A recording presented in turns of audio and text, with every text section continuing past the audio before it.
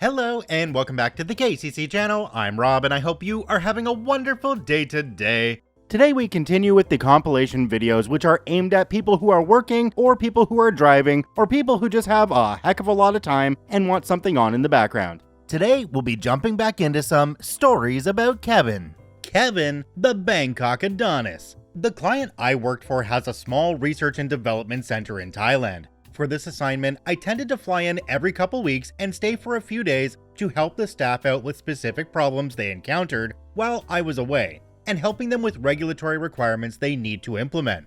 The development center is a small group of people and a mix of young local Thai and expats from mostly Europe and Asia. The expats enjoyed the nightlife in Bangkok a lot, and on occasion I would join them. I've seen all the nightlife, go-go bars and strip clubs, and been in all the right and wrong sois, alleys with a good crowd, good times. Men being men, from time to time some of them ended up with a girl in their rooms and a couple of thousand baht less in their wallet a few hours later. But all the expats understood that while you can have a good time with a girl like that, you should stay level-headed and understand you are just paying for a fantasy. It's not a maintainable lifestyle. Pay your bills, stay safe, don't cause trouble, and have your moment of happiness and move on. They understood. Kevin did not. Kevin was a new expat in the team, coming from the main branch, and managed to get his way into the Bangkok office because he was having his midlife crisis. Older fellow in mid-40s, but looking closer to late 50s. He didn't seem to be too bright or thinking about things much. His work was mediocre at best, and his personality was best described as boring, though he tried to be one of the cool old guys. Emphasis on tried. Not to be exclusionary, they invited him to go out with them on a Friday night. I happened to be in Bangkok as well, and as his introduction to the nightlife, they decided to hit up the places of vice, lust, and greed. Mr. Boring loved every moment of it, a little too much if you asked me, and it would be the start of a wild time in his life with progressively worse decisions. The problem is that putting someone like Kevin in an environment like this is they start to feel invincible and empowered by their newfound attention by girls half their age, attractive or not, and his decision-making, already bordering on bad, took a turn for the worse. He was like a kid in the candy shop. While hesitant at first, he ended the night in the early hours of the morning, going home with a girl that had a look on her face saying, "Better than nothing, I guess." I felt for her. He came in on Monday morning clearly hungover and exhausted. Apparently, he had caught the bug and spent Saturday and Sunday nights in the same districts and sleeping with another few girls. Well, he had his fun. Nobody at the office cared too much and left him alone. Rite of passage, they called it. Welcome to Bangkok. When the next Friday came around, they wanted to go out again with the boys, but to the usual clubs they went to, avoiding the worst of the lust, vice, and greed the city offers, and just have some fun between themselves. Kevin became agitated like a little kid and kept pestering them to go to new places he hasn't been yet. It is creepy seeing an older man be a predatory man-child. Eventually, some of them relented and took him to some other places he hadn't been yet. I left on Sunday, but from the chat I had with one of the guys, I heard he came in late, hungover, and exhausted again on Monday. The chat died down after that. I was busy with many other assignments and forgot about it. He was boring after all. And someone sleeping with ladies of the evening isn't exactly exciting material. When I came back 6 weeks later, I got a big update. Apparently, Kevin had kept up this behavior, and while his work didn't suffer too much, cause it wasn't very good to begin with, some people were starting to get concerned enough about him a few weeks in. One seasoned expat that had seen it all, and two of the Thai guys took him apart to talk to him about having to slow down, and the cautionary tales of people that had done the same as him. He said he would quit in the end, and it seemed to work for a while, but things were about to get a whole lot worse.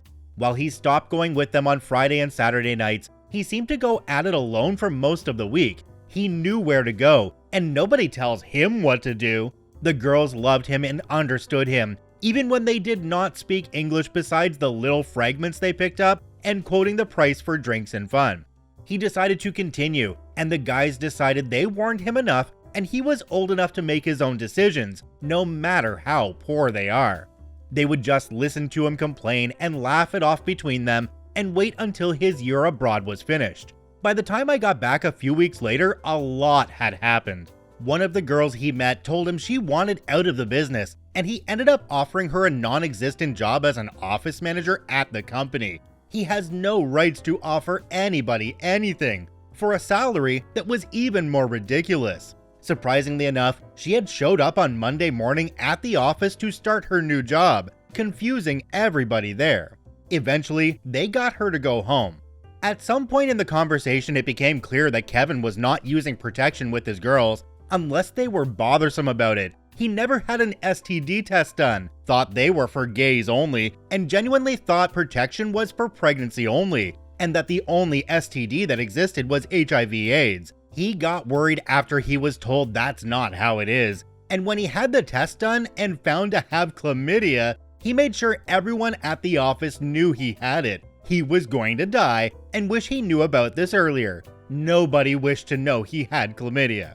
At some point, he learned about in-call massages and gave our business address for a girl that did massages. He did not see anything wrong with getting a massage with a happy end at work. He was surprised the Thai guys looked at him as if he lost his mind. This is normal in their culture, right? Right? Needless to say, the girl and Kevin were sent away that day. He had become regular enough to be recognized by most of the girls in the bars. And if they can get a regular guy for steady income, they will play the game and cry crocodile tears about cheating on her when he is seen with other girls. He was very susceptible to this, and every other week he would be at work clearly concerned about this fake drama and which girl he should choose over the other one, and tell it to everyone who didn't want to hear. He kept telling everyone he loved Thai food. Thai sushi is so nice. Turns out he has mostly been in the Japanese restaurants around this area. Bangkok has a sizable Japanese population, hence the restaurants. When they eventually took him to a Thai local restaurant, he boasted he could do the spicy. He obviously couldn't. He spent the entire night telling everyone how spicy it was, at least the moments he was able to talk. Though he was warned, he thought looking like a big spender would make him more attractive for the right ladies. He got popular enough for sure. At the end of the night, the guy was 15,000 baht, $425 lighter, and had to replace all his cards, including ID. Not having learned his lesson the first time, he got his wallet stolen another 2 times in 4 weeks' time, racking up 50,000 baht in damages, $1,400, before he finally learned his lesson.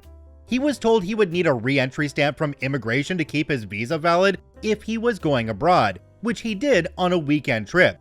He was reminded by the other expats, company documentation, and it is stamped in his passport, and he still managed to not do it, causing his visa to be invalidated. But as he was allowed a tourist visa, they still let him in. By the time he found out, he had been overstaying for weeks and ended up having to hire a visa lawyer to get things sorted out.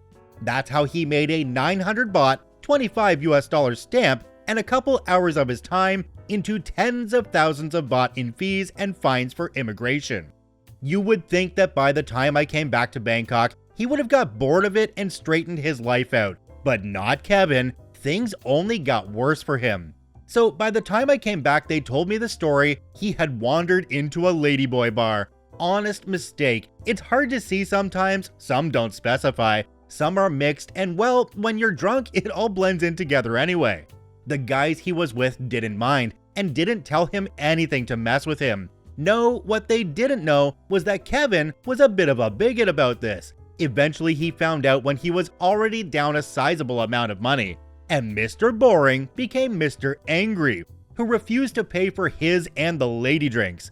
Lady drinks are the high-priced drinks you have to pay for each girl sitting next to you, around every 10 minutes, shouting every trans slur he could think of, and most there did not understand, luckily. Eventually he paid and left, mostly because the club called in their security, and Kevin was in no state or shape to do anything to them. Or so we thought.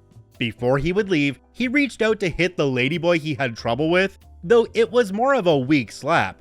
But to her credit, that ladyboy could pull a punch still, and gave him a nice bruise on his face. After that incident, he was surprisingly silent around the office. I guess it hurt his masculinity and ego. maybe that was all he needed to bring himself back to reality. I left without further incident and wouldn't be back for another 6 months because the project I worked on with them wrapped up and the new one would not require me until 6 months in. When I came back, Kevin wasn't there anymore. Asking what happened to this Adonis of the Bangkok nightlife, I got the rest of the story. Apparently, he had found love in one of the bars, a girl called Tree, they told me, obviously not her real name.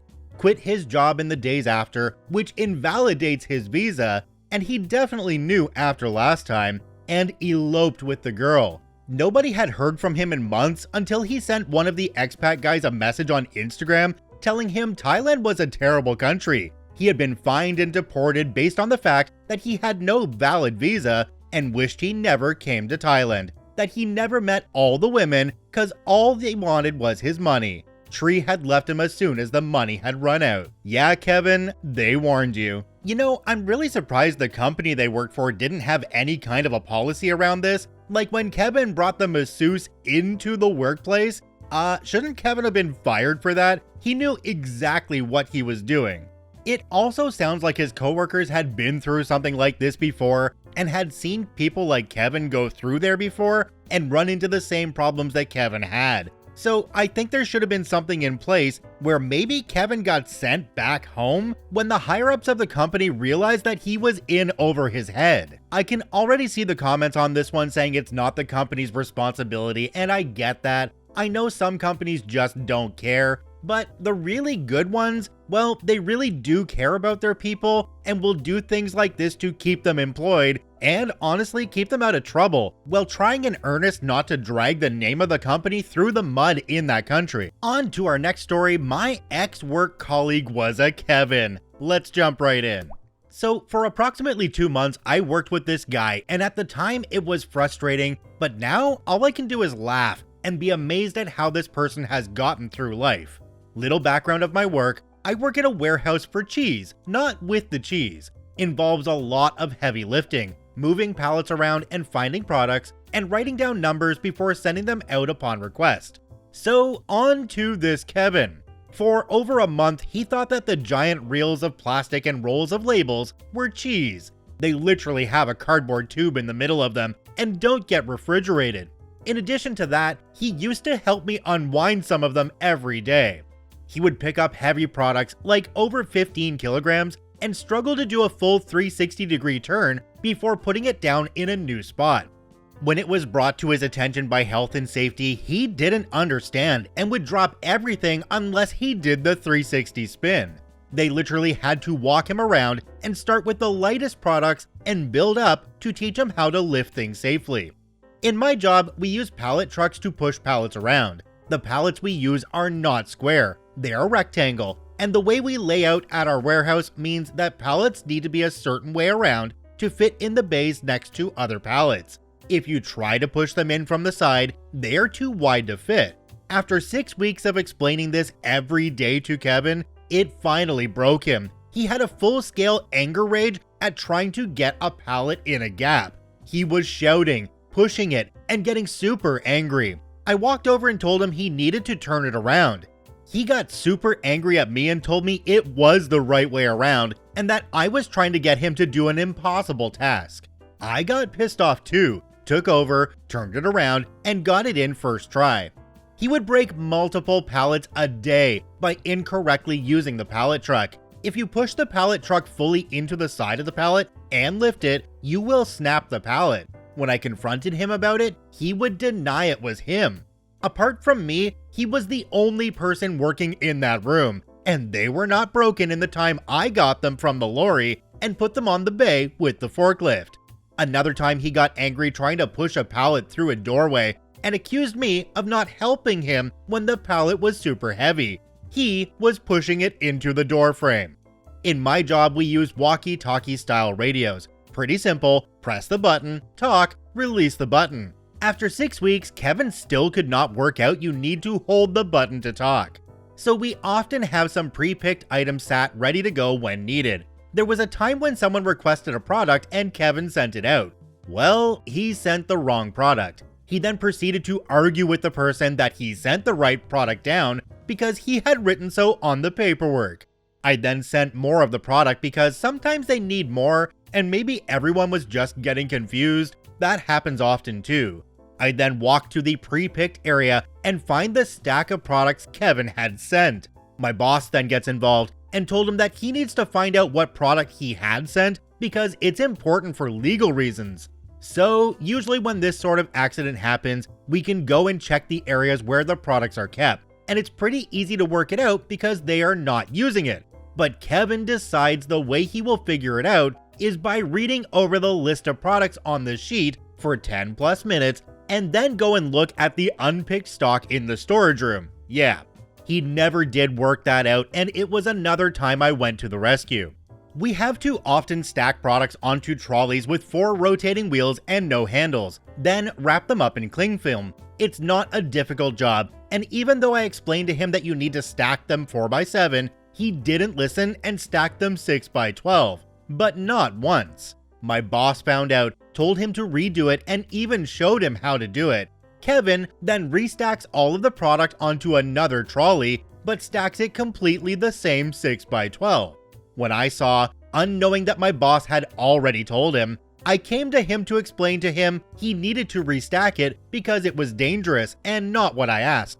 He got really angry at me and said it was right and he didn't understand. So I did it with him. The next day, he goes and restacks them again at 6x12.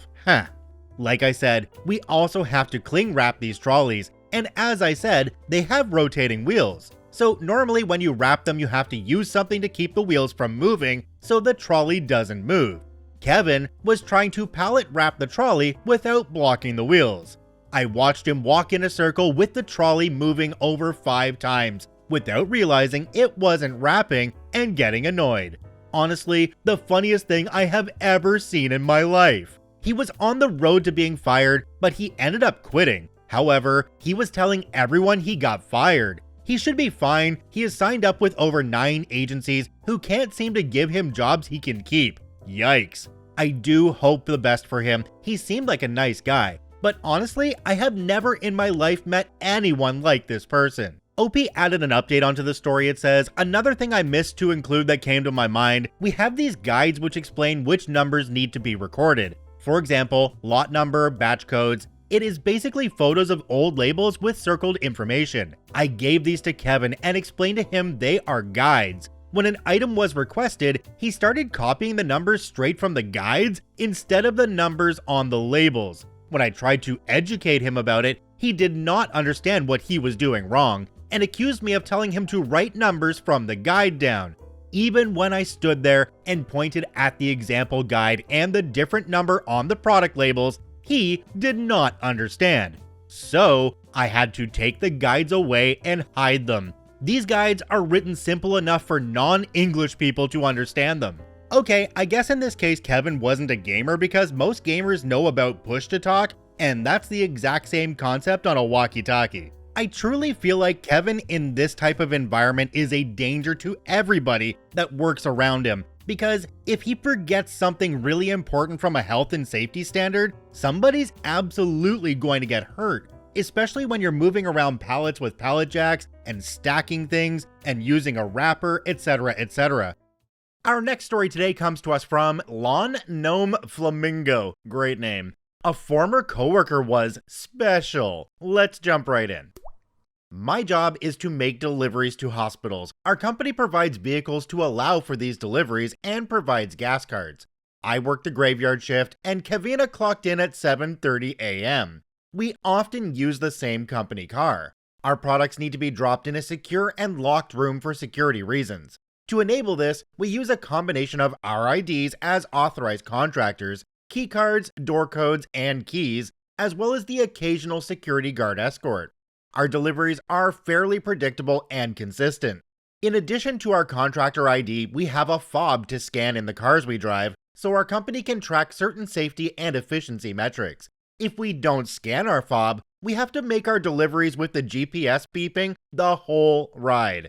No matter how many times Kevina was trained on her routes, I'm convinced she asked for directions in every hospital she delivered to every day. Weeks into delivering a certain site, she was training a newer employee. In spite of having made at least a dozen deliveries here before, she still had to make a phone call to get the code to open the door. To add to my theory that she wandered the halls for help instead of remembering where to go, here's an example. One morning, she was making a delivery NBD. Instead of going directly to and from the appropriate room, she got so lost, she stumbled upon a woman in the middle of changing clothes. The startled woman was a nurse and was changing in a room with the door closed. Kavina actually didn't know where she was going, in spite of having delivered to this particular location several times before. Again, for security reasons, we had to deliver to a secure and locked room. Due to her inattentiveness, she didn't have the appropriate key card to a particular room. In theory, she should have made sure she had the key card before she even left to make the delivery. Once she got to the hospital and realized she couldn't access the appropriate room on her own, instead of seeking out security or calling work for help or advice, she left the delivery behind a trash can. A few things about sharing a company car with her. Where we're located, it's snowy and icy for months. She refused to fill up the gas tank because it's cold. Girl, you're driving when the sun's up. It's colder at 4 a.m. during my regular route. One day, she took the gas card home with her, and I didn't have enough gas to finish my route. I still don't know why she took the gas card home with her when she didn't even use it. I ended up having to spend my own money to get back to work. I was reimbursed later. I was furious. One day, she left a note with the car keys. Don't use, oil problems. Since we didn't have extra cars, I had no choice but to use the car anyway. Stuff is time sensitive and had to be delivered. I loaded up and started the car. The problem? A pop-up alert saying oil change required. Apparently, Kavina lost her car key fob a few weeks before her last day. Instead of telling our manager so she could get it replaced, Kavina decided the car beeping during her entire route, sometimes a trip could last 3 hours, was preferable to being scolded and having to cope with a day or two of embarrassment. Her memory was horrible. I was taking a week's vacation. The Friday before my week off, I trained her on my route since she would be covering for me. One stop in particular, she spent a good 10 to 15 minutes asking questions about that particular location. All the while, I was explaining how I chose my parking spot. Some spots are reserved for on-call physicians. When and where to use the key card, how to contact security so she could enter the building, etc. The following Monday, only 48 hours later, she didn't remember a darn thing about this particular stop. She was on the phone with our manager for a good 20 minutes trying to figure out what to do. I know I'm petty, but my final comment about Kavina is super petty. She asked me twice if I missed Omaha. I reminded her both times I've never been to Nebraska without adding that I'm from Oklahoma. OP added a couple of edits on at the bottom. It says, she was constantly late and was told to call so we'd know she was still coming in. Instead of calling work directly or even the supervisor, she'd call one of the other drivers. During her interview and hiring process, she was told repeatedly that she would have to work the graveyard shift for 2 non-consecutive weeks every year to cover time off from me and the other person who clocked in at midnight. Our supervisor wanted to be absolutely sure Kavina was aware of this and was okay with it. Kavina got in her head that it was 2 nights a year and was unhappy when she had to fulfill this requirement. It was a contributing factor in her decision to quit. Since she started after COVID, we had to take our temperature every shift. Our thermometer had a battery that would run out quickly because of how frequently it was used. She often wrote down her temperature as low, not realizing that the battery needed changing. Jumping down to the comment section in this one, there's one from a user called Tacticus Throwaway. It says, with that kind of mental capacity, I assume her next job was in city government. OP responded to this one and said her preferred career was in sales. She left this job after less than a year for a more people-centric job. In spite of her intelligence, she was quite gregarious. Good for her, since she referred to pharmacists as laboratorians. Now, OP mentioned in another comment that during training, Kavina never wrote anything down, and that obviously contributed to the problems that she was having going forward in the job. If you know that you have a horrible memory, writing things down is a wonderful thing. I, for one, use my notes app in my phone all the time. because my memory is absolutely horrible. I usually can't remember what I had for lunch yesterday. But I'm aware of this limitation that I have, and so I take steps to mitigate the problem. Kevina in this story might not have had the mental faculties to even remember to write things down. Our next story today comes to us from Jinx Adnix, my personal Kevin. Let's jump right in. So I have this friend, he is Kevin. Not a Kevin, he is Kevin. He has a kind heart, but his intellect is comparable to that of a brick wall. Let me try to recount some of the worst, or best, things I can think of about him. Sorry some of these are rather political, but my Kevin is obsessed with popularity, and politics are quite visible. Whether you're on the right or left, I assure you, he has taken your side and shamed you. He is basically a bad take generator. He insisted I couldn't be a communist. I thought maybe it was him being in shock, but no, he thought only a government could choose such things, and that all citizens were classed the same as their government.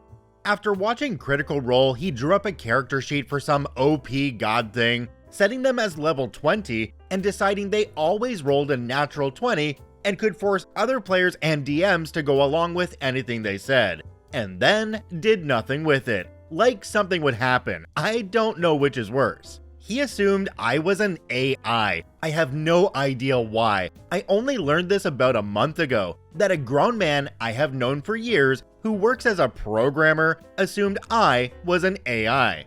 He argued with me that COVID-19 was worse than the Black Plague on the grounds it forced him to wear a mask. Not that it made people in general do this, that it made him in particular put a mask over his face. He wanted to go to China as an English teacher because he assumed pandas were common, urban dwelling, and that he could just take one. I explained to him that he was wrong, but later learned he tried to go anyway, but gave up because he was asked for a travel visa. Whether or not he gets scared of sharing personal information depends on the day you catch him, but in this case, it was not a matter of sharing his info. It's because he didn't know a travel visa from a Visa card and already had a Visa card, so he just got confused. Assumed the Chinese government was run by idiots who didn't know how to work a debit card, and gave up. That's all I can recall for now. I'll come back next time he has a bad take for y'all. In the comment section for this one, there was one from a user called Miscellaniac. A brick wall has some coherence. Your Kevin sounds about as smart as a pile of bricks. OP responded to this one and said, a pile of bricks with bad takes written on them that just wants a hug. Okay, if you're wondering, yes, OP mentioned something about a couple of political things, and yes, they were in this story, and yes, I cut them out of this story because I don't want to anger the YouTubes. It's a wonder people like this on a regular basis remember how to breathe. I do want to add on though that OP said that they were a kind-hearted person, they were just dumb. Our next story today comes to us from Addie Abatica, a Kevin in the school band. Let's jump right in.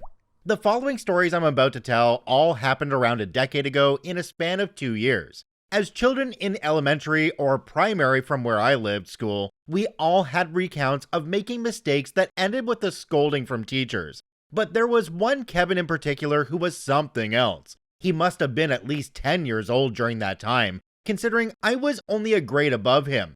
In our concert band, he was a keyboard player who had gotten on the conductor's nerves more than a dozen times during rehearsals. Below are 3 of his most memorable antics. Kevin would hit a note on the keyboard when the conductor was talking to the whole band, in an otherwise silent hall. This happened not once but several times. My only guess is that he wanted to play a game of making a sound without her noticing while the instrument is on full volume. It's no surprise he never won. We had trolleys that were designed to hold music stands. One time, as we were all packing up, and for some reason, Kevin decided to take a little joyride by revving up one of the trolleys before standing on it with both feet. I wouldn't be mentioning this here if it weren't for the fact that he tried zipping past 1 meter in front of the conductor. Again, I could only presume he was daring himself to not get caught by her. Like the first point I made, he wasn't successful. The last one has to be the most shocking example. One time, we had to perform at a venue which meant some heavier pieces of gear had to be carried to and from the bus. After returning to the school on a rather late afternoon, they had to be returned to the storage room. A few boys were given the responsibility to wheel in the timpanis. I happened to be carrying a few cymbals when I noticed a gnarling sound behind me. Here was Kevin dragging a bass drum on the playground's asphalt. A split second later, I heard the angriest screech that almost made my nerves short-circuit. My band's conductor, mortified and furious, yelled at him to stop on the spot before chewing him out so thoroughly that he might as well have been a figurative beef jerky that day. Only when we turned over the drum to see the splinters on the rim, Kevin learned about friction the hard way. These were all the things that I happened to witness, not much, but I felt they'd be worth sharing. Jumping down to the comment section on this one, there's one from a user called Every Fairy Dies. It says, "That last story. That's no way to treat an expensive musical instrument. Did he really learn about friction? Or were there other incidents without musical instruments that had the same results?" As for the first two, some people just don't think beyond, hey, I want to do this right now. I'm not sure if the Kevin in this story was impulsive or if they just didn't think about consequences. I can kind of sympathize with the Kevin in this story because I know when I was younger, I really didn't think about the consequences of a lot of the things that I did, and they got me into some deep trouble. As far as dragging the bass drum across the ground though, that wasn't very bright. I'm a little torn on this one though. I'm not sure if this was a Kevin or just a 10-year-old boy being a 10-year-old boy. Our next story today comes to us from Jane Says, "Kevin doesn't pay taxes." Let's jump right in. I'm not going to do a lot of backstory on this one. I've known this person a very long time and I have endless stories. This is just the latest. I'm going with Kevin and using the they pronoun just to make my life easy. Kevin informed me today that they don't need to pay taxes. I probed further, needing to know the reasons they're about to put themselves in a lot of risk. They make 6 figures. They're not getting out of paying taxes. There will be serious consequences. Yes, folks, even Kevins can make an incredible salary. This is why I can't sleep at night. What I found out from Kevin shook me. I can barely process the stupid. It was first declared as fact that it's not illegal to pay taxes. This reminds me of the IT subreddit where the users think their monitors are the computers. It's that moronic of a conversation.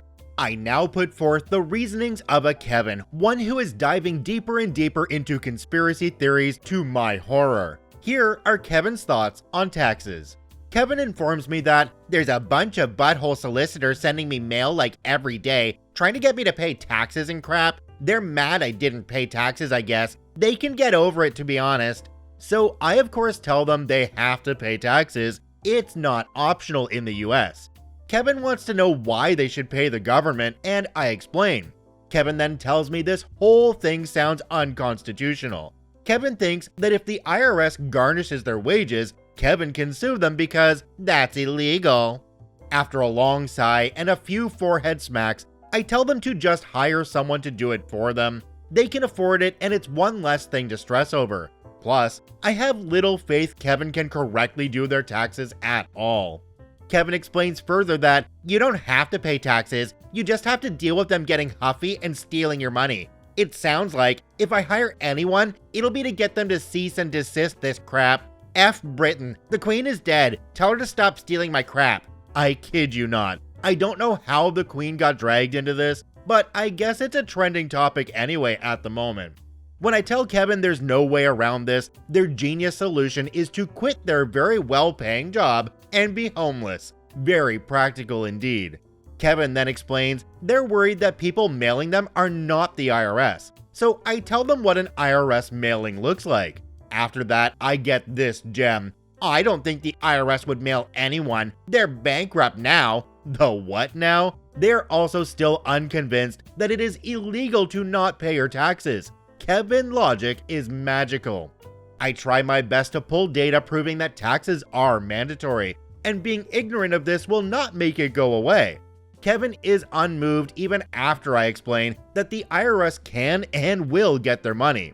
People, Kevin somehow has a 6-figure job. No way the IRS will overlook this. I cite the laws. I cite the cases where it's gone to court and been unsuccessful over and over again. It's a moot point. obviously a fool's errand. If a grown adult doesn't even know that not paying taxes is illegal, how are they going to understand tax codes and constitutional law?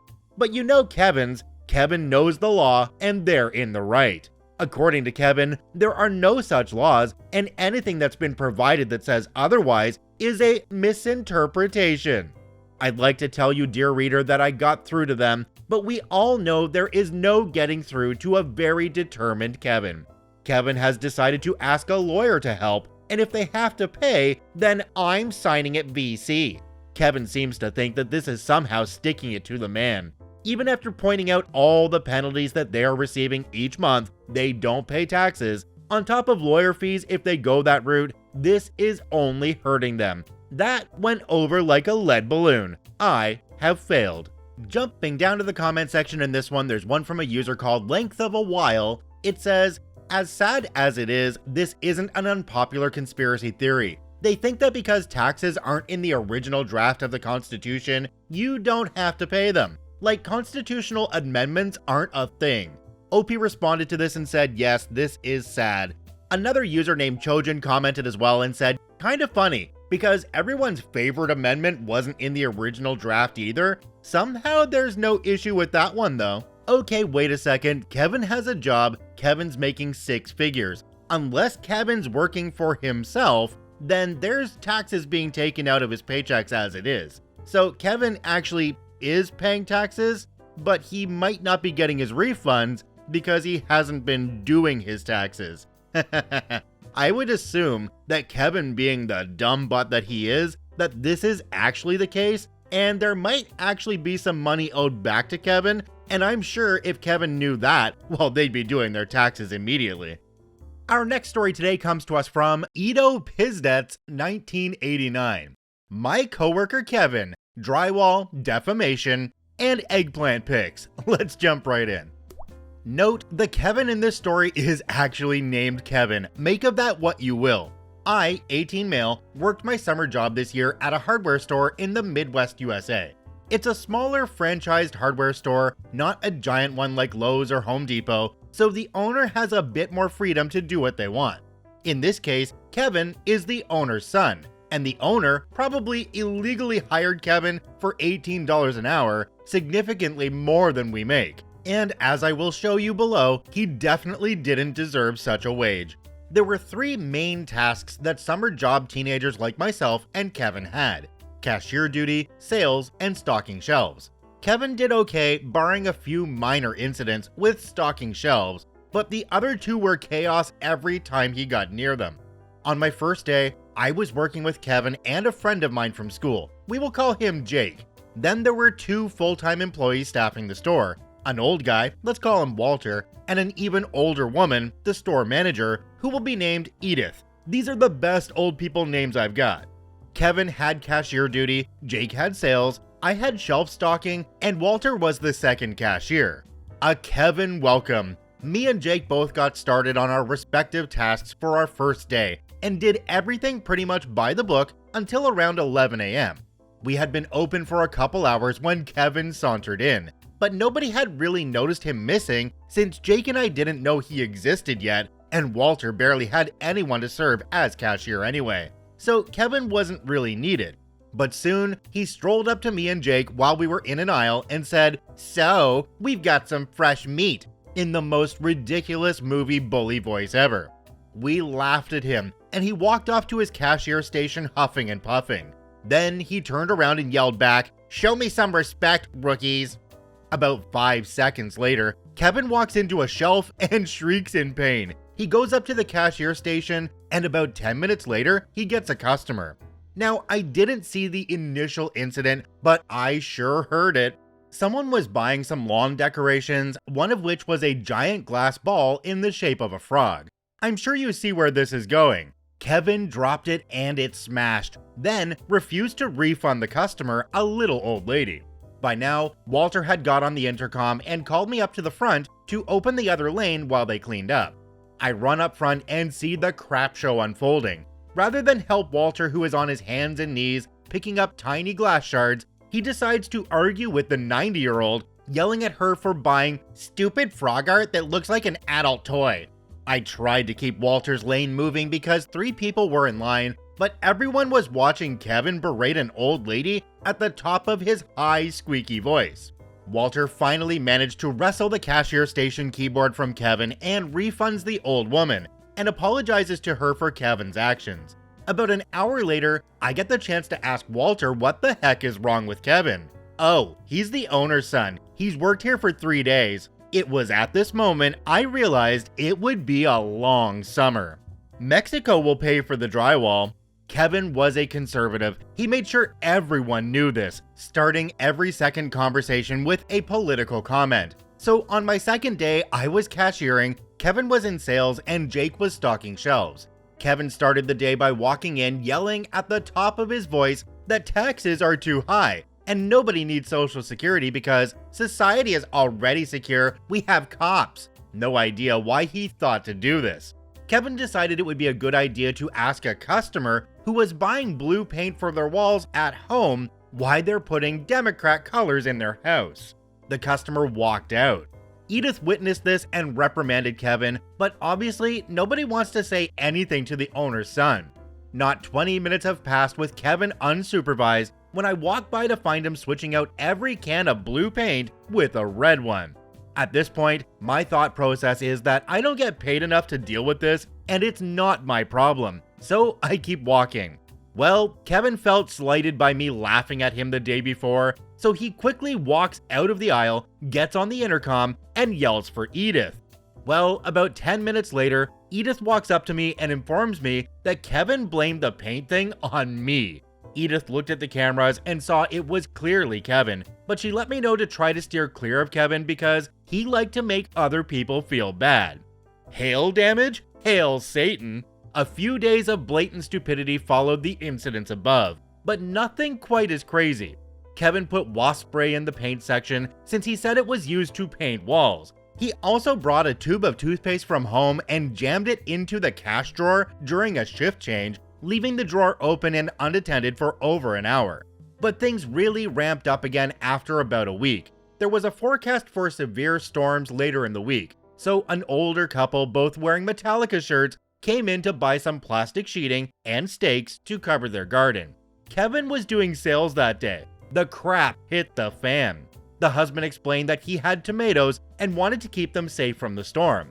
So Kevin, being who he is, explained to them that if you didn't listen to devil music, God would keep you safe. Try praying once in a while. Well, the customer just didn't find this amusing. The couple walked out and left a cart with $300 in other merchandise. Okay, there's a couple of paragraphs here that are a little bit too much for YouTube, but they explain that Kevin is an absolute dip crap and just a really bad person. If you want to read them, the link to the story is down in the description below. Duct tape Kevin, vent problem? During the summer, we had an issue where one of the air conditioning vents for the building wasn't working, which made that corner of the store really hot. He came up with the unusually coherent plan to close all the other vents and try to force air to that vent so we could see if any air was coming through at all. If there was some tiny amount of air, that would mean it was just blocked, not broken. Well, I tell him this is an okay idea and have him go do it. But this was Kevin. Would anything be done the simple way? Heck no. Rather than pull the little lever on the side of each vent, he duct taped all 8 other vents shut with 3 whole rolls of duct tape, which he of course took from the shelves without replacing or logging in inventory. We spent the next hour peeling tape from the vents, which was especially hard given that he crazy glued the tape to the vents.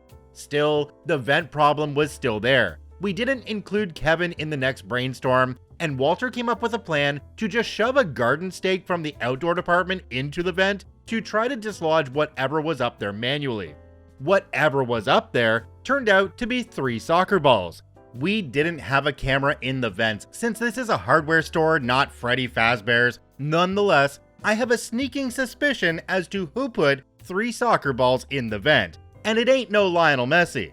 If I'm being honest, this was way above all of our pay grades, and maybe the real Kevin in this part was his dad.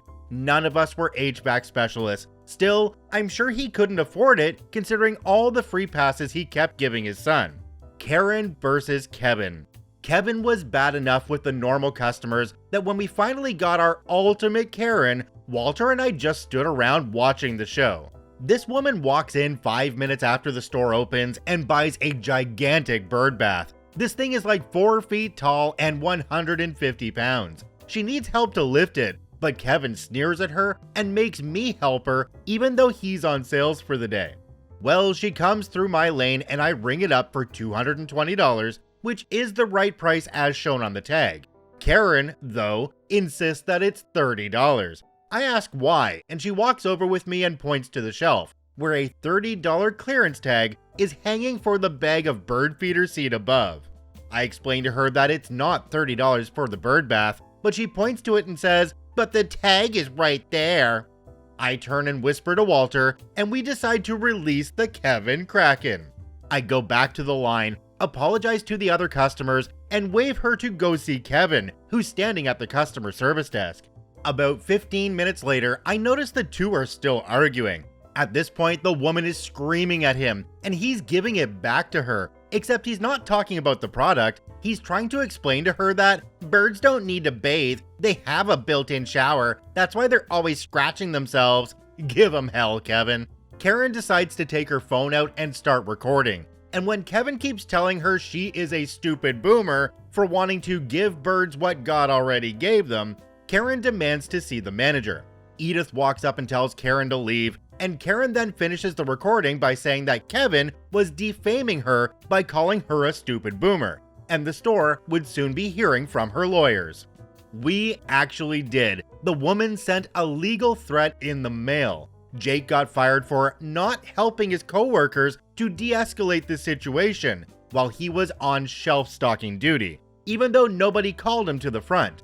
In the boss's opinion, Jake was willfully ignoring Kevin's unspecified intellectual disability. None of us had ever been told Kevin had an intellectual disability, though we'd be the Kevins if we didn't know considering all that he did. The next day would be my last at the store. The day after the Karen incident, we ran out of metal poles. This is one of our more popular items, and we usually just get them in huge bulk and load 10 or so out onto the shelf at once, so that if they fall to the floor, it isn't too much to deal with. I told Kevin to print an out of stock message, assuming the guy could just go scrape something off of Google Images and put it out there. We of course don't have our own out of stock labels since Kevin burned them when he set the microwave on fire in the break room, but that's a story for another time. Kevin did not use Google Images, rather, he printed an interesting image. Toward the end of the shift that afternoon, I was walking by the metal section when I saw a strange image on a piece of paper hanging off the empty shelf, though I couldn't tell what it was. I walked up closer and could not believe what I was looking at. On the left of the page was a map of Poland. On the right was an adult photograph of Kevin taken in the employee's bathroom. Below the two images was a caption, "Metal poles not found, tried these other poles. Just gonna present this one without comment." Anyway, I quit at the end of the day because Kevin blew up in a rage at me for throwing away the picture, yelling at me that I just threw it away because I hate Polish people. Nothing about, the eggplant pic. Kevin has called me a total of 67 times, I counted, since I quit, from 13 phone numbers. Kinda sitting back here and wondering why OP didn't quit the moment they found out that this was the boss's son. It's at that point when you find that out that you know it's not going to get any better. OP held on though, and then I found myself wondering why when they found that picture, they didn't take it to his dad and say, this is what your son did. Do you really want things like this happening in your store? Think about your image here. Although I'm guessing that Kevin had to learn this behavior from somewhere, so it might just go in one ear and out the other with the boss. Who knows, but I'd love to see an update from OP. I know they're not working in the store anymore, but I'm sure they know people who are, and we'll get an update at some point. Our next story comes to us from Frederick Denning, The Saga of the Deli Dumbbutt. Let's jump right in. For the past couple of years, I have been working at a local supermarket. Not a high-paying job, but I'm not worried about money at the moment. After finishing senior year of high school, being 18, I was given the opportunity to work in the deli. Overall, it was a change of pace and meant better pay, so I jumped at the opportunity. My first week went well. I joined up at the same time as another guy who was also pretty good at the job. Then, 1 week into the job, another employee joined up. Kevin was an interesting guy right from the start. On day 1 of the job, he was half an hour late getting back from his 15-minute break because he needed to finish his cigarettes. Not much of a big deal, but it was annoying. Things went downhill from there. For 3 months, I dealt with the guy. I was still very new and trying to learn the ropes, but working with him made me look like a seasoned veteran of the culinary arts. The most complete list of his stupid actions that I can offer up overflowed the sinks on a daily basis. Kevin was put on dish duty on multiple occasions. Every time it went down the same way. He turned the sinks on and watched them fill up. Nothing else. He didn't run dishes under the flowing water, he just sat there staring at it. This increased focus didn't help him either, because every time he filled those sinks half a centimeter below capacity, and then threw in a big pile of dishes, pushing the water past the limit. Ruined the rotisserie oven mitts. Kevin also hated putting his hands in the water after he filled the sink. Reaching to the bottom to pull the plug was something he just couldn't do. This was an understandable situation. I don't like doing that either. We had a pair of rubber gloves by the sink for anybody that felt this way. Kevin preferred to grab the oven mitts from the rotisserie. These oven mitts were thick rubber gloves with foam inside. Because the sink was so overflowed, however, when he did this, he soaked the gloves inside and out. Foam doesn't dry quickly. This also became a repeat occurrence too, so we had to resort to hiding them in the bakery section of the store. This didn't stop him from looking for them every time he overflowed the sinks though. Dark web deli. Kevin also worked really slowly. Seriously, the guy took 40 minutes to do a 5-minute job. Flipping meat is simple. Pull tray, put lunch meat on new tray, put back in case. Repeat 7 more times. He realized that he wasn't good at it, so he chose to look up better meat flipping tactics on the internet. And when that failed, he chose to look for, and I'm not crapping you, forbidden tactics of the dark web. As I said earlier, there is one tactic. Pull tray, put meat on new tray, put new tray in case. But if he wants to look up criminal deli tactics, who am I to stop him? Minor incidents. Offered to tape my tortilla wraps back together after I cut them in half to fit in the container. Took 5 hours to cut small bag of broccoli, still didn't cut it small enough. Didn't give up the search for the rotisserie oven mitts even after 2 months trying. Didn't close a big bag of shredded cheese, which basically ruined the entire bag. Also, he didn't label whatever meat or cheese he cut properly, so that had to get thrown out too. Whenever we asked him to speed up his work a little bit, he got defensive. After one of his 5-hour sessions cutting broccoli got to be too much for our cook in the back, he asked Kevin to speed it up a bit. Kevin proceeded to walk into the back and for 15 minutes straight just kept on asking, "How do I work faster, huh? How do I work faster, huh?" Dumped chicken grease down the sink on 2 occasions. This is pretty much when everybody gave up hope on the guy. For anybody who doesn't know, chicken grease turns into a jelly when left out. Imagine what that does when it is left in a pipe. Despite all of these incidents, he claimed to have been a professional working delis for over 10 years. He also claimed he had nothing wrong with him in the head. Towards the end of his time with us came the hot case incident.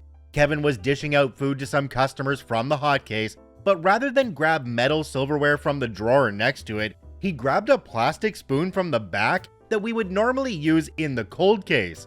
Our cook asked him a rhetorical question: "What happens when you put plastic in the hot case?" Kevin, in a moment of Kevin intelligence, revealed that he didn't know. He spent 30 minutes trying to guess, however. Good on you, Kevin. Show them that intelligence. The next day I wasn't working, but I wish to God that I was. Kevin revealed that he had done research into what happens when you put plastic in the hot case. Somehow, his research brought him to one conclusion. Plastic, when left in a hot case for too long, turns to metal. This wasn't just a throwaway comment, he kept this going. He and our cook went back and forth in this conversation, which quickly led to an argument. And eventually, the two had to be separated because everybody else working the deli that day was almost certain that the two were going to throw hands. We still can't figure out what led him to think that heating plastic would turn it to metal, but at this point, this part of the story gives us so many laughs that we just don't care. Around the end of the summer, I was just about to start college. I was 1 week away when I went in for another Kevin shift. Only this time, I found out that he had been no-call, no-show for 3 days straight. As a result, management considered it quitting and pulled his name off the schedule. That last week, working shifts without him, we got more done than if he had been working. In the end, Kevin faded away to a simple bad memory. Despite this, we all still laugh whenever somebody asks the question, what happens when you put plastic in the hot case? And wherever Kevin went next, I hope he's gotten a better handle on things, and I thank him for giving me this story. Jumping down to the comment section on this one, there's one from a user called Palor Drolap. Did anyone check up on him after the no-call, no-shows? Kevins have a knack of evading serious harm most of the time, but there have to be a few whose luck runs out. Let's hope he's doing well and gained a few more brain cells, as opposed to any less pleasant alternatives. OP responded to this comment and said, I'm not sure what happened to him after, but I hope he's okay. I'm just praying that he didn't try out his plastic in the oven theory. Well, I hope that Kevin's doing okay, and I'm glad that OP was able to actually get some work done after Kevin stopped showing up at all. Our next story today comes to us from Cyclone Nerf. Kevin fractured his spine because he didn't listen to the instructions 4 times. Let's jump right in. This happened last year. Myself and my colleague were running our monthly parkour workshop. I'm going to say this before all the parents who think they know better than me about parkour, but have never done it once in their lives say anything. Parkour, contrary to popular Karen-like opinion, is not very dangerous. Like with all sports, it has its risks. And like with all sports, it has coaches, me, to train properly to avoid and lower the risk of injury. But just like in American football, for example, broken bones and concussions still happen. I myself have been doing parkour for 6 years, and I've never broken anything. I've fallen, winded myself, and had some scrapes and hard bangs against the floor.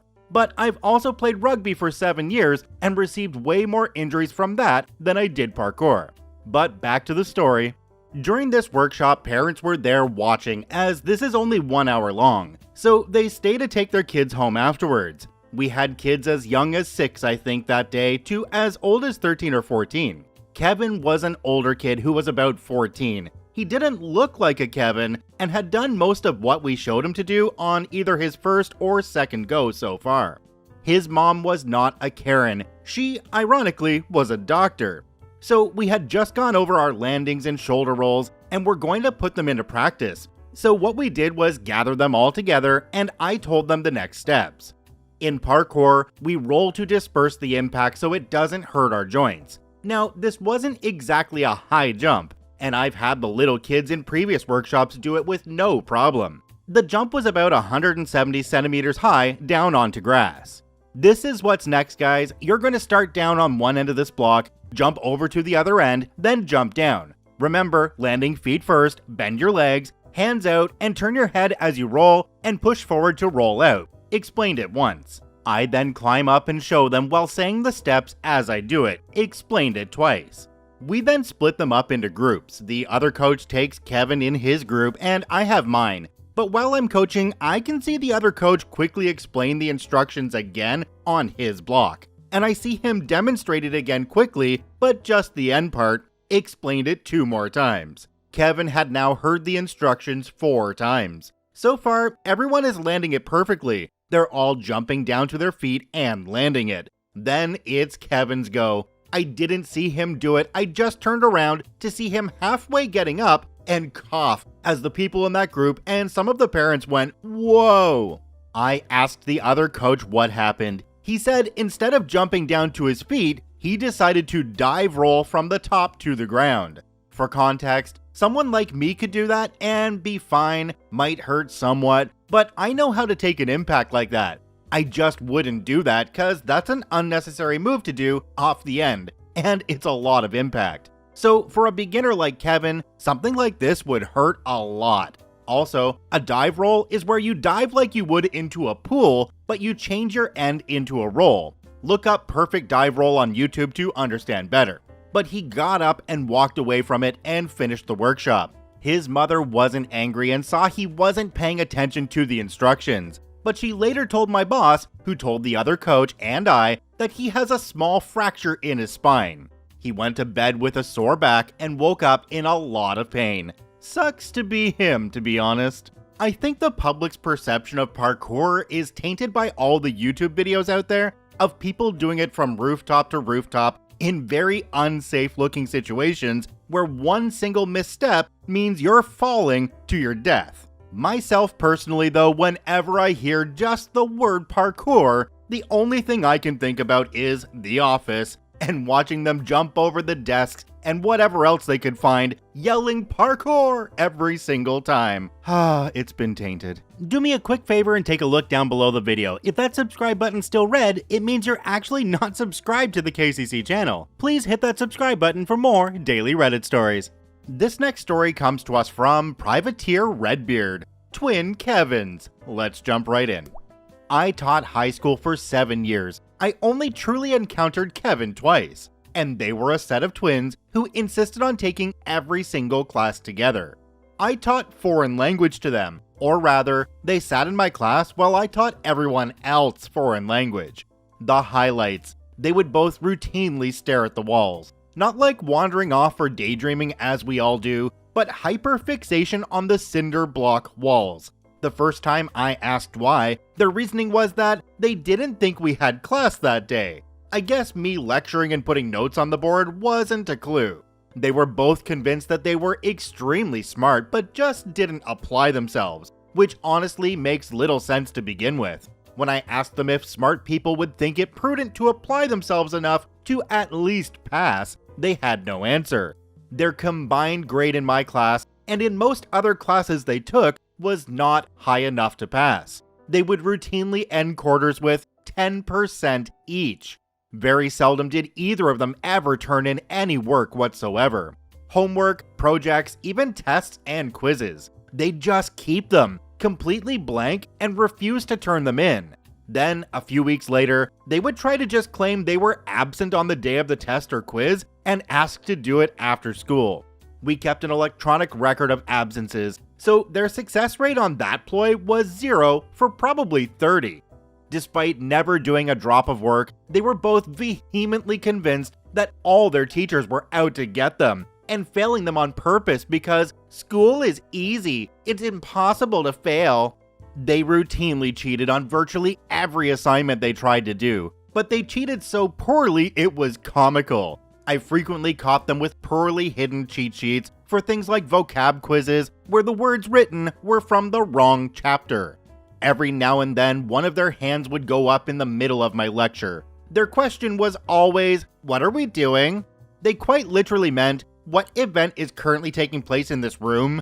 They never had the slightest clue if I was lecturing, we were taking a test, or if we were somehow in the midst of a fire drill. Just zero knowledge of the events going on around them.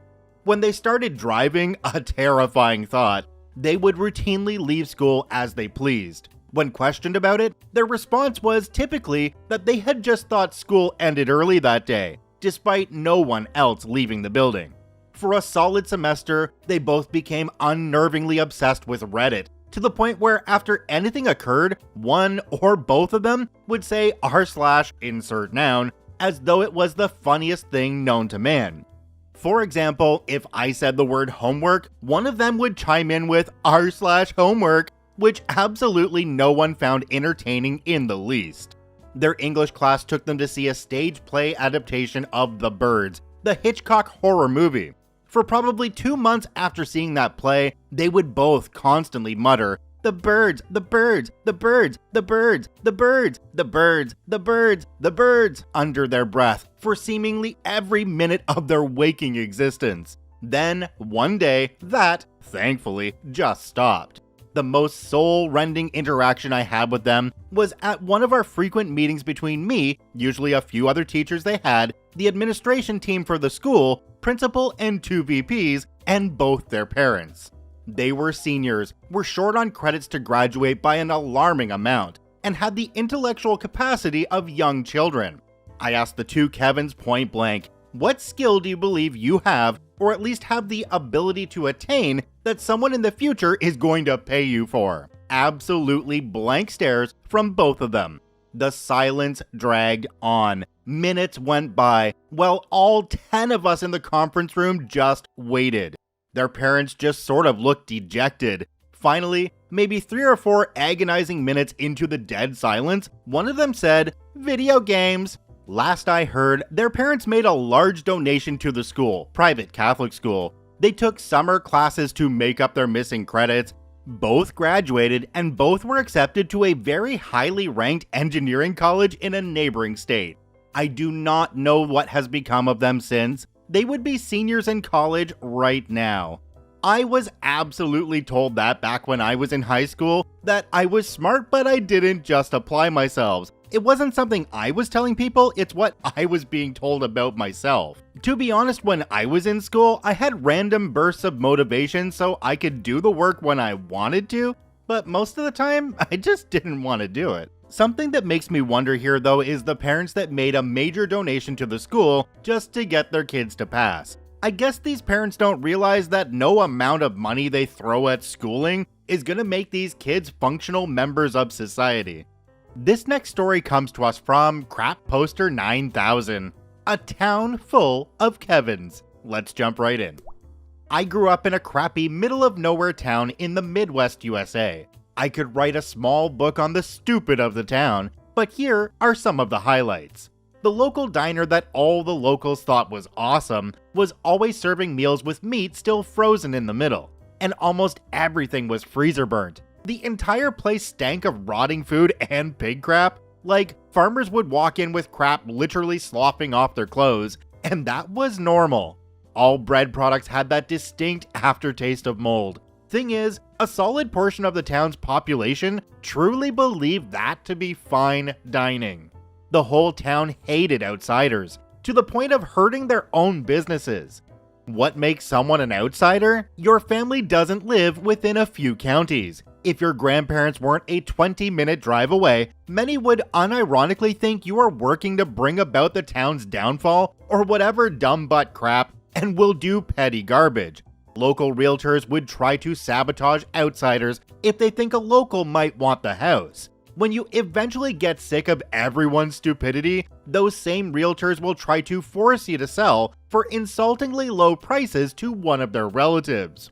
The local school system allowed the same bumpkin teachers to use literally the exact same material for the entirety of elementary, for who knows how embarrassingly long. Kids starting first grade will be given the exact same lessons as their fourth graders. They just go over the alphabet repeatedly. A solid half of their high school age kids were unable to read their textbooks and would struggle with math because those same teachers would just have them count on their fingers instead of actually teaching them. Some teachers also teach old wives' tales as a fact, like toads causing warts. As far as more specific stories, one of the dumber local families moved in next door. I only knew one of the kids before this who was a really dumb pathological liar and a thief. Someone must have told him early in life that his nose shrinks when he lies, because he would puff up his nostrils every time he would lie. I last saw him in his mid-teens and he was still doing it. However, the youngest was considerably dumber. He couldn't reliably dress himself. I don't mean like a 5 or 6 year old putting his shirt on inside out. I'm talking this dumb butt wouldn't put on underwear and wouldn't pull his pants up over his butt well past 10 years old. He always had the most annoying tone to his voice, as if he was trying to imitate a baby, and would sit his bare butt on the ground and cry for a minute every time someone told him off. The oldest of the three seems to have inherited all the brains, and from what it seems, he rightfully tries to spend as little time as possible with his siblings. They, for whatever reason, got multiple dogs. They kept one inside and one chained up in the back. I doubt either of them were taken care of. There was a layer of dog crap covering everything the dog in the back could reach within its short chain, and it would bark and cry literally 24/7. It seems they often let the dog they had inside crap inside the house. Whenever their door opened, you could smell it. When they did let it out to do its business, it would crap in our yard. They all left really weird garbage everywhere. I have found raw meat tossed into our yard from them, and there was often parts of random cars, lawnmowers, appliances, etc. randomly strewn about. Of course, the dogs they got were bully breeds. They are lucky the ones they got are actually pretty sweet and as dumb as they are instead of violent, because the one they kept indoors would always find a way out every few months and go for a run. Rewinding some years, we had another next door neighbor that was just as evil, like taking their lawnmowers 10 feet over the property line to destroy our rose bushes awful.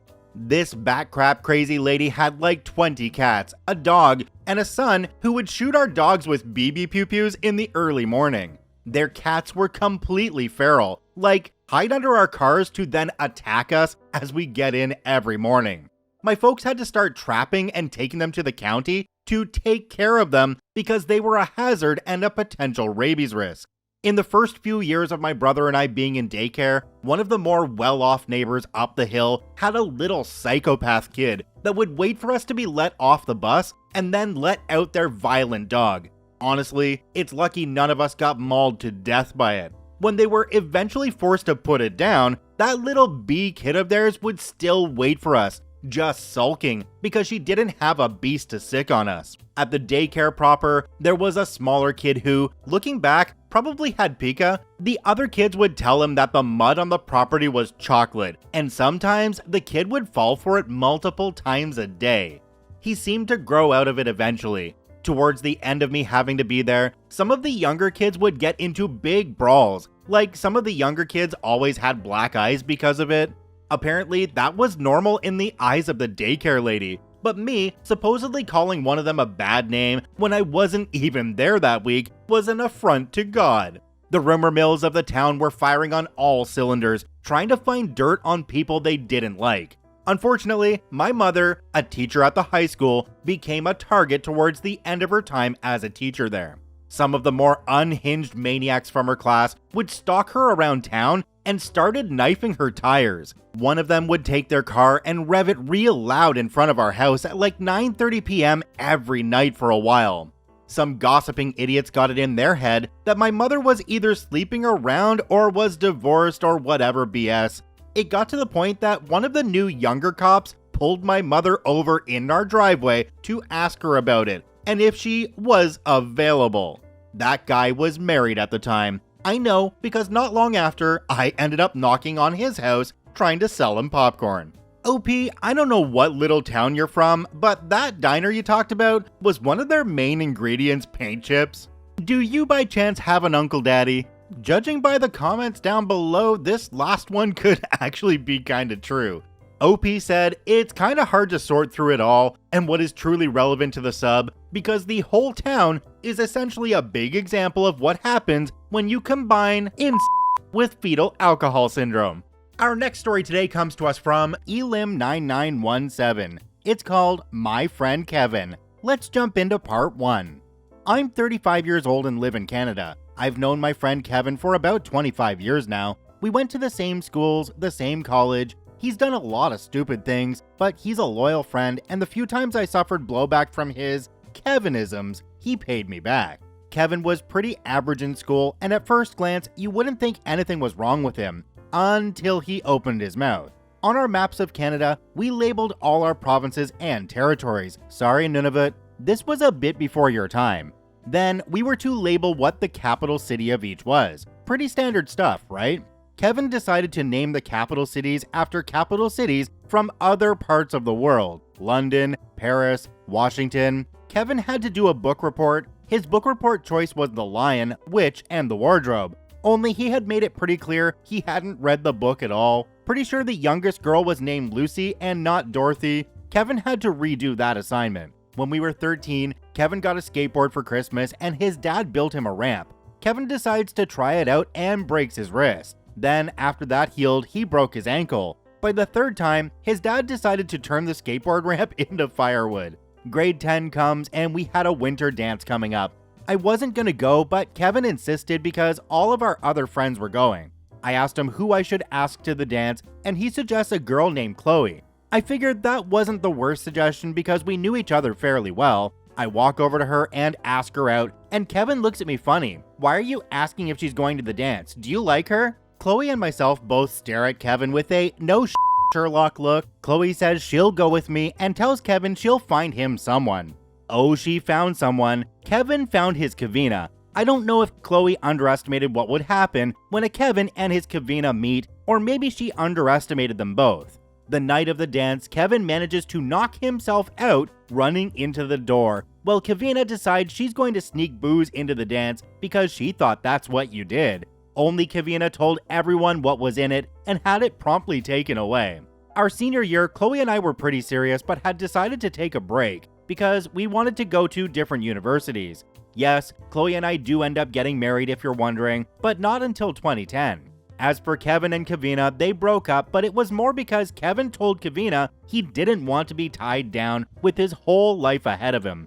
Understandable, only he was worried Kavina would literally tie him down in her house. Maybe she did before, I never asked. I, in a slightly Kevin moment myself, suggested he come with me to Edmonton for university. It would be fun, I said. What's the worst that could happen, I said. So let's recap part 1 really quickly. It seems like Kevin did a bunch of stupid things, but Kevin did you a solid and introduced you to your future wife. That's pretty cool. On to My Friend Kevin part 2. Let's jump right in.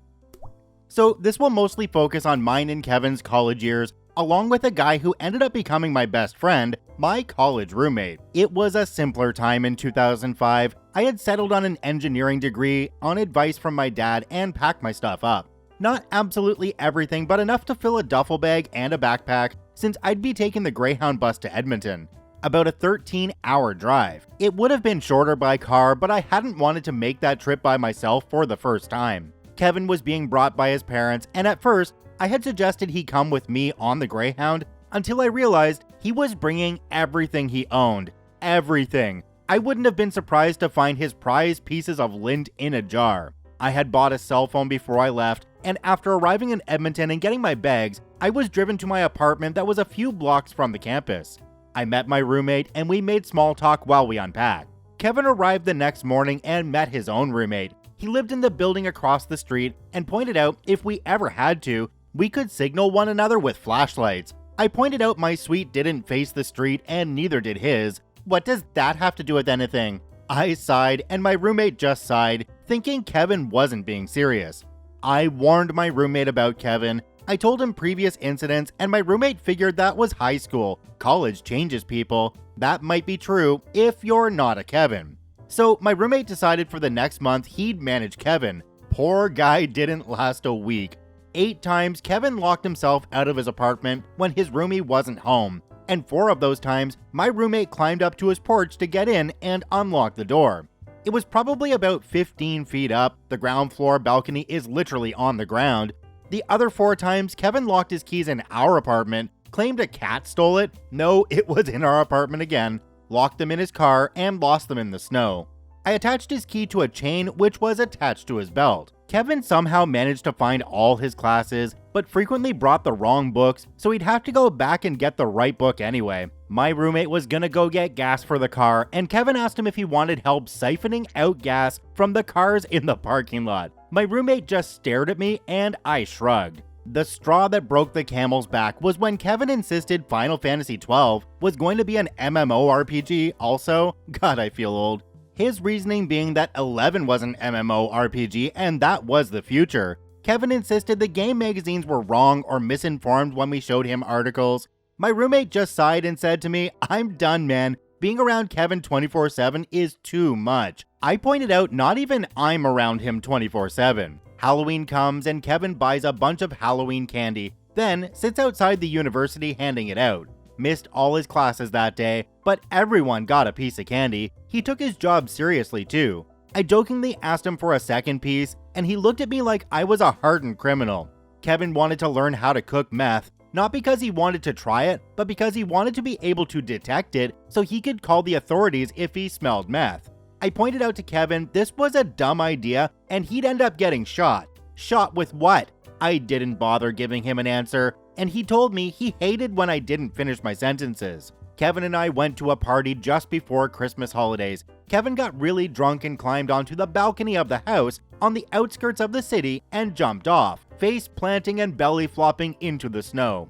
It was a 3-foot drop at best thanks to how deep the snow was, but there was a Kevin-shaped print. I was drunk off my butt too, but unlike Kevin, I didn't decide to try defying gravity. Instead, I slept on the couch. I later found out Kevin was brought inside by a few guys, so he thankfully didn't die of exposure or anything. Kevin wanted to start smoking, but not cigarettes like I did. I had started at that party ironically and quit when I turned 30. Kevin bought rolling papers and put various spices in, cilantro, oregano, thyme, etc, etc. Every now and then he'd buy a few movie posters and roll them as tight as he could to smoke. I also smoked my cigarettes outside on our balcony. He thankfully did that crap outside and where no one would see. He came up with his own list of posters he wanted to try and which to stay away from, as if a bad movie would lead to a bad trip and a good movie would lead to a good trip.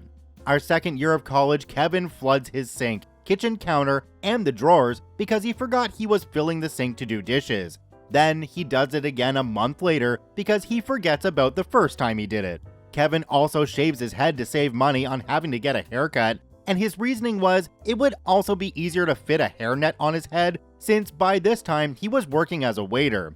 It was so uneven I thought he got in a fight with a weed whacker, torn between killing him or simple humiliation. I ended up taking him to the hairdresser downtown and she more or less fixed up his hair. Kevin fired a bottle rocket at me because he wanted to see me dodge it. I never claimed I could. He did. His reasoning was that if he could dodge one, anyone could. So as I walk down the street, I see Kevin light his rocket and fire it at me. To be fair, I did dodge it, but only because he held it in the wrong way and hit a car. Kevin manages to somewhat chill the F out, and our second year of college goes by without too many incidents. Chloe ended up moving to Edmonton shortly after our second year, and we started dating again. We end up getting an apartment together in Kevin's building, and Kevin moves in with my old roommate. Stay tuned for the third part. Before we jump into that part 3, don't you think that everybody deserves a friend like Kevin? It just adds a certain entertainment level to your life. On to My Friend Kevin Part 3. Let's jump right in. I'm really hammering these out since I have nothing really better to do since I've worked from home since even a bit before COVID, and work always slows down around this time anyway. This will mostly take place during our third and fourth years of college. To note, Chloe is from England and came here with her family when she was 14. She still somewhat has her accent. So we left off with Chloe and I moving into a suite a floor above where Kevin used to live, and Kevin moved in with my old roommate. His old roommate ended up dropping out due to family issues he was having at the time. One major part of this story will be our ski trip to Whistler, BC. It was our first major trip, and the four of us spent a year planning this in advance and saved up. So by this time the apartment had gotten cable internet, whereas the year before we had DSL. Between me, Kevin, and college roommate, who I'll call Matt from now on, we had a pretty impressive music collection, and we're all metal and rock fans generally, with our tastes varying here and there.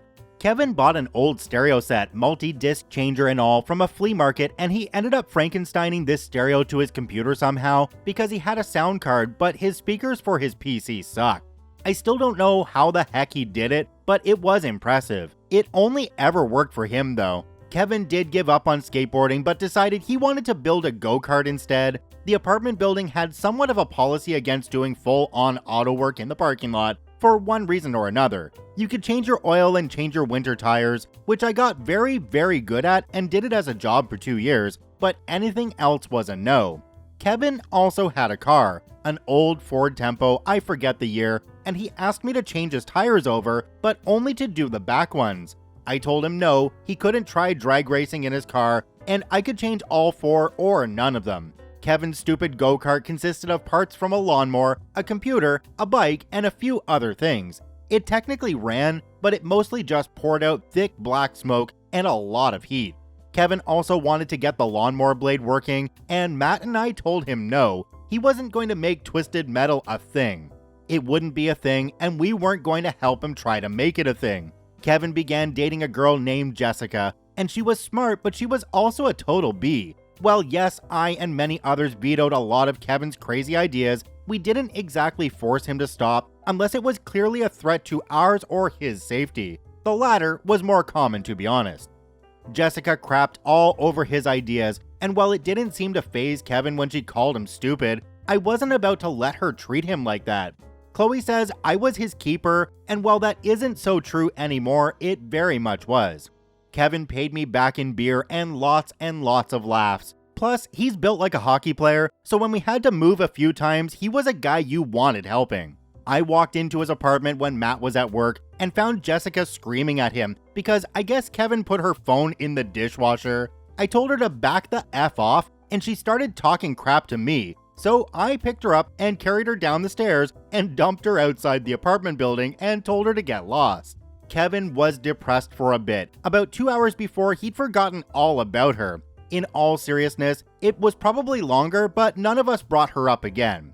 About a week later, Kevin's stupid go-kart blew up. Kevin wasn't injured amazingly, but he looked like he had struck oil.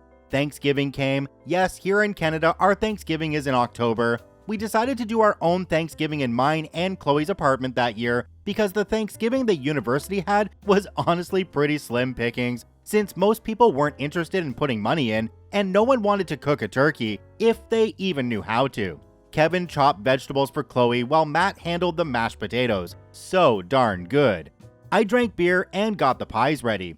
Kevin pointed out he was allergic to apple pie. He isn't. I pointed out he ate the apple pie his mom made last year and got sick because he ate too much of it. That was apple? Facepalm.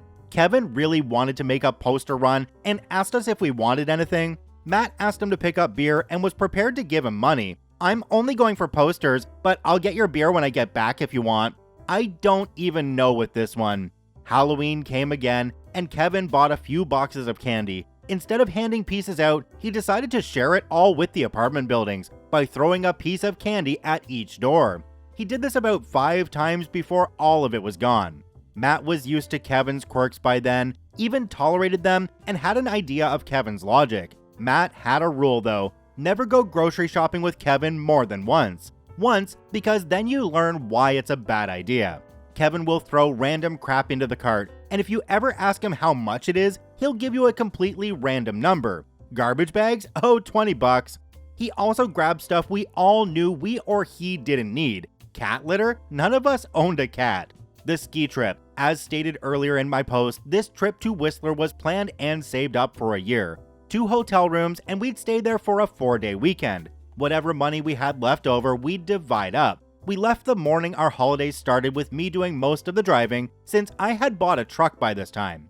Chloe hadn't driven standard before. She learned how, but her car was automatic. Matt could drive it, but he also hadn't ever driven out of Alberta before. Kevin didn't drive at all. He didn't feel comfortable getting his license until he was almost 30. Honestly, that might have been his most un-Kevin decision ever. We left at 4 a.m. after having coffee and making sure we had everything. Kevin was in charge of music and had burned 2 CDs. Unfortunately, somehow he had managed to burn only the first 5 seconds of each song, and the fact he had managed to get something like 30 songs on the CD hadn't clued him in. The other CD wouldn't even play at all, and none of us are sure why. We had brought CDs, thankfully. We arrived mid-afternoon, and while I had a snowboard and boots, Matt, Kevin, and Chloe had to rent gear. I spent most of the afternoon getting Chloe used to skiing, while Matt took a bit of a snowboarding refresher from an instructor. Kevin needed full lessons, so he wasn't with us most of the first day.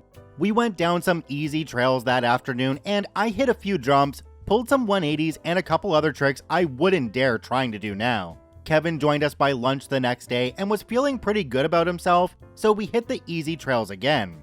Kevin decides he wants to hit the powder, and Chloe tries talking him out of it, but he insists. I smiled, Matt smiled, and Chloe just sighed and prayed.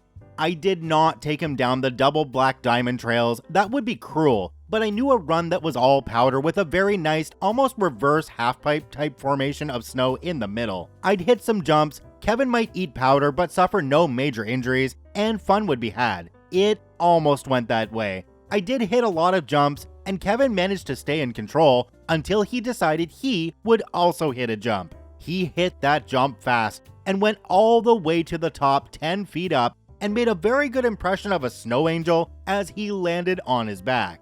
The next day, Kevin dropped his pole off the chairlift, and that dumb mother effer would have jumped down after it if I hadn't stopped him. We had dinner our third and last night in a pub, and Kevin decided to flirt with the waitress all night.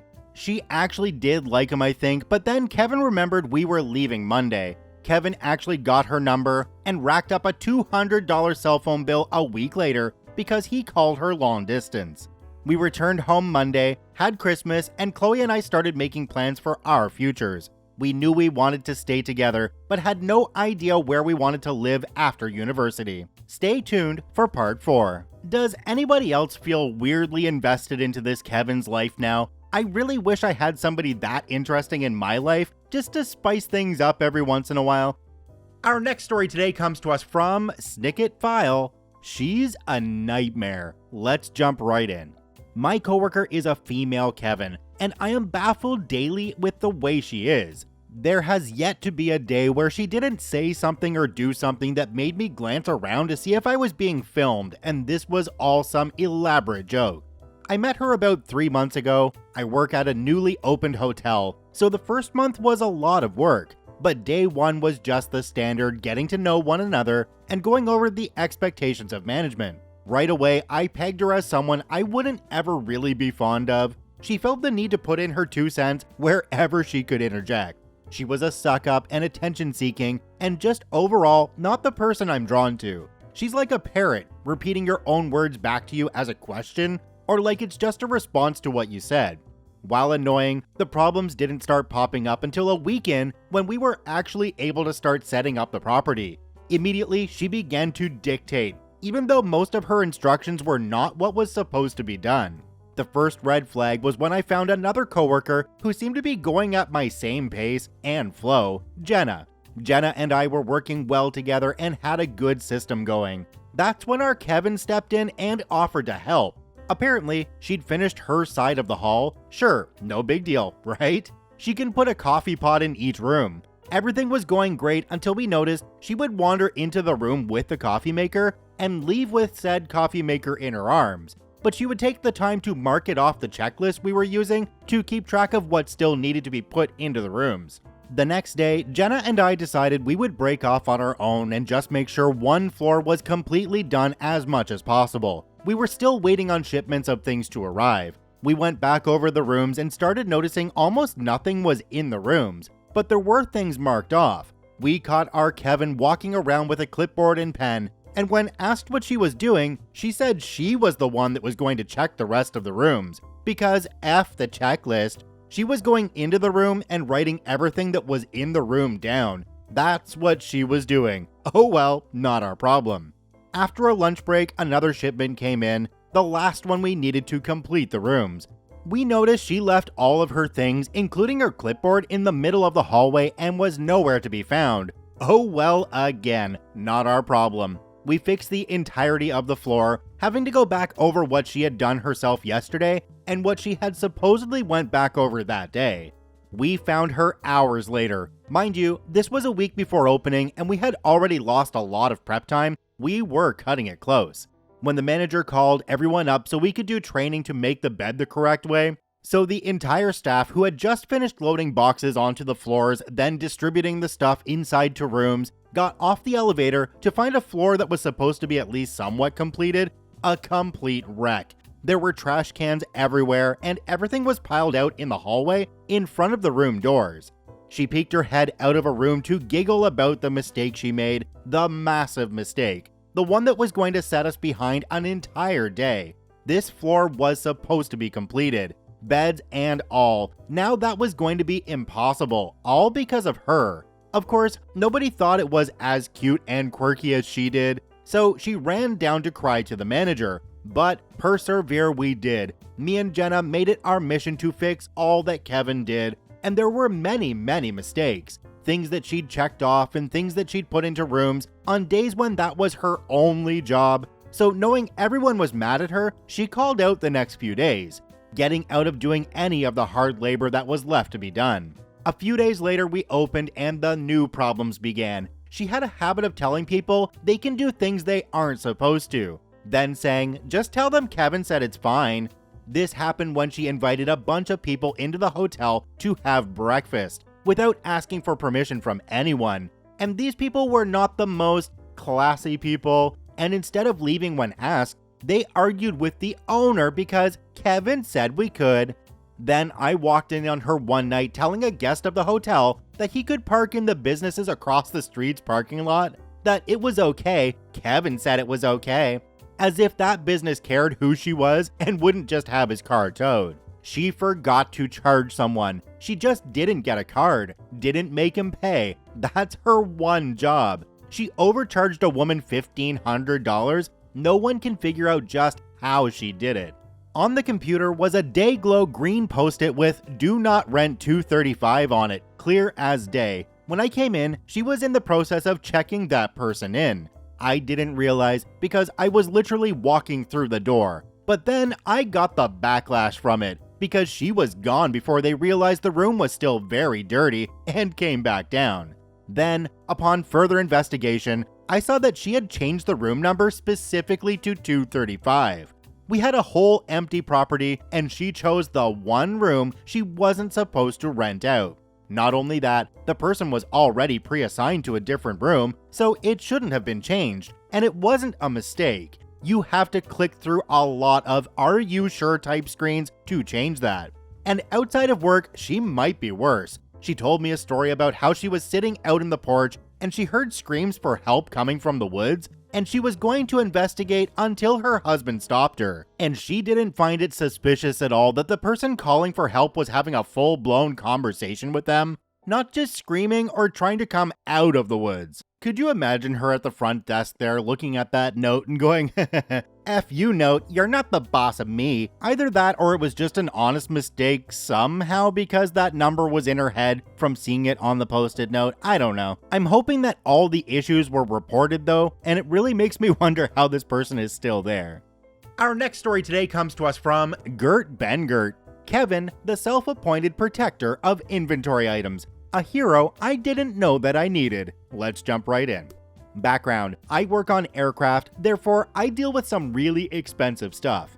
Because of this, and because we have to be able to trace absolutely everything we install on an aircraft, be it a split pin or a screw costing a few cents, or a jet engine costing 7 figures, back to the point of manufacturer, the company I work for has specific procedures to follow in order to get spare parts from the delivery truck to the aircraft.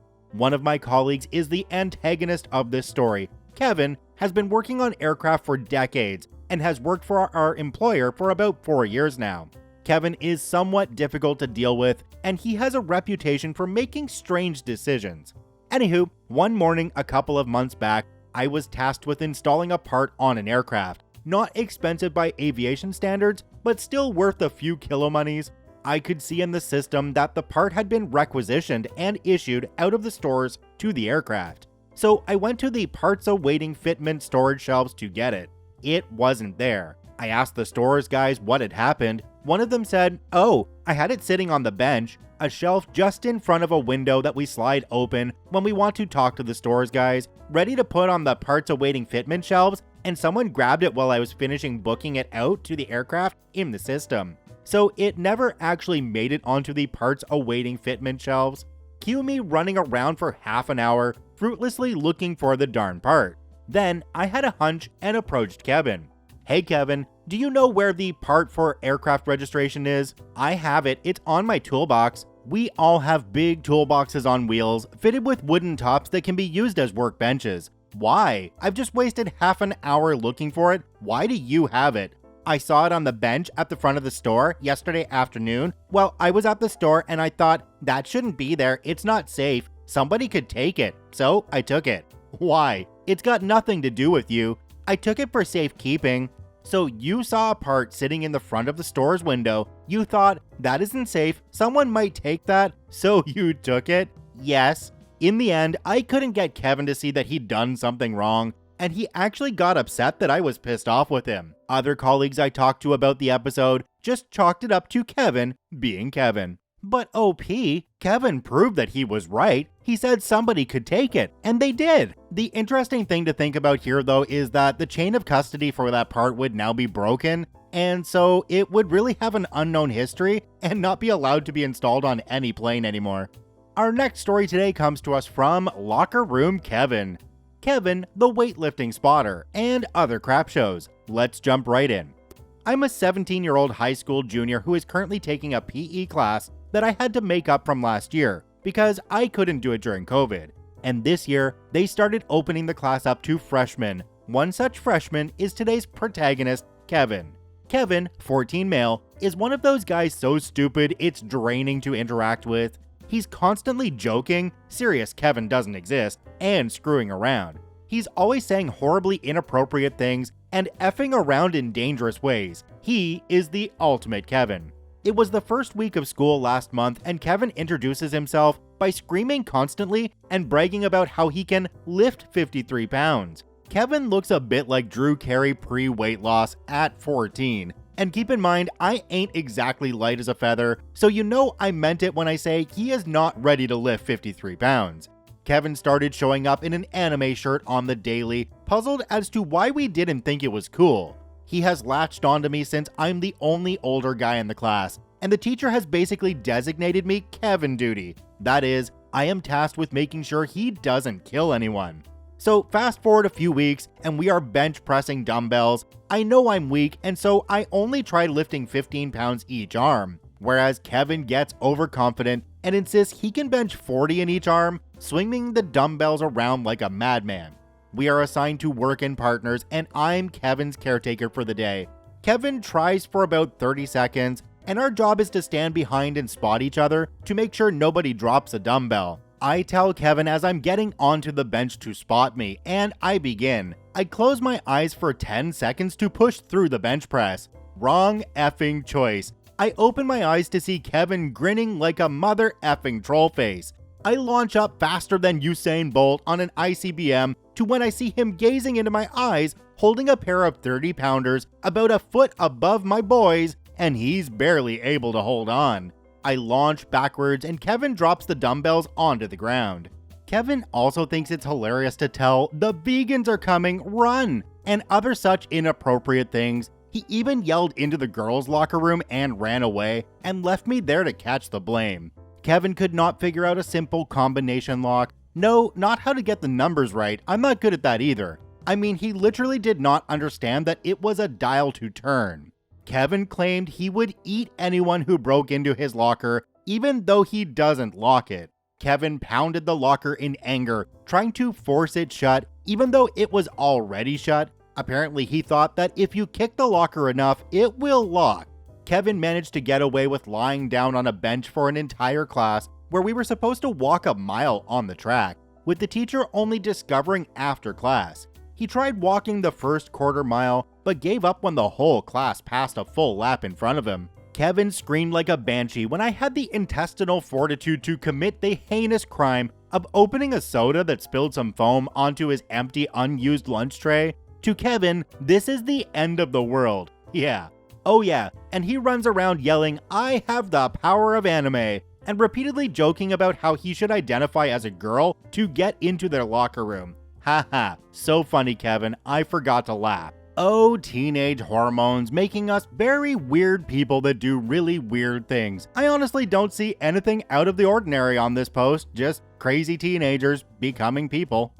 Our next story today comes to us from Substantial Radio 654. Kevina thinks that actual stars are the same as the 2D shapes. Let's jump right in. Background: this happened in 2014. I worked for an Indian couple about the same age as me, and had met the husband because we both studied astronomy at the same university. He'd offered me a job at their store, which was closer to campus, and offered to pay me slightly above minimum wage, so I was happy to accept when they invited me to meet their yogi outside of work.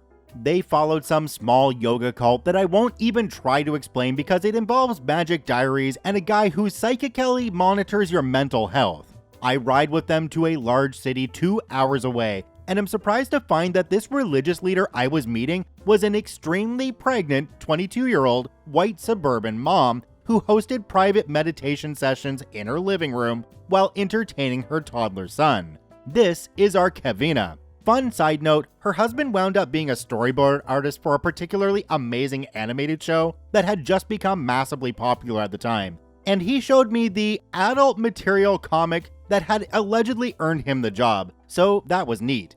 The Kevinry. Now, the first step to this meditation crash course was for Kevina to just have a casual conversation with me to get to know me a bit. Fair enough. We get to talking about how Boss and I had met during an astronomy class, which triggers the following conversation. Oh my god, I love astronomy. You know, I bet you can't guess what we're naming this one when he's born, gesturing at her belly. Oh, there's a ton of great astronomers you could name him after, so I wouldn't have the slightest clue what to guess. What did you pick? You have to guess. I'll give you a hint. It's the biggest star. Oh, so something relating to VY Canis Majoris? That's pretty cool. Kevina looks at me like I'm speaking gibberish. Huh? No, that's not a star. We're naming him Sirius. It's the biggest and most important star in the whole sky. Oh, okay, sorry. That's still cool though. But what do you mean by most important? I thought you studied this. Sirius is the highest level of star. It's got the most points possible. I'm sorry, what? I don't follow. It's simple. So you study stars, right? So you know that most of them are just basic 5-point ones. Some are bigger 7-point stars, but they're rare and more powerful. But Sirius is the only 9-point star. It's like the king of stars. I should note at this point that I can be kind of a dink when it comes to people saying stupid things. And by this point, it's become physically painful trying to contain my laughter. But I was less successful at containing my sarcasm. Oh, that's weird, because in astronomy, stars are physical objects that are basically just huge 3D blobs of super hot plasma, big enough to fit thousands of Earths inside them, not the little shapes you draw. I think the points are just there to represent the general shape of a twinkling point of light. You know, Sirius is still a good name though. I was genuinely trying not to insult the kid's name or be rude and didn't want her to take my correction the wrong way. Huh? That's dumb. If stars were like that, then shooting stars would be way bigger.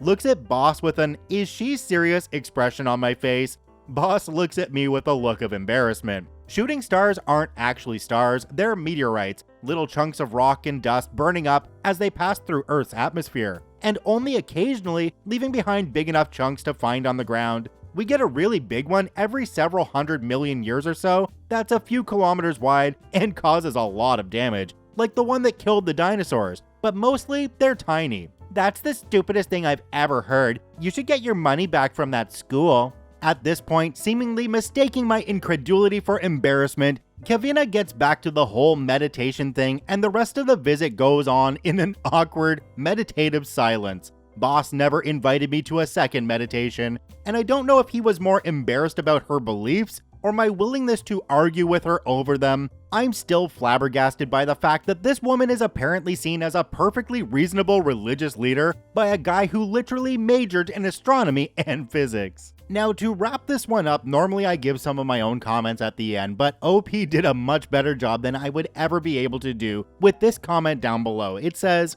"I think y'all are giving her a little too much credit. As I understood her, she was referring to the number of vertices when you just do a simple star shape, like a regular drawn star. 7 and 9-pointed shapes are also referred to as stars. Think Game of Thrones for a 7-pointed star and Slipknot for a 9-pointed one. I got the impression that she was vaguely talking about ideas from sacred geometry, but with the geometric knowledge of a toddler still trying to shove the square peg through the triangle hole." Yep, that definitely does a good job of summing up her. But about the boss, are you sure he wasn't just trying to get into her pants, regardless of whether she had a husband or not? Our next story today comes to us from Genetics J. Kevin calls the pharmacy. Let's jump right in. Not sure if this belongs here, as I recently found this sub, but here it goes.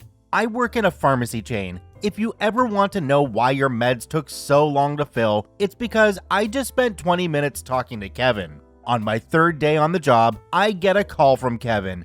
Kevin is very upset. It seems he almost put his arthritis gel for his hand up his rectum, and he's very concerned. How can a major chain run a pharmacy and not know how to put warning labels on medications? I almost put my arthritis gel up my rectum. I just had rectal surgery and I filled my pain meds at your pharmacy. When I picked them up, the cute girl at the register gave me my meds packaged in a bag with a fake smile. How was I supposed to know it wasn't supposed to go in my rectum? A medication mix-up is a major thing. Arthritis gel isn't used after surgery, so I need more details. I am sorry to hear that, and I was. I've spent a great deal of my professional life looking at errors and trying to fix them in an error-prone system. What medication was it? It has recently been available without a prescription. Did you ask for it or have you had it before? Yes, I've had it before. I've got 3 big tubes of it for my hands 2 months ago. It's how I knew it was arthritis gel. Does nobody there check the meds before they go out? Me now thinking this is a setup. Yes, I see that you did get 3 tubes, and that was 1 month's supply. Did your surgeon tell you it was also for rectal use? He didn't need to tell me. Why did you give it to me? It burned so much around my incisions that I had to call the surgeon. So now we've established that Kevin did indeed shove his arthritis meds up his rectum, yet more juicy details are needed for a report. Okay, sir, I see that you did get your post-surgery pain meds from us last week, along with more arthritis gel. I'm not seeing the link that led you to use it rectally.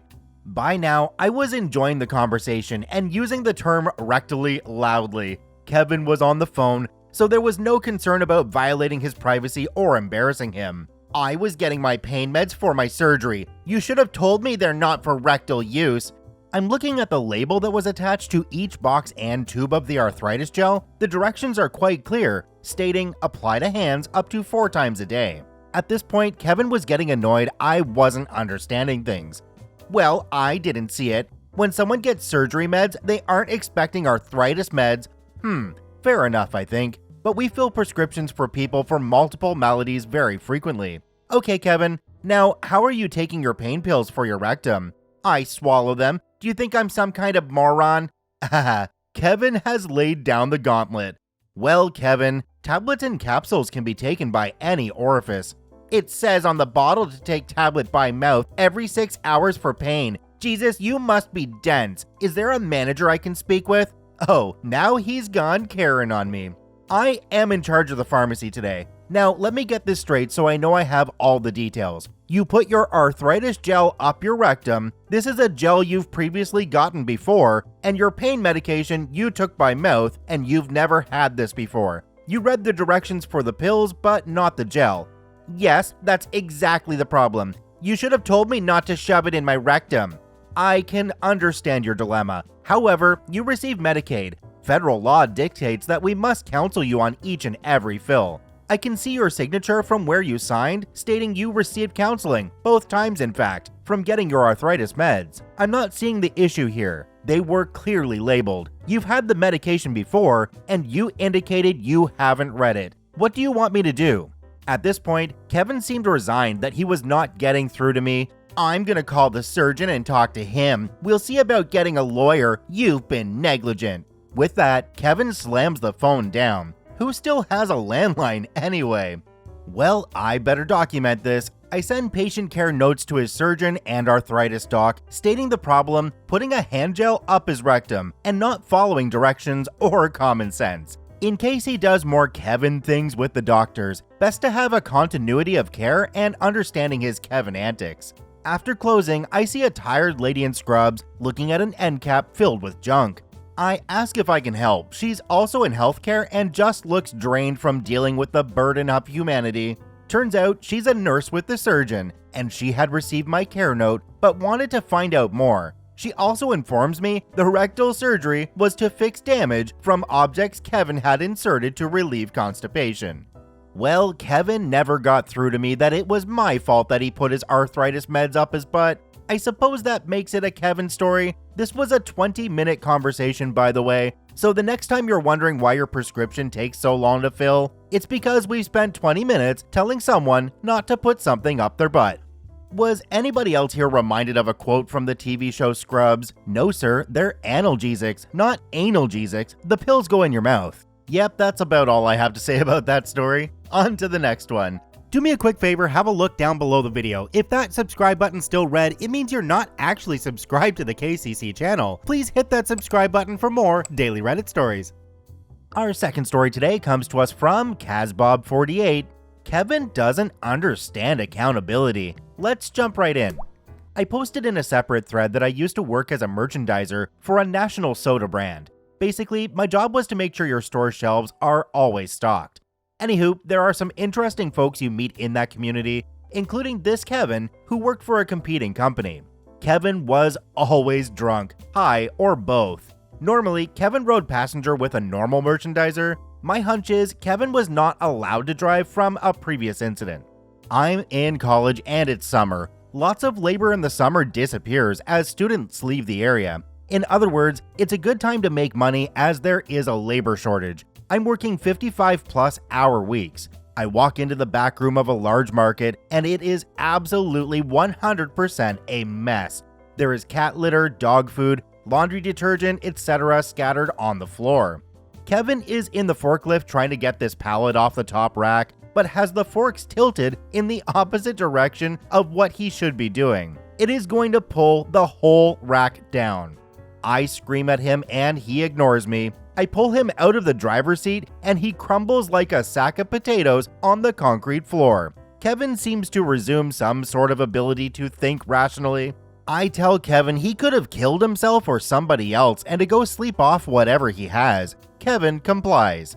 Well, Kevin goes out to the company truck. Kevin decides the hot parking lot is not where he wants to fall asleep.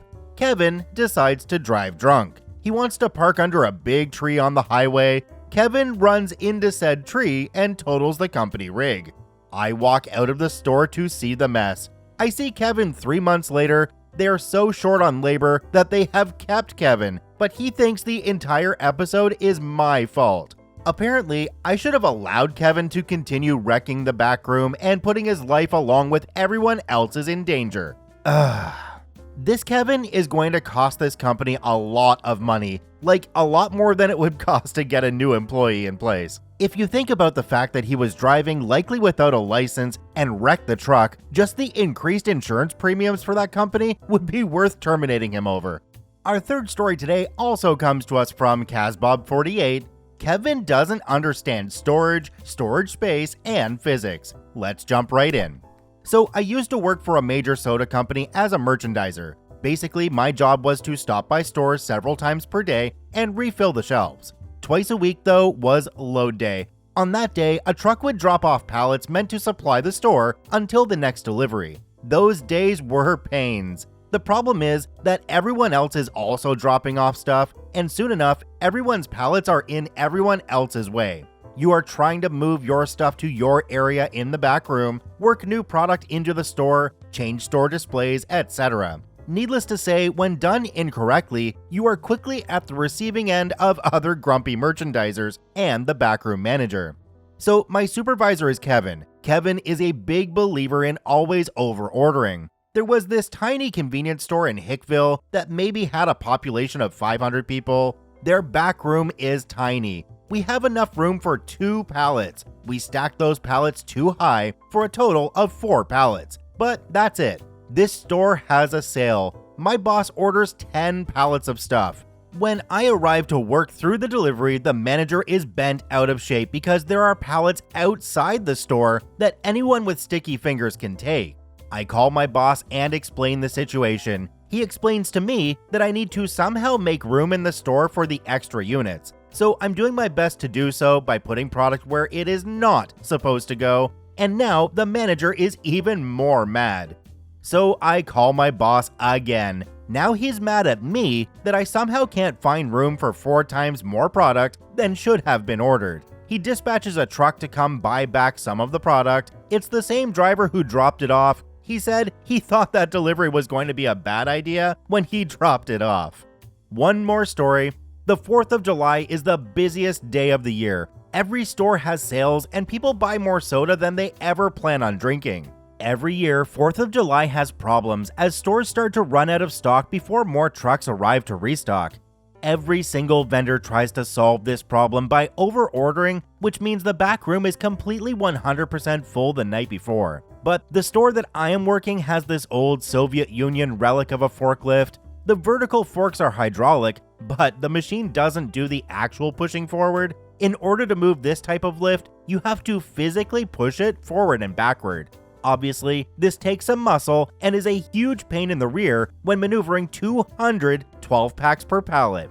To make matters worse, the wheels on the forklift are made of ceramic. What that means is if there is even the smallest piece of debris on the floor, say a small piece of broken wood from a pallet, the lift will get stuck. Anyways, I'm trying to get the last pallet stacked. Generally speaking, we try to avoid 3 high because of how dangerous it is, but it's 4th of July, so here we go with Kevin's order. This will create a stack 3 high of pallets. The forklift can't reach the top of the second pallet to put the third pallet on top. The way to fix this is to bring the pallet back down, throw some product on the existing second pallet onto the pallet currently on the fork until the second pallet's height is reduced enough to stack the third pallet.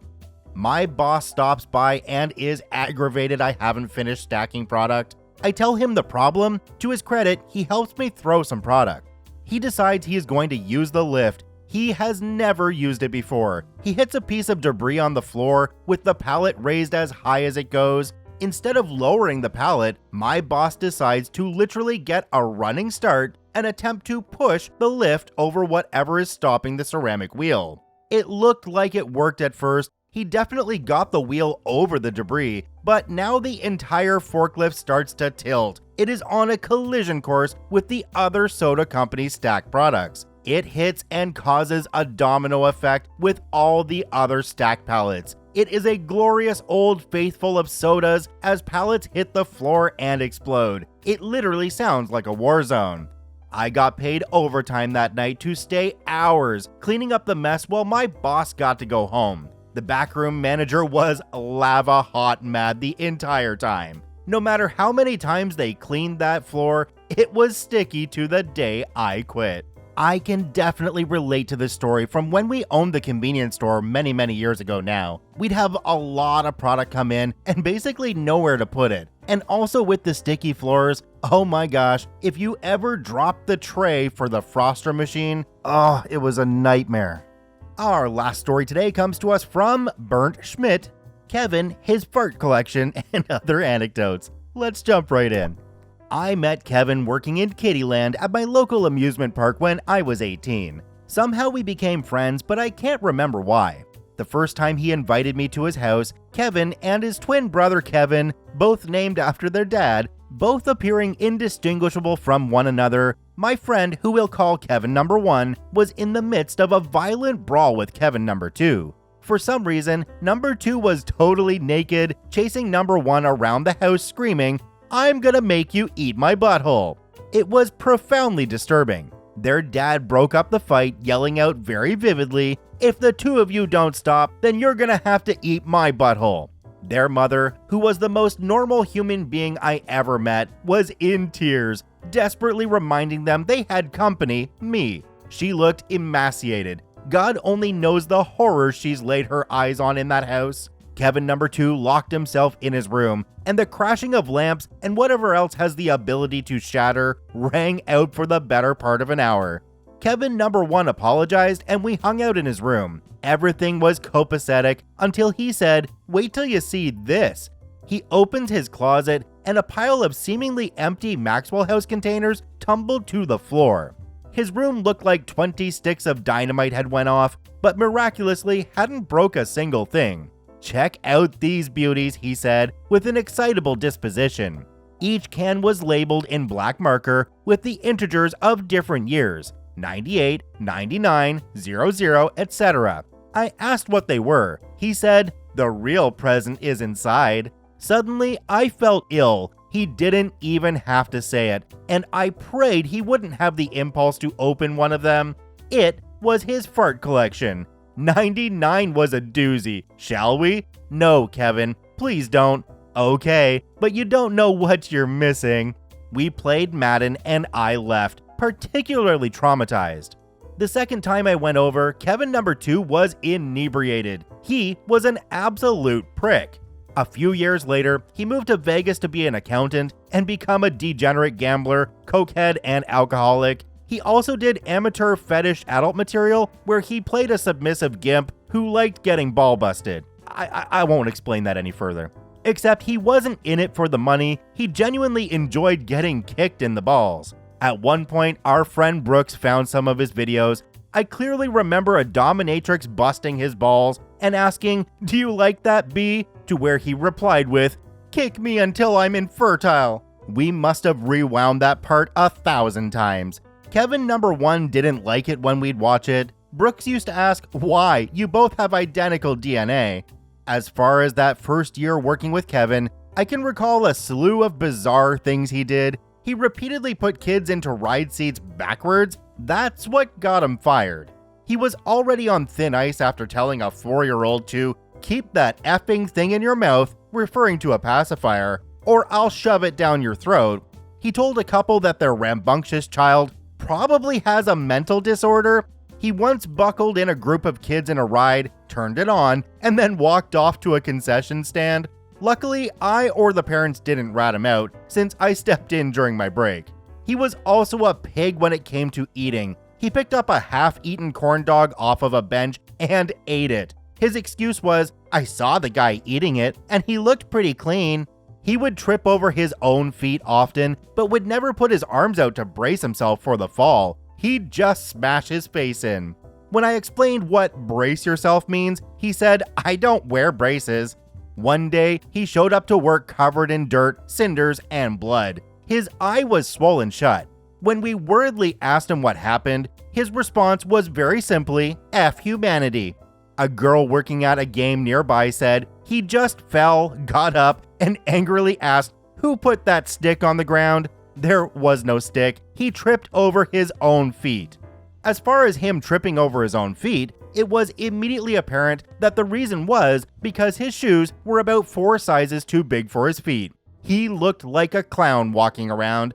When I asked him about his shoe size, he said, "I have to special order them. They're 16s. When I commented that he was shorter than me and all I wore was a 10.5, his response was, "You know what they say about guys with big feet." Anyway, all of the former occurred within a year of me knowing him. Once we got to college and lived together for a full semester, well, that's a whole other story. A story so insane, so vast, and so riddled with incidents that it will take some serious preparation to even begin to get into that story. To be continued. So, I want to get something straight here. You went over to this guy's house, they showed you their fart collection, and they were trying to kill each other. And you decided to go back to this house again. You must have been really curious about the canned farts, right? Our next story today comes to us from Dragon, my version of Kevin in a big rig. Let's jump right in.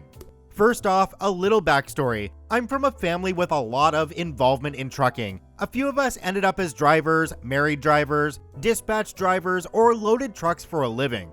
This particular story is one my aunt loves to share from when she was in a long-term relationship with a trucker back in the 80s and 90s. My aunt dated this guy we will call Jay for the better part of 20 years. Neither of them believed in marriage and were virtually inseparable. As such, my aunt often would go out with him whenever he left on a trip. After a while, he had his own small fleet of about 4 trucks who would run in a convoy between several customers he had. One of his drivers was the Kevin in this story. Kevin was a cocky bee. Admittedly, he had been driving around 20 years at that point, which was around 12 more than Jay at the time. He always bragged about how, "I've ran more coffee through the pisser than you have diesel fuel through an engine," whenever he would meet a new driver. Just a real overall butthole. Jay hired him simply because Kevin could do one thing better than make a butt out of himself. He could run. Any trucker will tell you. Back before electronic logging of drive hours, paper logs were the name of the game. Kevin had it down to a science. 4,500 miles a week on average. You might be wondering, if he's so great, how is he a Kevin? Well, I'll tell you. Part of Jay's conditions for hiring a driver was that the driver had to know how to at least perform basic maintenance. Jay would compensate them on a per-hour rate, stating he would rather pay his own than some scumbag who will rip you off. Jay had noticed that during each of Kevin's weeks out, he was claiming increasing amounts of time spent on maintenance. So one week, he decides to give the truck a good once-over himself. Surprisingly, he found nothing wrong. The fluids were all good, tires checked out, hoses and brakes looked great, so what the heck was Kevin maintaining? He decided to ask when he came back the next day. Kevin shows up ready to roll the following morning, and he and Jay have a chat. It turns out Kevin wasn't fixing anything. Each day, you're required to do a pre- and post-trip inspection on your truck. Kevin was charging Jay for this, and any time he did anything related to the truck.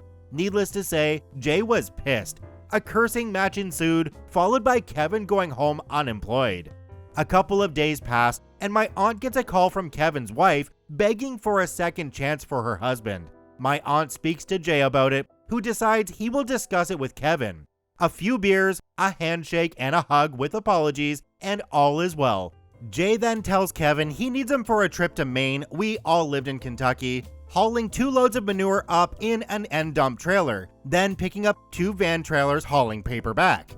The whole trip up, Jay is about to strangle Kevin. Jay would be leading the convoy, then Kevin would blow past him. He would eventually slow enough to where Jay had to pass him, but would repeat the process. This wouldn't be much of a problem, except Kevin's trailer didn't have a tarp. These bits of manure would pepper Jay's beloved Kenworth cabover truck. It had the chrome, the chicken lights, the fancy paint, and now bits of crap thanks to a craphead. Fast forward a day or two, and they've dropped the manure trailers and are rolling to pick up the paper trailers. Jay is leading the way down this country road when he locks up his brakes hard. A moose and a calf are attempting to cross the road, not 15 feet from where he stopped. Kevin, being the genius that he is, hops out of the truck and strolls up beside Jay's truck. Surprised by this, Jay tells him to get his ignorant butt back in his truck. Kevin is about to say something snarky when a massive bull moose walks out from the tree line. He tucks tail and sneaks back into his truck as to not unleash the fury of this dino deer when he gets the greatest idea ever. Why not use the air horn to scare it away? This obviously did not go as planned. You see, it was the rut. This particular moose had claimed this particular road as his own. 2 cabover Kenworth trucks were not only on his territory, but had the audacity to honk at him for 10 seconds. As Jay would later tell my aunt, hell was unleashed that day. As the bull happened to be sniffing the pavement next to his truck, Jay saw Kevin grabbing the air horn in his mirror. The bull immediately jumped to the side and kicked Jay's headlights in. He then turned back and charged, antlers down, into the front of the truck. This one hit destroyed the entire windshield and dented the radiator. He then proceeded to kick what was left of the grill into the radiator, destroying it. He finally finished with destroying the driver's side window and mirrors before trotting off like nothing happened. Thankfully, Jay was physically okay. Financially, it was a bust, since 1 load canceled, then all the extensive repairs. He decided to take Kevin's truck and sent him home in his. Luckily, Kevin knew enough backroads as to avoid an inspection. He still got fired though. After everything, Jay just couldn't overlook the nearly $10,000 to $15,000 loss. His wife understood, and thankfully, so did Kevin. After that, he took a local job hauling building supply, and his wife was much happier. I've got several other stories if anyone wants to hear them. I, for one, really appreciate the Kevin trucking stories, so let's jump into our second story from Dragon. Story 2, Kevin in a dump truck meets Karen. Let's jump right in. So after everyone seemed to enjoy my other posts, I'll continue making them until you get tired of them. Once again, 100% kudos to Strong Bad Jr. for opening this can of worms. So here we go. As I mentioned before, I come from a family that is deeply rooted in the trucking industry. This story is from my Uncle Eddie, who was the dispatcher for a decent-sized dump truck and equipment hauling outfit near our hometown. The Kevin in this story was a new hire with nearly 0 dump truck experience. Now, it may seem like dump trucking is easy, and once you're used to it, generally it can be. Yet anyone who has operated a dump truck for any decent length of time will tell you an inexperienced operator is invaluable. Kevin was the son of a friend of the boss with about 3 years over-the-road experience. While he did know how to get from point A to point B and back, he was hard-headed when it came to instruction.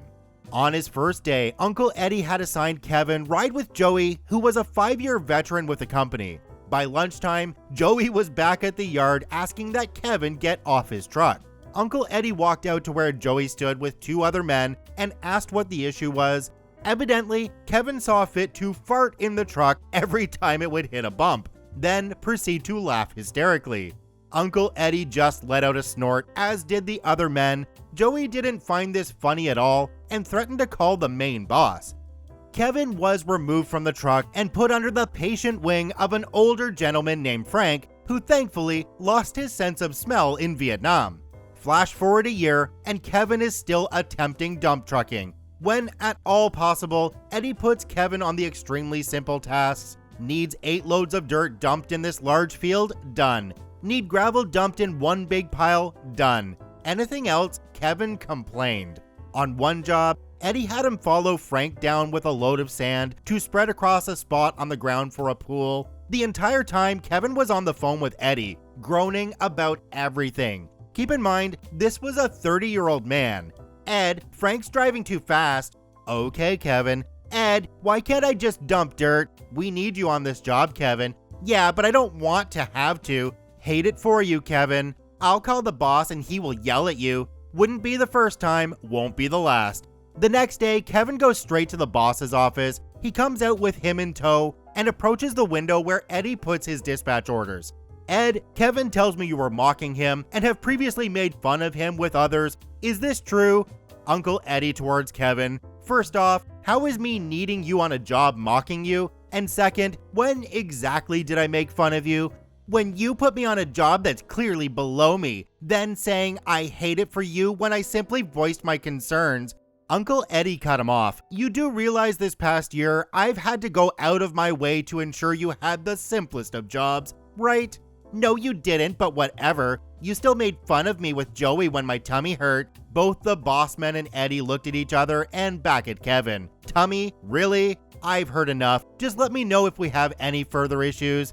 Uncle Eddie said at that point, he knew he was definitely going back over the road. Office drama, stupid customers, and whiny drivers moaning about their tummies made him realize how bad he had the itch. Besides, he had just the perfect job for Kevin before he left. Miss Karen. Obviously not her name. Miss Karen was notorious among the drivers for being, well, a Karen. She was the owner of several acres of real estate and often sought the services of the company for her dump trucking needs. She had recently made her biggest investment yet, a 3-building, 3-story apartment complex. It was touted as having all the amenities, pool, a gym, in-home laundry, basketball and tennis court. It was really going to be top of the line. During the final days of construction, all of the electrical and internet lines were attached to the buildings. At the same time, the company was also helping to pave the parking lot. Anyone who has worked on or near a paver can attest to how hot this work gets.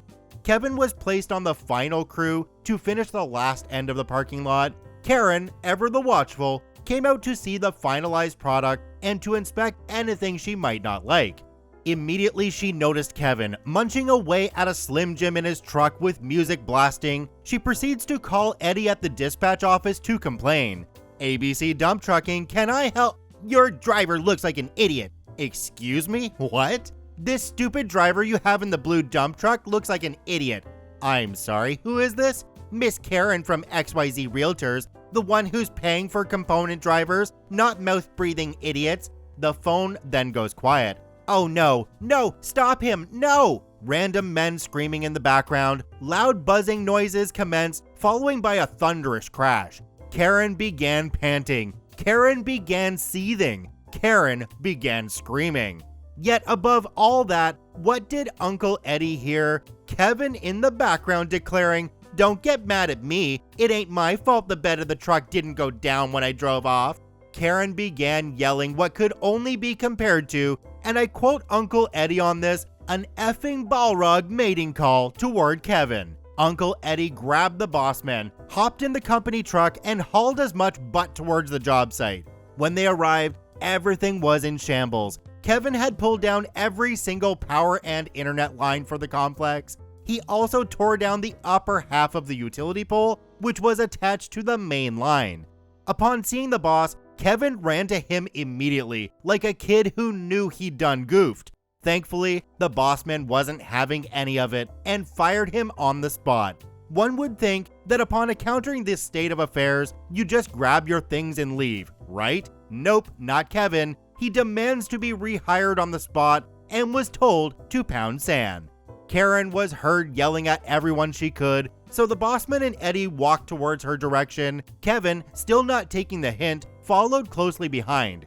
As soon as she saw the boss, she got in his face, finger outstretched, wagging it and telling him how much he now owes her. The boss was listening to her rant when she noticed Kevin.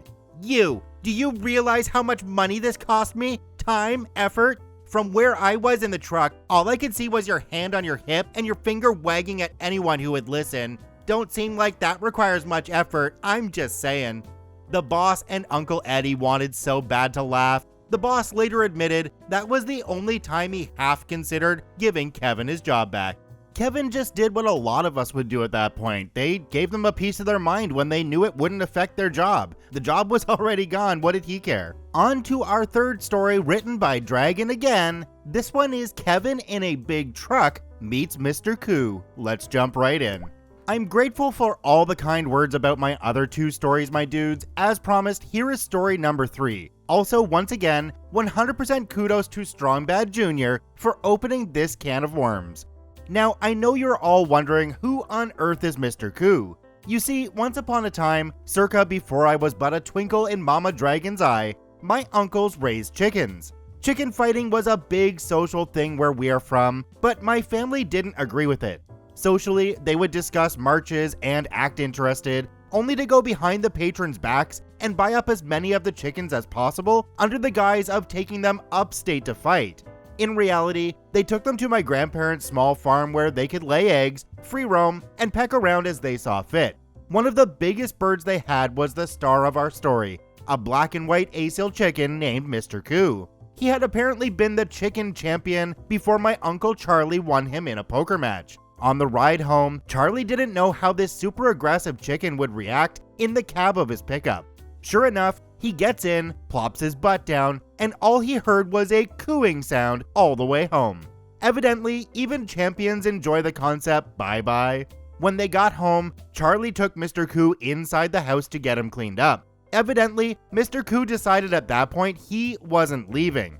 Over the next day, he would attack anyone who tried to get him to walk out the door. Yet, as mighty as he was, when the hens started calling and clucking about, Mr. Koo decided there were greater things in life than chilling on the couch. He even impressed my grandpa when he actually managed to kill a fox that got into the chicken coop. Not only that, but he barely had a scratch on him. When he was found, he was sitting on the fox like a trophy.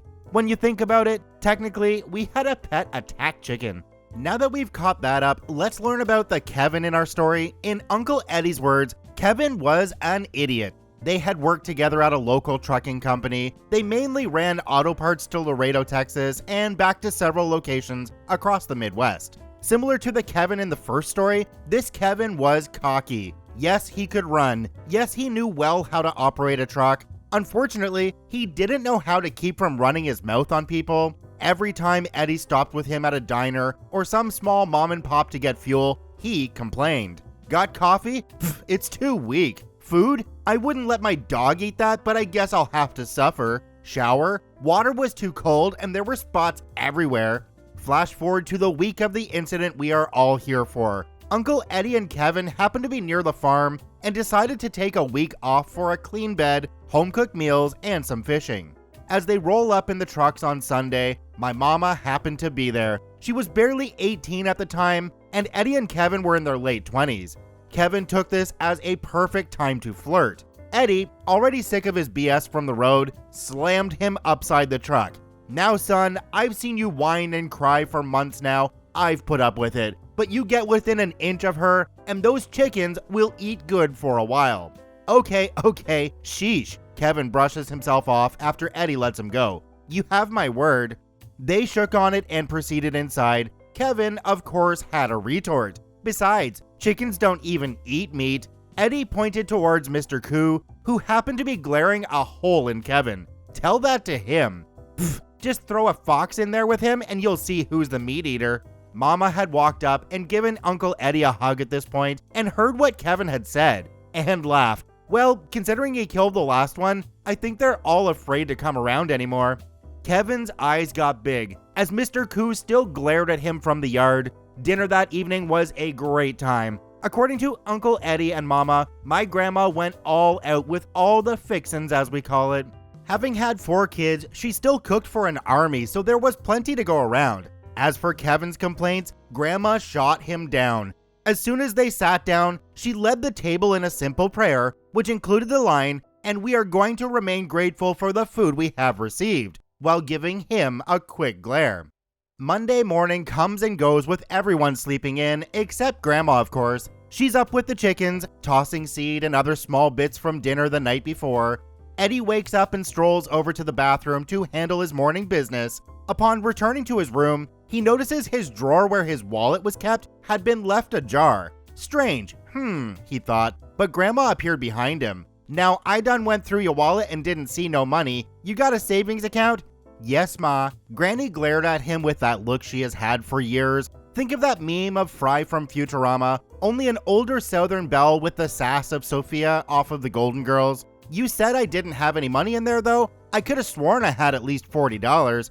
"I didn't see anything, but you might have gotten better at hiding things, though." They hugged. Grandma told Eddie it was nice to have him home for a bit, and they parted ways through the house. About this time, Kevin stepped out of the bathroom. "So, you're missing money? So, you're eavesdropping? Hey man, I just didn't want you to think it was me. Did I say it was you? No. Okay then. Now get your head out of your butt and come help me get this fishing gear together." They got the pickup truck loaded up and headed to the far end of the land, where our local river had an amazing little beach. When they arrived, some of the local women were downstream about 100 yards swimming.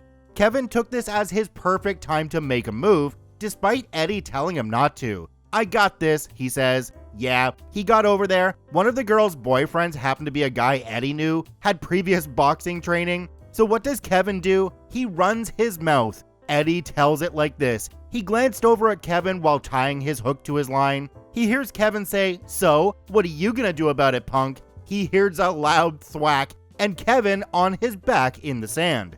Dude stood over him, fist balled up ready to hit him again, when his girlfriend grabbed him. They get their things and leave. Uncle Eddie proceeded to finish baiting his hook and cast his line, take a seat, crack open a cold beer, and enjoy himself. Kevin is still 100 yards downstream laying on his back for another 5 minutes or so. He mouths off something towards the group as they're leaving, then noticed Eddie kicked back on the bank. Kevin, at the top of his lungs, "Ain't you gonna help me?" Eddie just looked at him and took a drink of beer. Kevin gets himself cleaned off and comes back over to where Eddie was. Kevin starts to say something, but Eddie cuts him off. "It will serve you best to keep it in your pants while you're here. If you can't, go ahead and hit the road. I ain't your keeper. You're welcome to stay, but I ain't saving you."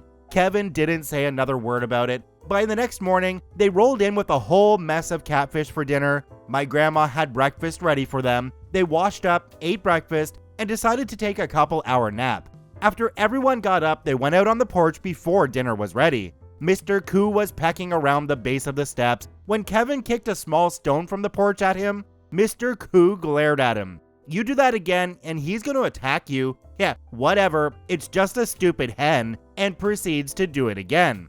Uncle Eddie said it was like something from the freaking Matrix took over Mr. Koo. When the stone was near him, he jumps up and over it, wings flapping and talons out, going straight for Kevin. Not quite having time to process this Rambo Fowl's fury, he begins to laugh, only to turn it into an "oh crap" as he trips out of his rocking chair to run inside. Mr. Koo is right on his ankles. He claws at his jeans and his boots while pecking at his calf muscle. Luckily, Kevin throws him back long enough to get inside the screen door. "Ha, now you stupid bird," kicks the bottom of the screen door.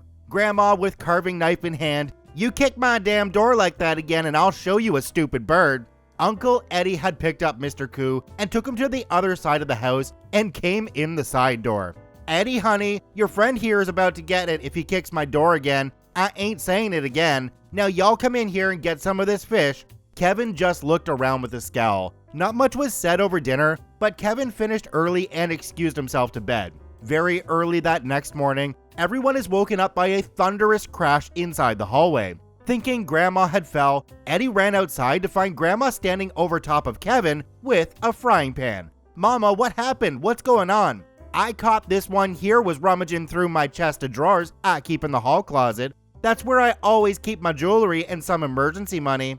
Sure enough, Kevin had a pair of earrings in the floor next to his hand. He had just started to come to when Uncle Eddie punched him as hard as he could. "So I bring you here as a token of friendship, and you steal off me and my family? Nah, you're gone."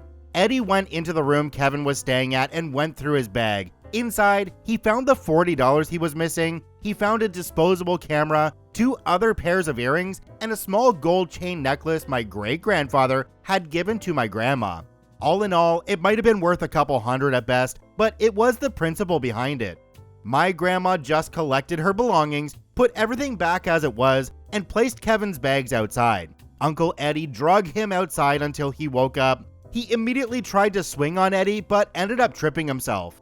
As he got up, Mr. Koo came close. He proceeds to punt Mr. Koo towards his truck. Uncle Eddie wanted to run after him again, but my grandma stopped him. Instead, threw his bags at him. Kevin opens his bag to check for a rag to clean up the blood on his busted lip when he notices the missing goods. Heh, it was just a bunch of useless costume jewelry anyway. I ain't worried about it. He opens his driver's side door and gets the truck started to warm up and inflate the air tanks. He then takes his bags over to his passenger side. My grandma then notices Mr. Koo hopping up on his bottom step, then his top step, then, as he shuts the passenger side door, he hops in the cab. Did you just... Yep. A sly grin comes across their face as Kevin flips them off and hops in the cab. As he catches third gear, he begins to swerve hysterically. His trailer is tipping hard while his truck slams into a large rock. He then rolls off to the left and into a small creek embankment. The door opens, and Kevin staggers out of the truck and lands on the ground.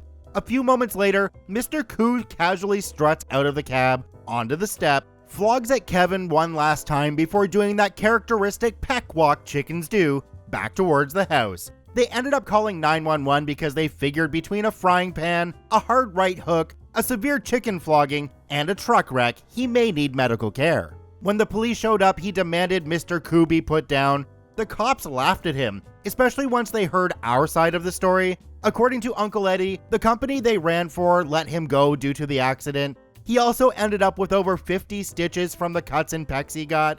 Mr. Koo, on the other hand, got all the chicken feed and worms his heart could desire. He also got a vet visit to ensure Kevin didn't do anything major. The vet actually laughed and said he probably jumped with the kick and was basically doing a chicken version of the bob and weave. Mr. Koo lived another 8 years after this. He often spent time either chasing hens, dogs, cats, randos who would come up on the porch asking for stuff, all the like. To this day, Uncle Eddie still misses his pet attack chicken. A couple things to touch on here. Grandma sounds like a badass, and I think I need an attack chicken. I think I speak for all of us when I say we will long talk about the legend of Mr. Koo, and I really hope Dragon writes some more stories. Thank you so much to Dragon for writing part 3 when I requested it. I knew from the writing of the first 2 that the viewers were really going to enjoy these stories, and with part 3, Dragon did not disappoint. So thanks again. Our next story today comes to us from Strong Bad Jr. We featured these stories in 6 separate videos on the channel. Grab a drink, sit back, relax, and let me introduce you to Kevin in a Big Rig. Part 1, Kevin violates parole. Let's jump right in. A few years ago, I was a driver trainer for a large trucking company. Basically, my job was to take newly minted truck drivers and teach them how to handle themselves in the real world. Sometimes it was easy, other times it was like teaching a fish to play tennis. One of my students, the Kevin of this story, was so dense he made a lead brick seem like a feather pillow, not because of his driving, but because he almost got himself and me arrested. Here's the story. Kevin was on my truck for about 3 weeks. He wasn't the worst student I had, another Kevin has that honor, but he was far from the best. At week 2, we end up stuck in Salt Lake City, Utah after delivering a load. It was a slow time of year, and SLC had always been a sparse area for outgoing loads, so I expected to have to wait to leave out. Not a big deal, I needed the downtime. Kevin, from out of nowhere, started to seem anxious about something. When I ask him why he's so tense, he tells me he needs to get his license changed to his home state. He lived in Louisiana, but his license was from Iowa. The company used a loophole in Iowa state law by granting temporary residency to students to get them a license. After the license was issued, they had 30 days to get it switched to their home state. Not a major issue since management knew the drill and would get us to students' home state in plenty of time. Dude, Kevin asked, when can we go to Louisiana? I need to get my license changed. He asked this every day for a week, but it wasn't until we were stuck in SLC that it really seemed to bug him. Look, I've told dispatch you need to get home. They'll work it out, just relax. He didn't. After 3 days, we finally get to leave SLC bound for Chicago. It takes a few days, and the entire trip, I can tell he's getting more and more nervous. Eventually, he can't talk about anything else except how he needs to get home. He was getting pretty annoying. We make our delivery in Chicago and get another going to Laredo, Texas. Normally, we would have gone through Houston, Texas, but this happened during the massive floods, and I knew going that way would be a bad idea. Fortunately, I found a way that would avoid the flooding and get Kevin to his hometown. Better still, we would have enough time for him to get a ride to the DMV, get his license changed, and still make delivery in plenty of time. Win, win, win. And Kevin finally seemed relieved. We get to Kevin's hometown on a Sunday afternoon. As he gets ready to leave, I tell him, first thing in the morning, get your butt to the DMV, get your license taken care of, and get back here pronto so we can get going. He says, okay, and leaves with his girlfriend while I enjoy some time to myself. The next morning, I give Kevin until 10 a.m. before I start getting impatient. I texted him asking where he was and got no reply. I text again, no answer. I call, no answer. I tell dispatch, who's asking me when we'll get moving, that Kevin has disappeared. He was supposed to get his license changed over, but I haven't heard from him all day. Dispatch tries to call him, and they don't have any better luck. Apparently, Kevin has disappeared. By late afternoon, I start getting the feeling this little crap has bailed on me and wasted my time. This was a common occurrence for new drivers. I tell dispatch that I'll give him until the morning to reach out. If he doesn't, I'll continue on to Laredo on my own. There was still plenty of time, and dispatch agreed. Morning came, Kevin was still AWOL, and I was out of patience. I send him one more text telling him I'm leaving without him and head out. I drive for several hours before taking a mandatory break and checking my messages. To my surprise, Kevin reached out. Hey man, my PO found out I took a job driving and was pissed that I left Louisiana. She told me to get back as soon as possible or she would have me listed as a fugitive. I called her yesterday, Monday, but she's out of town and told me to wait till she gets back on Wednesday. I'm completely shocked. PO? As in parole officer? Kevin, are you telling me you're on parole and leaving the state without permission? Yeah, I was in jail for selling dope. I got parole for 2 years. I didn't think it was a big deal since I was working. Dude, you violated your parole. You'll be lucky if you don't end up back in jail. Well, my PO said she wants to talk about it Wednesday. Yeah, I imagine so. You better get in touch with dispatch and let them know so they can work something out. I end the conversation and continue on to Laredo. I deliver the load and pick up another headed to Atlanta, Georgia. Thursday, I call Kevin to find out what the deal was. He tells me that his PO gave him the okay to keep working. I assume you have some kind of official document that says that, I tell him. No, she didn't give me one. Then you better get one, because there is no way in hell I'm leaving the state with you unless I have something from the state saying it's okay. Why? Because, dumbbutt, if I carry you across state lines knowing you're violating parole, that makes me an accessory to a felony. I'm not going to jail for your stupidity. Oh, okay, I'll ask her. I tell Kevin when and where to meet me. I tell him that if he disappears again, I'm not coming back to get him. He says he understands. I get to the location when I said I would, and he's nowhere to be seen. I text, no answer. By this point, my patience for this clown is completely gone. I tell dispatch I don't trust this guy's word, and I'm not taking a chance on him lying to me. I leave out again and head for Atlanta. Kevin does reach out 6 hours later and wants to know if I'll come back for him. I tell him that he has lied 3 times and acted so shady that I can't trust him to do the right thing. If he wants to finish his training, he can sort something out with management, but there's not a chance in hell that he will see me again. Fast forward a few months, I found out from dispatch that Kevin's PO had not given him permission to leave the state again. Apparently, I made the right call by leaving him there. Fortunately, they weren't interested in prosecuting me. I have no idea what happened to Kevin, but I imagine he did something else that was stupid and landed back in prison. As for me, I took a break from training after the whole debacle. This Kevin wasn't the only one I had during my time as a trainer, and he definitely wasn't the worst, but for dragging me into his parole violation, he is firmly in the top 10. On to part 2 and the beginning of the first Kevin saga, Kevin in a Big Rig Part 2, First Day, First Kevin. Let's jump right in. First of all, a big thank you to everyone who upvoted and commented on my first post in the Stories About Kevin subreddit titled Kevin Violates Parole. I can't begin to tell you how humbled and honored that people have found the tales of an old truck driver interesting. As requested, I decided to post several of these stories in a series. I've decided to call the series Kevin in a Big Rig, and I hope you all enjoy. And now, for Kevin's in a Big Rig Part 2, First Day, First Kevin. The first Kevin I encountered when I became a truck driver was, by far, the absolute worst. To say that he was dumb as a box of hammers would be insulting to the hammers. Even now, 6 years later, I can scarcely believe the majority of the things this guy did that ranged from, really dude, to, oh my god, how can you still be alive being so dumb?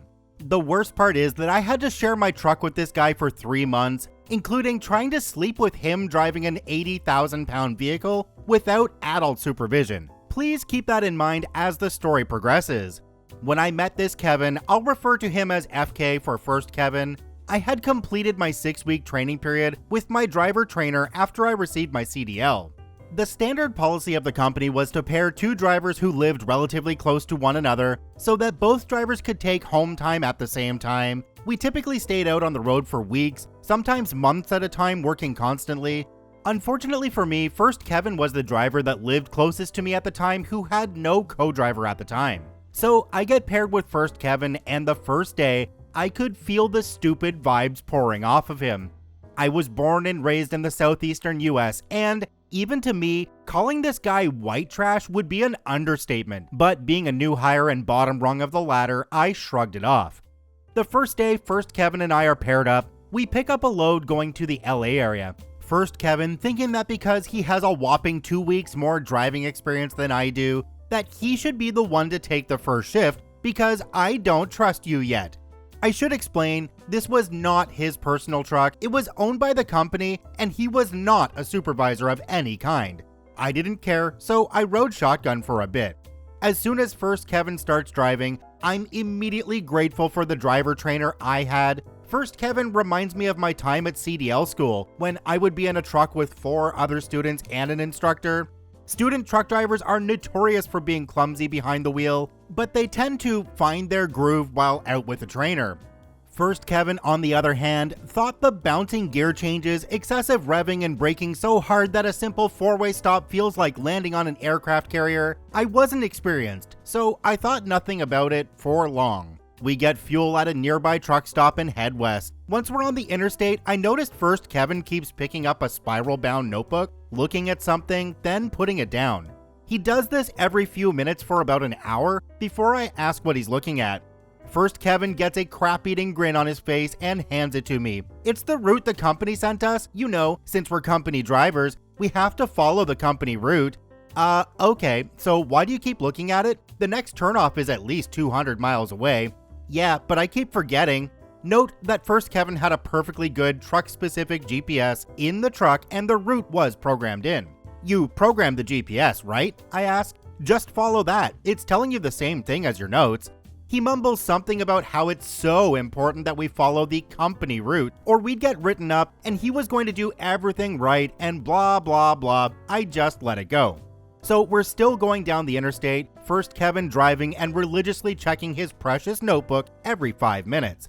It's around rush hour, and we were in a fairly large populated area. I start seeing signs of road construction, and traffic is beginning to stack up, but First Kevin is still looking at his notebook and not slowing down.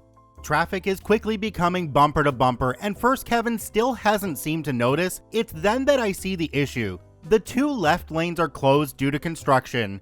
First, Kevin is driving in the center left lane of a 4-lane section of interstate. The far left lane is already closed, and the center left, the lane we are currently in, is about to close in less than a mile. First, Kevin, still reading his notebook, drives right up to point where the orange barrels mark the start of the lane closure. "Dude, get over," I tell him, and instinctively check the passenger side mirror to check for traffic. It's then that I notice the other semi, hauling butt up on our right side. First, Kevin looks up, sees the barrels, and no signal, no mirror check, just merges right. "Whoa, whoa, whoa," I yell, just as the other truck blows past, raring down on their air horn. I briefly glimpse the other driver's face, and he is pissed. Not that I blame him. First, Kevin looks sheepish and starts mumbling something about idiot drivers, but at the time, I'm still trying to keep from going into full-on heart attack. I stay up front until we clear the construction zone, and then climb back in the bunk to get some rest, emphasis on try. I had to drive the night shift, and I knew better than to drive without sleep. His less than expert truck handling did not help matters. A few hours later, I wake up to the sound of air brakes releasing. I hear First Kevin yelling he's out of time to drive, and I need to take over. I pull my boots on, sign in as the active driver to the truck's electronic log terminal, and settle into the driver's seat. It's at that point that I look out through the windshield and see something odd. It's dark, of course, but in the headlights I see two white lines converging at an angle just ahead of the truck. I look to the left, and the dim reflection of emergency flashers light up cat-eye reflectors in a white dashed center line between two solid white right-of-way boundary lines. It's pretty obvious First Kevin, in his lack of wisdom, had stopped the truck right at the merging point of a highway on-ramp and a major highway. "Where the F are we?" I demand. "I don't know, but I ran out of hours and this was the only place I could find." That was BS, because there was a rest area 10 miles before that would have been a much better place to stop. "Dude, do you have any idea how dangerous this is? Not to mention illegal?" Well, I had to stop somewhere. Anyway, I gotta pee. He goes to get out of the truck. "No the F you don't," I say, pulling on the seatbelt, releasing the brakes, and putting the truck in gear. "We are not staying here a second longer. If you have to pee, use a Coke bottle. We're out of here." I get the truck going, thanking God there was no traffic or cops at the time, while First Kevin is grumbling about having to pee in a bottle. I don't care, because I'm more concerned about not causing an accident or getting a ticket because of this idiot. He can pee in his pants for all I care. He goes straight to the bunk anyway, so I don't have to listen to him. I drive the rest of the night without incident, and he takes over again early the next morning. These incidents may not seem too bad, but bear in mind, this happened in just the first day. I was with this clown for 3 months, and conditions did not improve during that time. On to Kevin in a Big Rig Part 3, Frozen. Let's jump right in. Backstory. The following takes place about a month after First Kevin and I were first paired up. If you've read Part 2 of this series, then you have some idea of the kinds of Kevin-esque things First Kevin was capable of, and you'd probably be right. But what he did this time resulted in what the absolute worst night's sleep of my entire life, and the closest I ever came to committing legitimate murder. By this point, I had already had First Kevin pegged for what he was. An incompetent buffoon who shouldn't be allowed near a soapbox car, let alone an 18-wheeler. But worse, in his obviously demented mind, he thought he was the absolute top dog of the trucking world. This is in spite of the dozens of times he would have to wake me up and get him out of another bad situation. However, at the time, I was more of the grin and bear it mentality because I was broke and afraid that any screw-ups or boat rocking on my part would get me fired. But that was about to change. One day, after picking up a load close to the company's home terminal, we received instructions from dispatch to relay the load in the company's drop yard and take the truck sans trailer to a local dealer in town for scheduled maintenance. This was essentially a glorified oil change and lube job with a few other items on the checklist just to make sure the truck was in good shape. This was normally handled by the in-house mechanics, but because of some serious backlogs, they decided to contract it out. The plan, as relayed by dispatch, was for us to drop the loaded trailer in the yard, bobtail to the dealership for a late morning appointment, get the service done. It would take 2 hours maximum, pick the load back up when finished, and continue on to the destination. Easy in, easy out. Unfortunately, First Kevin was the driver on duty during the shift in which we were supposed to arrive. But in typical First Kevin fashion, he got lost because his infamous system of navigation failed again. As a result, he wasted half a day backtracking and ran out of drive time, leaving me to get us to the terminal, drop the load, and get to the dealership 15 minutes before they closed for the day. This meant that, since we missed our appointment, we would have to wait until the next morning when they had an opening in the schedule. Since the opening was first thing that morning and parking at the company terminal was packed, I made the call to park the truck outside the dealership for the night. We had plenty of fuel, and there was a gas station within walking distance where we could get food. The shop told us this was fine, so that was that. This happened in and around late November, early December in the Midwest. The winter had already shown signs of being bad, and snow had been falling for weeks already. The weather forecast for that night was to dip well below freezing not long after sunset. After squaring everything away with the service reps at the shop, I turned to First Kevin. Look, First Kevin, it's going to get cold once the sun goes down. I'm going to walk over to the store and grab something to eat tonight. You coming? First Kevin replied, no, I got food. I'm going to see if I can get that bunk outlet to work. For a few days, he had been complaining that one of the 12-volt outlets in the bunk section of the cab wasn't working. Apparently, it was a major issue for him, even though neither of us had any electronic devices other than our cell phones, and the bunk had a total of 4 outlets. Only one didn't work. But trying to tell him that fact only made him upset and made him flex his 1 week of seniority over me. I really didn't feel like arguing, so I left him to it.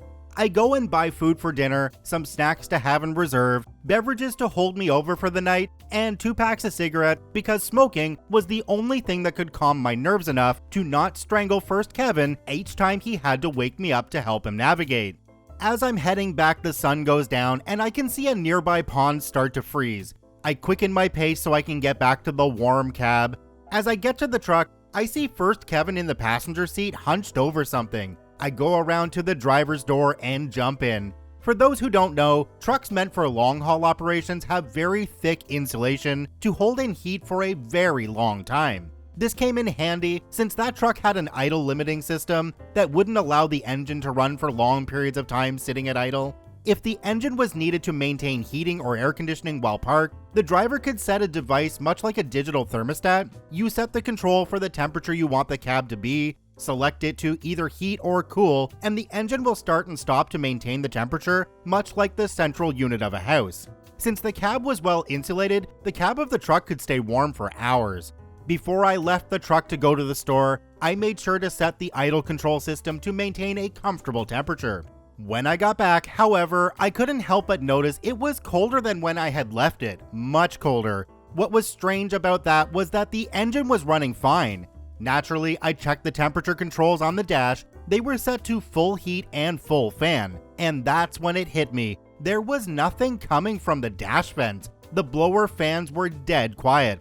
I look over at First Kevin, who, I just noticed, is poking around with the fuse panel that was hidden behind the rear panel of the glove box. First Kevin, why is the heat not working? I don't know. It stopped working when I was checking the fuses. That led to my second question. Why are you messing with the fuse panel? I was trying to get that outlet to work. As you may know, most vehicles have fuse and relay panels, one underneath the hood in the engine compartment and another inside. Trucks are the same in that regard, except they have a lot more fuses than the average passenger car. One thing that was stressed heavily during my training was that the fuse panel inside the glove box of the truck was strictly off limits.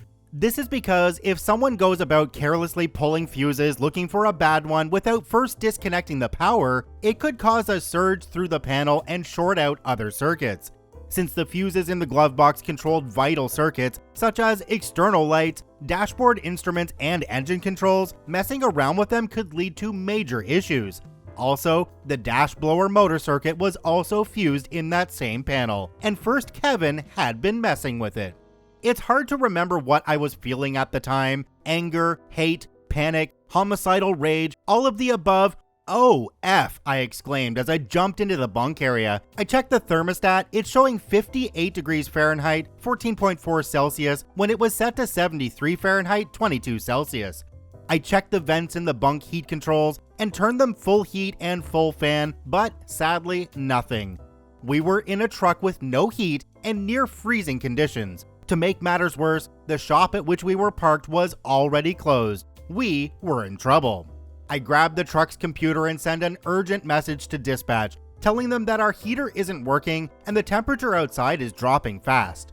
First Kevin is still mumbling about the outlet. "Will you forget about that dang outlet? We have no heat. Don't you understand that?" He said something, but the computer signaled an incoming message. "Truck 1234, you have access to your truck, so we can't get you a room." I tell dispatch again that the heater isn't working and it's getting colder by the minute, but they say company policy meant we had to stay in the truck. We were screwed. I turn to First Kevin and say, "Close that effing glove box and don't even think about opening it again."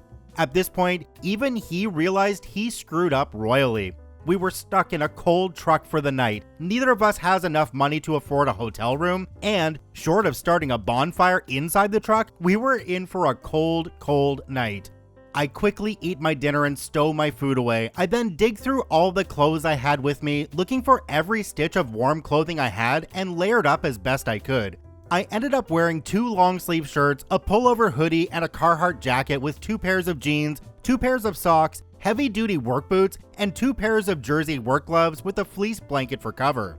The entire night, I don't think I could sleep for 2 consecutive hours. Despite wearing what felt like a week's worth of clothes all at once, the cold air still permeated through. I stayed curled in the fetal position for the entire night, shivering so hard I could feel the entire truck shake. Each time my violent shivering or chattering teeth brought me out of sleep, I would look at the thermostat control. By midnight, the temperature was well below freezing, and with high winds that had come up, the truck was only getting colder. I can remember feeling disgusted that each time I woke up and not seeing sunlight. At one point, I honestly believed that I wouldn't survive the night due to hypothermia. Finally, at about 6 a.m., I woke up for the last time and decided to go outside. Not because it was any warmer, but because the gas station I went to the evening before opened at that time, and all I wanted was a little heat. I didn't wake First Kevin. Honestly, I wouldn't have cared if he was dead for the hell his stupid butt just put me through over a power outlet. I walked to the store, looking like a vagrant with withdrawal symptoms from shivering so much. When I walked into the store after that long, bitter night, I wanted to cry because the heat felt so nice. The cashier gave me a puzzled look, but saw my baseball cap that had my company's logo and let it go. I bought 2 cups of piping hot coffee and a warm breakfast. I took my time savoring every bit of it. Since the station had a dining area and wasn't busy, I really wasn't in any hurry to get back. I sat in the station for about 2 hours before I had to head back. The shop opened at 8 and I wanted to get the truck in the shop and fixed ASAP. I get a 3rd coffee for the walk back and get over to the shop just as the office is opening. First Kevin is waiting outside and sees me holding my coffee. He asked where I got it and I pointed to the gas station. The rep opens the door and we go inside, check in with the desk, and hand the truck key to the technician so he can get started. First Kevin, who was useless when it came to things like this, went to the lounge area. I made sure to tell the tech about the fan and asked if he could check it out. He said he would. I signed the paperwork and head to the lounge. In the lounge, First Kevin looks frustrated. He wanted coffee too, and was disappointed to learn that, since the shop just opened, the office staff hadn't made any in the lounge yet. "Well, walk over to the gas station and get one," I say, trying not to snicker. "You know I can't walk that far. Why don't you go get me one?" he asked indignantly. I should point out that First Kevin had a bad leg due to, if you can believe it, a bad car accident. I know, big shocker. At first I felt bad for him, being partially disabled, but by that point, after everything I had endured because of his stupid butt, I was tempted to damage his good leg so they would be a matching set. Because I signed the truck in, that means I have to be here when it's released. First Kevin gets mad. "Well, why didn't you wake me up and ask me if I wanted anything?" he demands, almost throwing a tantrum. It was at this point my tolerance for First Kevin glitched. This SOB had put me through a living hell of no sleep, being thrown around the truck like a rag doll because of his horrible driving, having to take flack for his F-ups, and getting chewed out for late deliveries because he keeps getting lost. Now he wants me to be his errand boy after nearly causing me to freeze to death? As someone once said, hell to the nah. I set my coffee on a table and raised to my full height. I had at least 1 foot and 100 pounds on him. "Listen here, you sawed-off little bee," I replied, summoning every last ounce of pith and vinegar in me that still wasn't frozen. "Because of your dumb butt, I barely slept all night. How the hell we're not dead of hypothermia right now, I have no idea. I have put up with your BS for over a month, and I'm fed up with it. You are not my supervisor, you are not my lead driver, and you do not tell me what to do. And if I ever catch you messing around with the fuse panel or anything else on that truck again, I will cut your throat." And at that moment, I meant it. First, Kevin muttered something, but I told him to shut up, and he obliged. After a couple hours, the technician came and told us our truck was ready. First, Kevin, still without coffee, sulked off to the truck while I dealt with the paperwork. I asked the tech about the blower fan and find out it was a blown fuse. Apparently, first Kevin pulled the fuse and the resulting arc caused the other fuse to blow. Since he was an idiot and the fuse panel wasn't labeled, there was no way to know which fuse was blown. He told me to make sure that next time I needed to check the fuses to disconnect the batteries first. I laughed, signed the papers, and went back to the truck. Back in the truck, I send a message to dispatch and tell them we're ready to roll. First, Kevin had climbed back into the bunk, obviously still sulking. I take the first drive shift of the day so the load can, once again, be back on track. While I wish I could say this was the end of my misadventures with First Kevin, it's not. There's more. Yep, it gets even better, folks. On to Kevin in a Big Rig Part 4, First Kevin Gets Lost, OP Gets an Idea. Let's jump right in.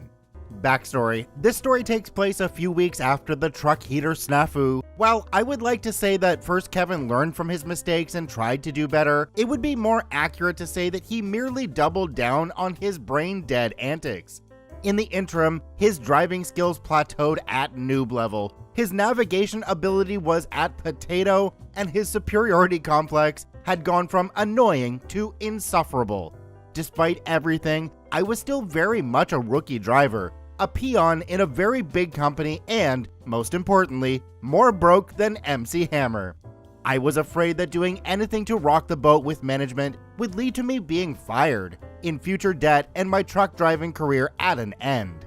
To add some perspective to my situation during this, I should mention more about the contract I had in place with the company at the time. In exchange for free training, I had agreed to work for the company for 8 months. If I quit or was terminated for any reason before that contract was fulfilled, I would be liable for over $6,000 in tuition fees. Furthermore, since the company owned the training facility at which I trained, they could refuse to release my CDL school records to any prospective employers unless they bought the contract.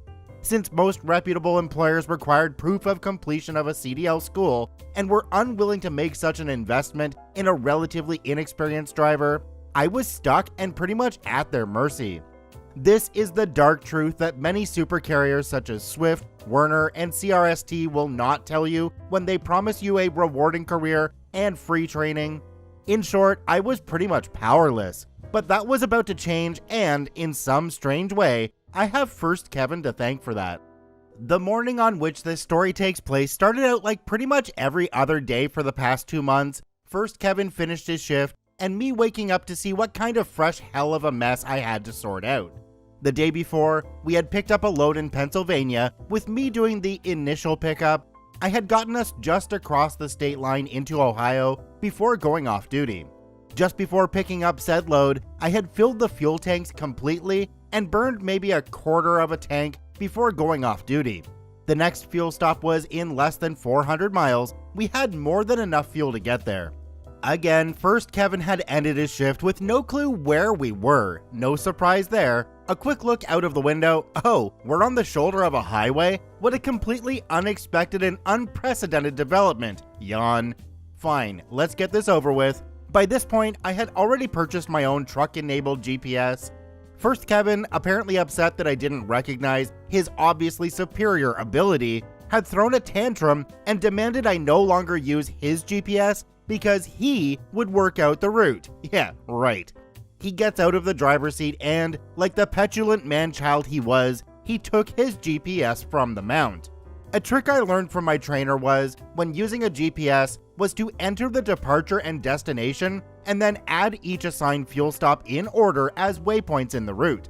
This forced the GPS to stay on the company route 90% of the time. Also, our fuel payment cards would only work at the assigned fuel stops, so it made life easier just to follow it.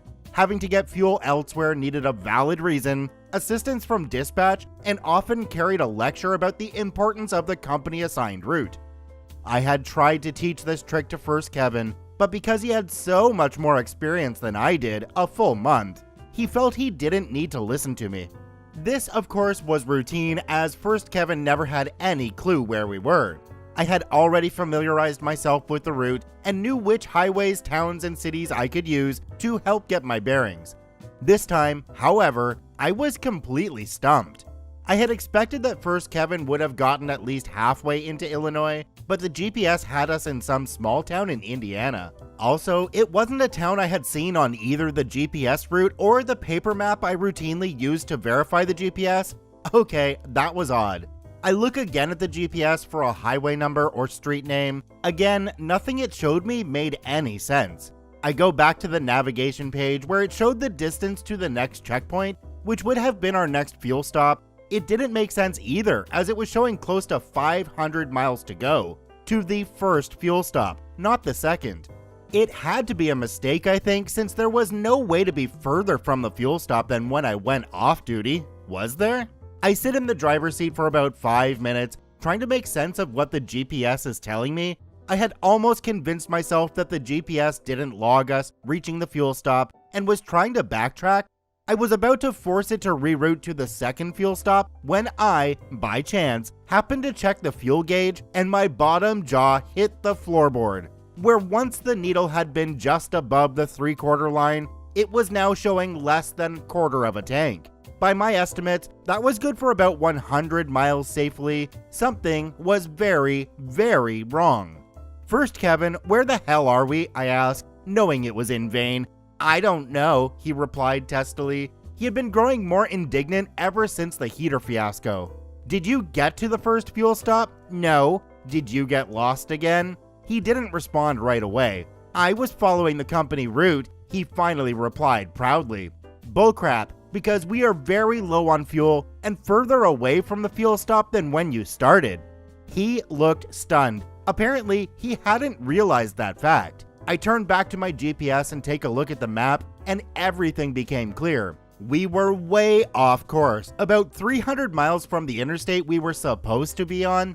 I didn't know how, but we were well and truly lost. Lost, low on fuel, in the Midwest, and well into the wintertime.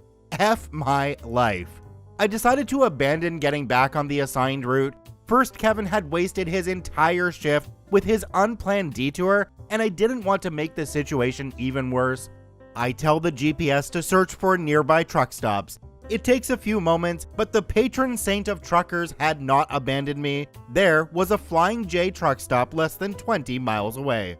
I tell the GPS to take me there and send an urgent message to dispatch.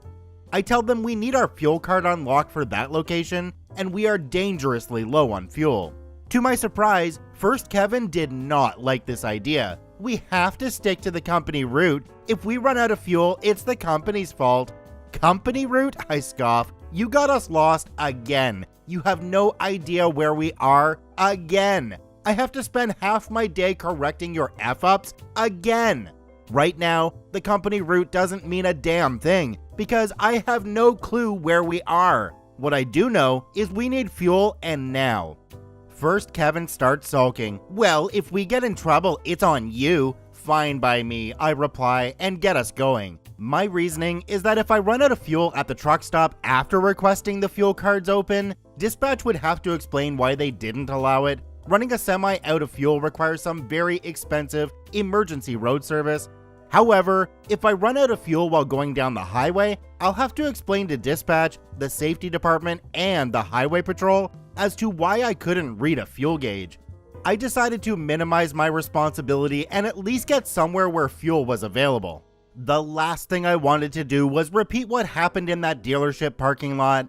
About a half hour later, we get to the truck stop. It's early morning, so several other trucks are already refueling and we have to wait in line. I checked the computer and, to my surprise, dispatch approved fuel purchase, but was concerned as to how we got so far off course. I replied that I just came on duty and first Kevin was the one who got lost again.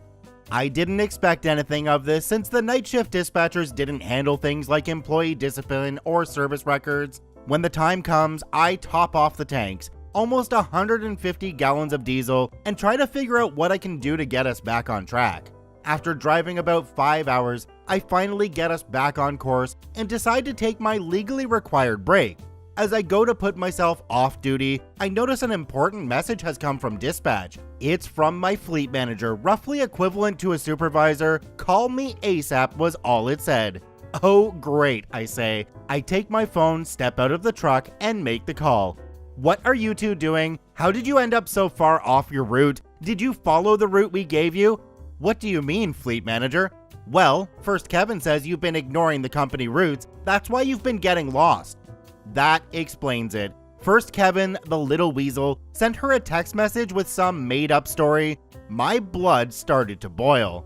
"Fleet manager, first of all, I have no clue what happened. When I finished my shift yesterday afternoon, everything was fine. We were on course and had plenty of fuel. I woke up this morning on the side of a 2-lane highway in the middle of BFI with no clue how I got there and running on fumes. That's why I sent the message to have the fuel cards opened." "Well, you two are a team, so you have to work together." I take a deep breath, fighting back the urge to launch into a verbal tirade that would surely get me fired. "Fleet manager, you know what first Kevin is like. Well, just figure it out." She hangs up, and I have to fight the urge to throw my phone across the parking lot. A short time later, I return to the truck and make ready to head back out. First Kevin is sitting in the passenger seat, his precious notebook in hand. He's trying to hide a crap-eating grin on his face, but his 1970s porn star mustache gives it away. "So," he said, "you gonna follow the company route? You're a company driver, so you gotta follow the company route." He then hands me his notebook, open to the page he had written down the route. I take it and throw it in the back. "Listen to me, craphead. You're not my boss. You're not my trainer. I don't take orders from you. From now on, I'll drive the truck my way, you drive it yours. Unless it's an emergency, keep your mouth shut." For a moment, he looks terrified, then petulant as he goes back to the bunk. Good riddance. For the rest of the day, I go through everything that happened over the past 2 months. When I think that, after all the times I had to babysit a supposedly more experienced partner, I get blamed for everything going wrong, I just get more and more upset.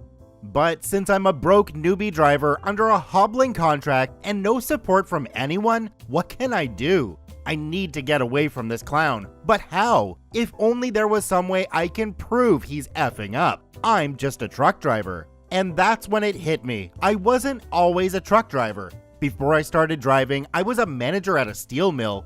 I was an engineer by trade, and my previous job had me dealing with safety and environmental regulations, quality control, OSHA, DOT, and, my least favorite, corporate bureaucracy. Corporation. The company I was driving for was a corporation, with a hierarchy of increasingly incompetent managers, VPs, and directors who will be slow to take responsibility, but first to demand someone else do so. However, I happen to know how to get their attention: documentation. But what I need was something to document. Cue my other valuable skill set: investigation. Part of my old job had been to investigate accidents, chemical spills, defective products, etc., and find out what happened, why it happened, and how to prevent it in the future. In doing this, I learned that the more details you gather, the better. Dates, times, names of witnesses, photos, video, ambient air temperature, tea price in Bangladesh. If it was even remotely relevant, write it down. Best of all, I was really good at it, often finding problems everyone else overlooked. So the two pieces of a plan begin to form. First off, I would need to observe everything First Kevin did and said, looking for something I could use to prove just how incompetent he truly was. In addition, every time he got lost or went off route, I would take a picture with my phone of the truck's computer logs, showing the GPS pings and their timestamps, along with a photo of his daily driver log. First Kevin would be under investigation and not even know it. I finish my drive shift and go off duty. Before I go to sleep, I decide to check the computer records to see exactly what First Kevin did the night before that got us so very lost. According to the GPS pings, he had, for some reason, turned off the interstate and driven close to 500 miles, with over 150 miles going in the opposite that we needed to go. I took snapshots of the ping and First Kevin driver logs, showing that he was on duty when it happened. But that wouldn't be enough. I knew I needed more, much more. So I took an old legal pad and began making a list of everything stupid, dangerous, and dim-witted thing First Kevin had done, including dates and times where I could, and started writing an email that would take a month to complete. On to Kevin in a Big Rig Part 5, Shutdown. Let's jump right in. Backstory. This story takes place only a few days after the events in Part 4. First Kevin and I were heading towards Salt Lake City, but the winter weather that had been slowly ramping up for the past month was only getting worse. We had been fortunate up to this point that the snow and ice hadn't caused any delays, but luck was about to run out. This story begins one night in North Platte, Nebraska, on Interstate 80. First Kevin, having driven the day shift, had parked the truck and we changed places. Believe it or not, I sure as hell didn't. First Kevin had actually learned from me and decided to not only stop in a safe place, but at our designated fuel stop. That meant we could get food, fuel, and do a truck inspection. This was one of the few times First Kevin made a rational decision. While First Kevin went into the truck stop, I refueled and inspected the truck. After making sure the truck was in good shape, I take a look at the weather. A massive winter storm had been building up, and all predictions put it and us on a collision course. The company's safety department had sent several weather alerts and issued a few restrictions. My personal rule is that shutting down early is more preferable to shutting down too late. I discovered that Wyoming, the next state we were to cross into, was taking a serious pounding from the storm, and several accidents were already being reported. Thank God it was my shift this time, or First Kevin would have wadded the truck and us into a tight little ball in a ditch. I knew we wouldn't make much progress, but since the roads were still dry and the snow wasn't yet falling, I figured I would be able to make it close to Wyoming before shutting down, let the storm pass, and continue on once the roads were clear. I had driven this route many times by this point and knew the best places to be stuck. I set the GPS to take us to a truck stop just past the Wyoming state line, go inside for a quick bite, and we head out. It wasn't long before the leading edge of the storm had caught us. The further along I drove, the worse the weather deteriorated. Snow flurries melted on the highway, only to be frozen by the rapidly decreasing temperature, and larger, heavier snow began sticking to the road. In typical fashion for the safety department, their weather alerts were about 2 hours behind, and where they had issued orders to slow down or shut down were for areas well inside the storm. According to them, we could drive the speed limit and they wouldn't say anything. Fortunately, I knew better than to trust the judgment of someone nearly 1,000 miles away about the weather I was looking at through the windshield. I had made it about 100 miles when conditions forced my hand. I had already had to reduce speed to barely creeping, and the road was invisible beneath the snow. After watching another truck who was driving way too fast lose control and end up in the ditch, I made the call to shut down. I pull into a rather large truck stop not far from the Wyoming state line. By this point, the snow was so deep the trailer bumper was acting like a snowplow and the tires were having trouble gaining traction. I finally get the truck parked and tell dispatch we're shut down. As I set the truck's idle control system, First Kevin wakes up and asks, "Are we still in Indiana?" In case you're not familiar with US geography, Indiana is a very long way from Wyoming. We hadn't been there for days. We're in Big Spring and we're shut down. We're gonna be here for a while, I tell him. Did safety tell us to? I made the call. It's gotten pretty bad. He mumbles that he will get us going once his 10-hour break is up, but I know safety will issue a shutdown, albeit later than it should be. I grab a snack, pull the bunk privacy curtains closed, and settle in. I decide to make use of the downtime to work on Operation Ditch the Dipshit.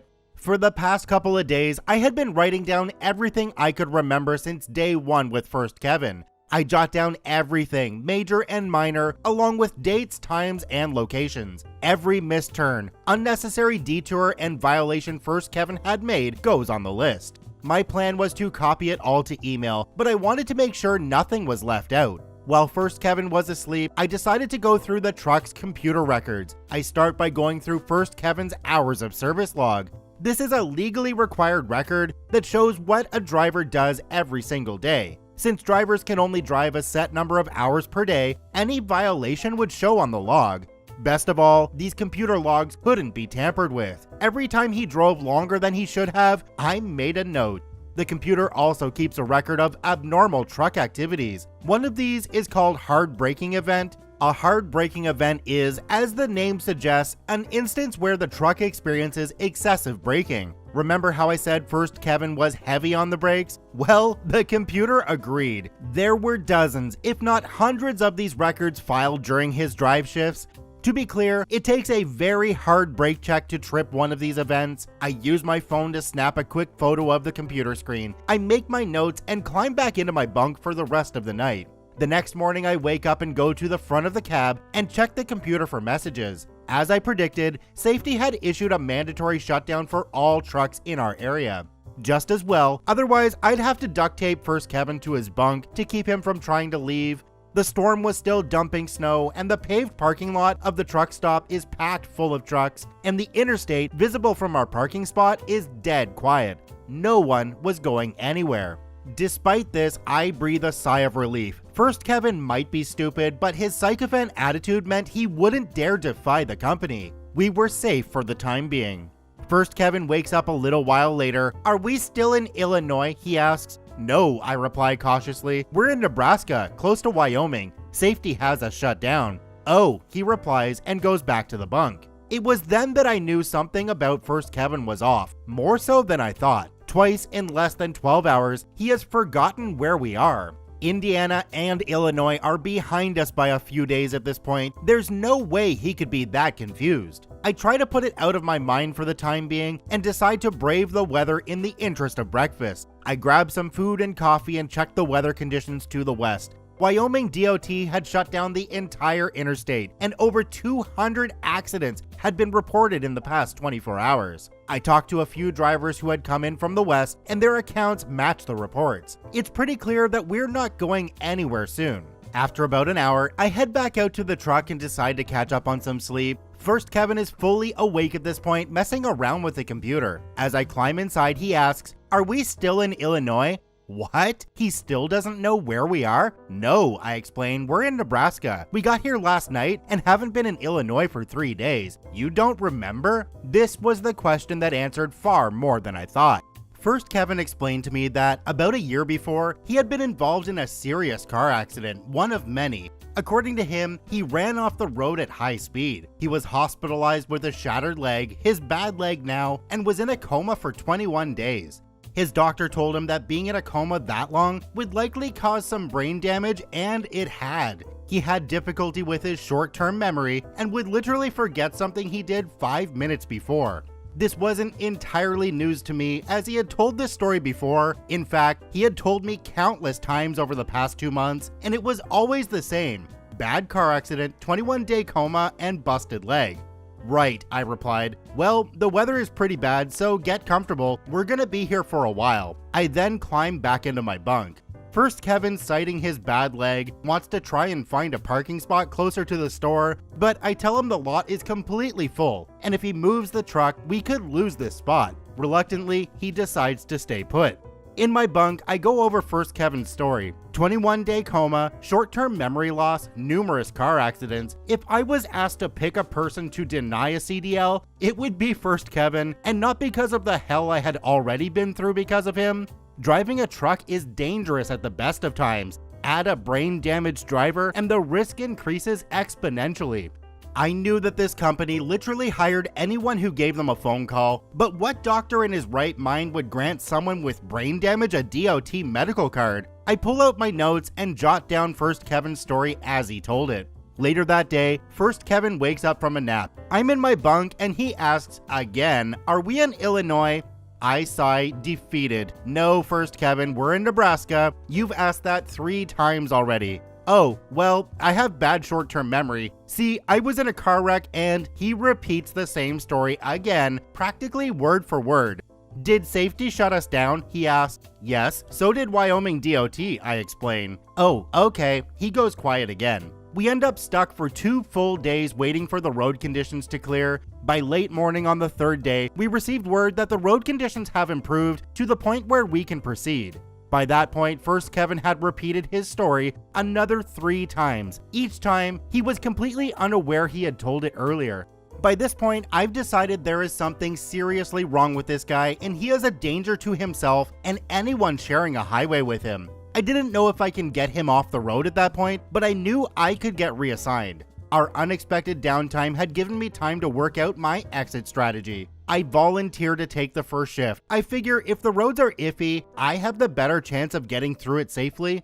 This was a good call on my part, as I counted no fewer than 20 accident sites in the first 50 miles. Many of these still hadn't been cleared, and the vehicles were left in the ditch or median. I managed to get a good distance into Wyoming before needing to swap with First Kevin. The weather had broken and everything between us and Salt Lake City was clear. As First Kevin started his shift, everything that occurred during our shutdown replayed in my mind. The more I thought about it, the more it bothered me. First Kevin wasn't just stupid, he was a ticking time bomb. It was time to get as far away from him as I could. Before I went to sleep, I take out my notes and cell phone and begin composing an email. I address it to my fleet manager and CC the safety director. It would take a while to finish as I planned to make sure they knew everything I had seen and experienced over the past 2 months. Given the nature of corporate politics, I expected to encounter some resistance and being ignored, but that was fine. It would only make the situation worse for them in the long run. On to Kevin in a Big Rig Part 6, Breakdown. Let's jump right in. Backstory. This story takes place about a week after the events in Part 5. First, Kevin and I made our delivery in Salt Lake City without incident and took another load north to Seattle, Washington. We had picked up another load that was bound for the East Coast when yet another disaster struck. I had made the initial pickup in Trenton, Washington, and headed east on Interstate 90. Since I had driven half the night before the pickup and into mid-morning, my drive time for the day expired around Tanner, Washington, and First Kevin and I switched out. Ahead of us lay barren and mountainous terrain and nearly 3,000 miles of highway across the northern states of the lower 48. Combine that with the ever-threatening winter storms, First Kevin's horrible driving skills, and a dwindling supply of tolerance on my part, I was beginning to wonder if First Kevin would kill us both before I could get rid of him. At the end of my drive shifts each day, I had been religiously copying the information from the notes I had taken into an email on my phone. I addressed it to my fleet manager and the company's safety director. Using my most professional and courteous language, I outlined everything I had witnessed over the past 2.5 months. I had reached the point where I didn't want revenge or compensation, or even demand he'd be fired. I just wanted to get away from him. But in order to do that, I needed a valid reason so management would be convinced. One reason? How about 100? First, Kevin took over and proceeded east along Interstate 90 towards Idaho. As was my habit by this point, I rode shotgun upon first leaving out at first. I'm still in the jump seat when we reach Snoqualmie Pass. In my opinion, there are 3 critical skills that all drivers must learn if they want to last long enough in the industry to make any real money: navigation, backing up with a trailer, and going down a long, steep mountain grade fully loaded. Going up a mountain might be slow and arduous. Going down can quickly turn deadly. If a driver doesn't control the speed during the descent, he will find himself behind the wheel of a runaway death machine. To make the situation more difficult, the brakes of the truck can overheat and completely fail if overused, making the loss of control inevitable. If you've ever driven through mountains and seen runaway truck ramps, that's exactly what they are for: a pre-selected crash scene. Most trucks now have a feature called engine brakes, most commonly known to truck drivers as Jake brakes. Unlike the typical wheel brakes, engine brakes cause the truck to slow down by restricting airflow in the engine. This causes the engine to add resistance in the drivetrain and serve as a sort of drogue chute. Also, unlike wheel brakes, engine brakes will not overheat or fail from overuse. When used properly, they can make going down a mountain grade far more efficient and safe. The use of engine brakes also happens to be one of the issues First Kevin and I disagreed upon. While I had been properly instructed by my trainer on how to use the engine brakes effectively, First Kevin was adamantly opposed to them. He wasn't shy about voicing his disapproval of my using them, but there was very little he could do about it. His opinion wasn't due to some rational reason, it was simply because the company's safety department said so. During my orientation, the presenter had made a major issue about how engine brakes weren't that useful and how he wished they wouldn't come with the trucks. I later learned this presenter had a grand total of 1 month of actual driving experience and quit because he couldn't take the hardship. And there we were, myself, First Kevin, a fully loaded truck, and the long, steep decline that was Snoqualmie Pass. Yep, I said to myself, I am definitely regretting my life choices right now. First Kevin starts down the pass. He was in top gear and the truck begins to accelerate rapidly. Since he's not using the engine brakes, the only way he can control the truck speed without overusing the wheel brakes is to downshift. In order to do that, he must reduce speed. Shifting gears in a semi is a lot different than a regular car, since a truck transmission will only go into gear if it and engine are at the proper speed for the gear being selected. First Kevin slams on the brakes, throwing everything in the cab that isn't tied down forward. He tries to downshift, but his timing is off. For a few heart-stopping seconds, the truck is essentially dropping down the side of a mountain in a free fall before First Kevin manages to wrestle the truck into gear with another whiplash brake check and a grinding protest from the transmission. The engine revs up sharply as it fights against gravity and the excess speed for the gear. First Kevin again applies extremely heavy braking, and I grab the handhold above me and push myself back into the seat to cushion the jolt. At this point, I look over at the dash tachometer. It's reading over 1700 RPM. The normal operating range for this truck is between 1000 and 1500 RPM. Slowing down and reducing the engine speed is vital at this point. Even First Kevin knew that. He does, applying heavy braking again to slow the engine to just under 1500 RPM, and the speed appears to be relatively stable. Then, in a move that I can only describe as divine stupidity, First Kevin forces the transmission into the next lower gear. And when I say forced, I mean the truck was actively fighting him as if it were an animal raging in a trap. The gears of the transmission were grinding so hard, I thought they would be worn down before we reached the bottom of the hill. Eventually, however, First Kevin's stubborn determination won out and the truck went into gear. The truck screamed in protest. I glanced at the tachometer and it's showing close to 2000 RPM, way outside the operating limits. Too much of this and the engine will literally tear itself apart, I knew. What does First Kevin do? Nothing. Damn it, I scream at him, trying to make myself heard over the tortured engine. Slow down. Don't tell me how to drive. First Kevin snaps back. Apparently, he believes this is normal. I swear to God, First Kevin, if you wreck this truck, my sentence was cut off by yet another hard break, and I'm wondering if I can stab this little bastard, take over the truck, and claim self-defense. We went down that long, steep hill for what felt like hours. The screaming engine begged for mercy, and First Kevin was completely oblivious. At any moment, I was expecting the engine to explode in a fiery death, taking us to our own a few moments later, but to its credit, it held on just long enough. We get to the bottom of the hill, and the stress on both the engine and my nerves finally dissipates. At first, I think we dodged yet another bullet. The truck seems to be no worse for the wear, and I managed not to kill First Kevin. At that moment, the dashboards lights up more than the annual Christmas tree at Rockefeller Plaza. Every warning light and alarm buzzer is going off as if we were in a movie helicopter that had just been hit by a rocket. I swear under my breath and begin looking on my phone for repair shops, truck stops, or anywhere nearby where we can get help. And then, as suddenly as it started, the dash goes quiet and the lights turn off. It wasn't a relief, more of the eerie quiet. That's not good, I say, knowing this wasn't some electronic glitch. I go back to my phone. It's the only thing I can do to keep me from snapping First Kevin's neck.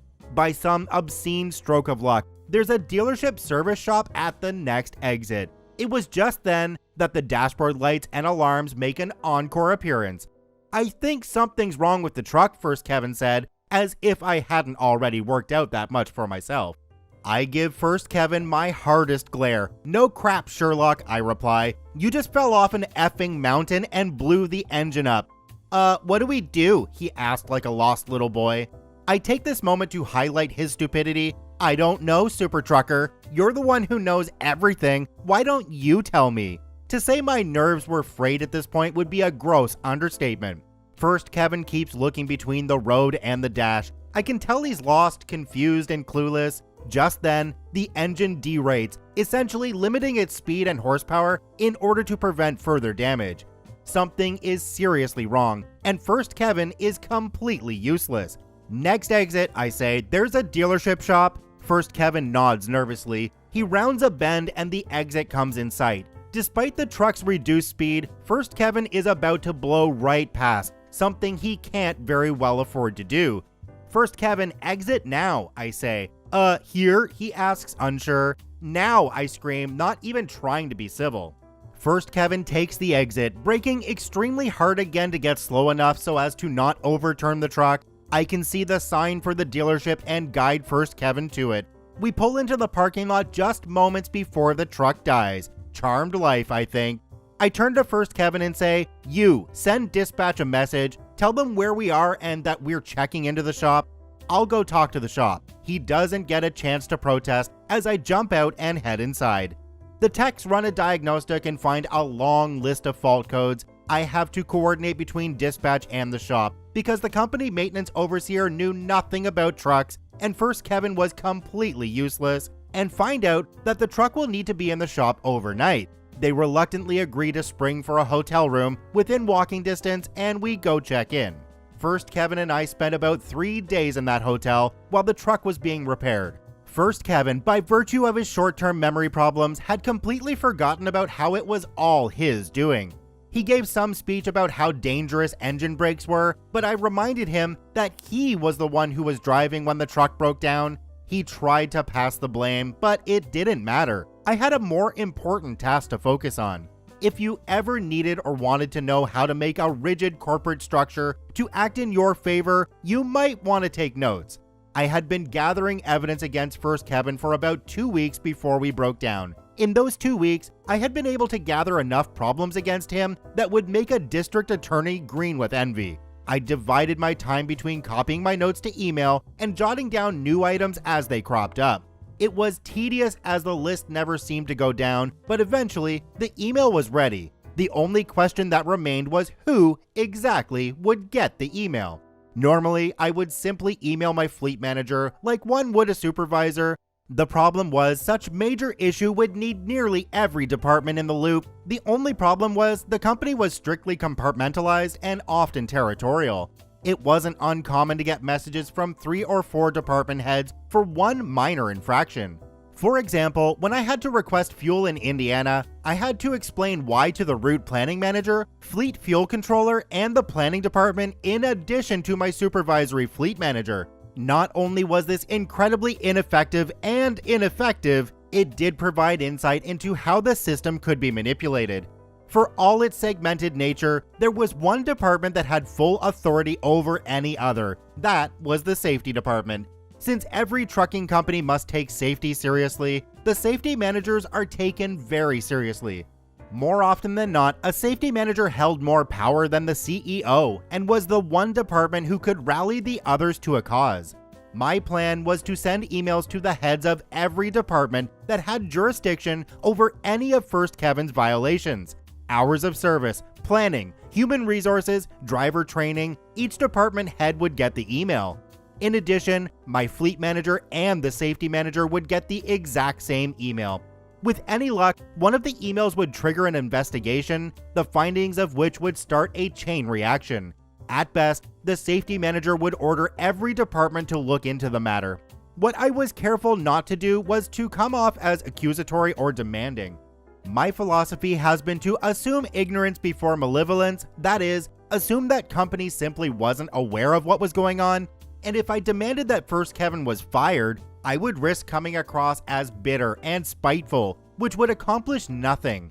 No, my emails would be professional, concise, detailed, and presented in a way that would say, "Hey, I found these problems and I wanted to bring them to your attention." The issues themselves would cause the panic. It was during this breakdown that I put the finishing touches on my plan. I dug through the company directory for the relevant emails, organized the documents and photos in the email, and arranged the list of violations by the relevant departments. If and when an investigation took place, all they would have to do is look where I pointed. I had nearly completed the email during the 3-day downtime while awaiting repairs. The day the truck was repaired, First Kevin and I went to the shop a few hours before the truck was released. When the techs told us it was ready, I was surprised First Kevin offered to sign it out and take the first shift of the day. It was uncharacteristically generous of him, which I found suspicious but did not say so. I decided to make a restroom stop before we left out. On the way out of the door, I walked by the service desk. The tech who worked on our trucks was finishing up the ticket and waved me over. "Hey," he said, somewhat bewildered, "aren't you with that short guy with the limp?" "Yeah, why do you ask?" I reply. "Well, he asked a weird question." I take a deep breath. I had a feeling what that question would be. Let me guess. Was he asking about the engine brakes? The tech was taken aback. Yeah, he wanted to know how to disable them. I thought it was weird because why would anybody want to do that? I shake my head in disgust and glance to make sure First Kevin isn't in the room. "Did you tell him?" "Hell no," the tech admitted. "You'd be an idiot not to have them." I nod in agreement. "By the way," I ask, "what was it that was wrong with the truck?" "There was some cracks in the turbocharger housing," he explained. And would keeping the engine at 2,000 RPM all the way down Snoqualmie cause that?" He looked at me knowingly. "You better tell somebody about him if he can't drive any better than that." "Oh, don't worry," I assured him. "I will." On to Kevin in a Big Rig Part 7, Flashpoint. Let's jump right in. Backstory. These events take place over the span of a couple of days immediately following the events in Part 6, Breakdown. The 3-day breakdown had forced dispatch to call in another truck to rescue the load. I had figured as much since the load was considered high priority, and with an even more serious winter storm than what we faced in Nebraska bearing down on us, dispatch wanted to get the load to its destination as soon as possible. That left myself, First Kevin, a repaired truck, an empty trailer, and precious little time before we became stranded again by Old Man Winter. Almost as soon as we get the truck out of the shop from First Kevin's fiasco on Snoqualmie, dispatch sends us a load. It was to pick up in Lewiston, Idaho that same evening and deliver in Chicago. I was relieved as this put us heading away from the storm and, with luck, would keep us ahead of it. When I plotted the route, however, I was abruptly reminded that while the patron saint of truckers might protect those who call upon him, he also has a very morbid sense of humor. Lewiston is a mountain town along the Washington-Idaho border. From where we began, it would take the better part of a day traveling through remote areas with little chance of assistance if something were to happen. And because I hadn't suffered enough, the only way into Lewiston was along US 95 and down another steep mountain grade. That was worse than Snoqualmie. How bad? Well, if Snoqualmie was a black diamond ski slope, Lewiston would be a triple black diamond, skull and crossbones level, and require a signed waiver of liability and clearance from a psychiatrist. And just for kicks, First Kevin would be driving us there. Upon realizing this, I texted my mom, told her I loved her, and that I was probably going to be dead in the next few hours. She thought I was drunk. For the first few hours, I stayed in the bunk trying to get what little sleep I could. First Kevin's horrendous driving did not help matters, as I was constantly being woken up by my head being slammed into a cabinet by his excessive braking. I finally had to use my jacket as a makeshift cushion and keep my head from suffering a concussion. The truck drove on and on and on. Sleep, when it came, was fitful and fleeting. The jarring of the brakes and the whine of the over-revving engine foretold of an impending fate so terrifying as to make Edgar Allan Poe wet the bed and Stephen King buy a nightlight. As the sky grew dark and the cold air began to bite, I decided I had slept as much as I could, pulled on my boots, and went up front. I looked out of the windshield and saw what I had been dreading, the warning sign for the steep drop into Lewiston. The highway on which we made the descent was also the town's main thoroughfare, fall off the cliff, roll into town. Any loss of control here and a lot of people besides us would more than likely be killed. I just hoped that if I did die that night, it was quick, painless, and First Kevin would join me so I could beat his butt for all eternity. First Kevin started down the grade, picking up speed too fast at first, but thanks to being empty, speed control was much easier. Still adamantly opposed to engine brakes, he maintained his speed through downshifting and heavy braking, much like he had attempted to do on Snoqualmie. When he finally managed to stabilize his speed, I lit a cigarette, because I think all people doomed to die deserve one last smoke. But it wasn't my last smoke or my last day on Earth. Despite everything, First Kevin managed to get the truck down the mountain and into the town without it ending in a fiery crash. I let out a breath I didn't realize I was holding and take a long drag of my cigarette to calm my nerves. We were safe for the time being. First Kevin manages to get us to the pickup, after getting lost of course, and we change out while we are being loaded. I sit down in the driver's seat and program the route into my GPS. Getting back to the interstate was going to be tougher, I saw, as it was more remote wilderness, mountainous terrain, and little chance of help in an emergency. Adding to the difficulty was the fact that the storm we were desperately trying to outrun was catching up to us.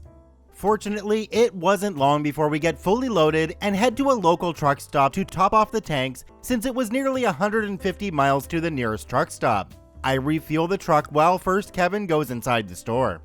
After several minutes, both fuel tanks are filled and First Kevin is still inside doing God knows what. I pull the truck out of the fuel pumps and pull around to the parking area. I dash inside, grab some food, drinks, and smokes, and come back to the truck to find First Kevin still isn't back yet. I begin to fantasize about what's keeping him. Stroke, brain aneurysm, abducted by aliens. They do tend to take the dumbest people after all. But alas, the hope was fleeting, as I soon see him hobbling his way across the parking lot towards the truck, carrying a plastic bag and looking like a hobo about to ask for $1. First Kevin opens the passenger door and climbs inside. "Hey mother effer," he yelled angrily, "why'd you move the truck?"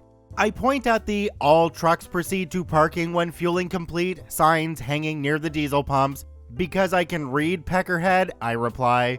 "You know I have a bad leg, it hurts to walk that far. Do that again and I'll kick your ass," he threatens weakly. If you recall in part 2, I mentioned I was at least 1 foot taller and 100 pounds heavier than First Kevin, so his threat was more comical than menacing. "Oh, really?" I reply. "You wouldn't lift a foot above my knees before I rip that gimp leg off and beat you to death with it. Sit the F down and shut up." He mumbled something, but I didn't hear him as I released the brakes and pull out of the parking lot. The climb up the mountain was slow and painstaking. Snow was just starting to fall, but not yet heavy enough to be a serious concern. First Kevin, riding shotgun, was grumbling about his leg, the cold, and whatever else he felt like complaining about.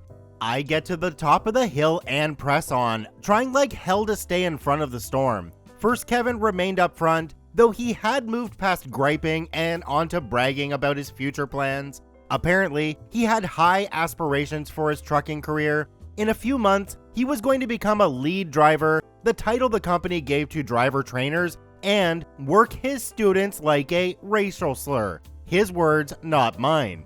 He also planned on becoming an independent contractor by leasing a truck through the company and making a lot more money.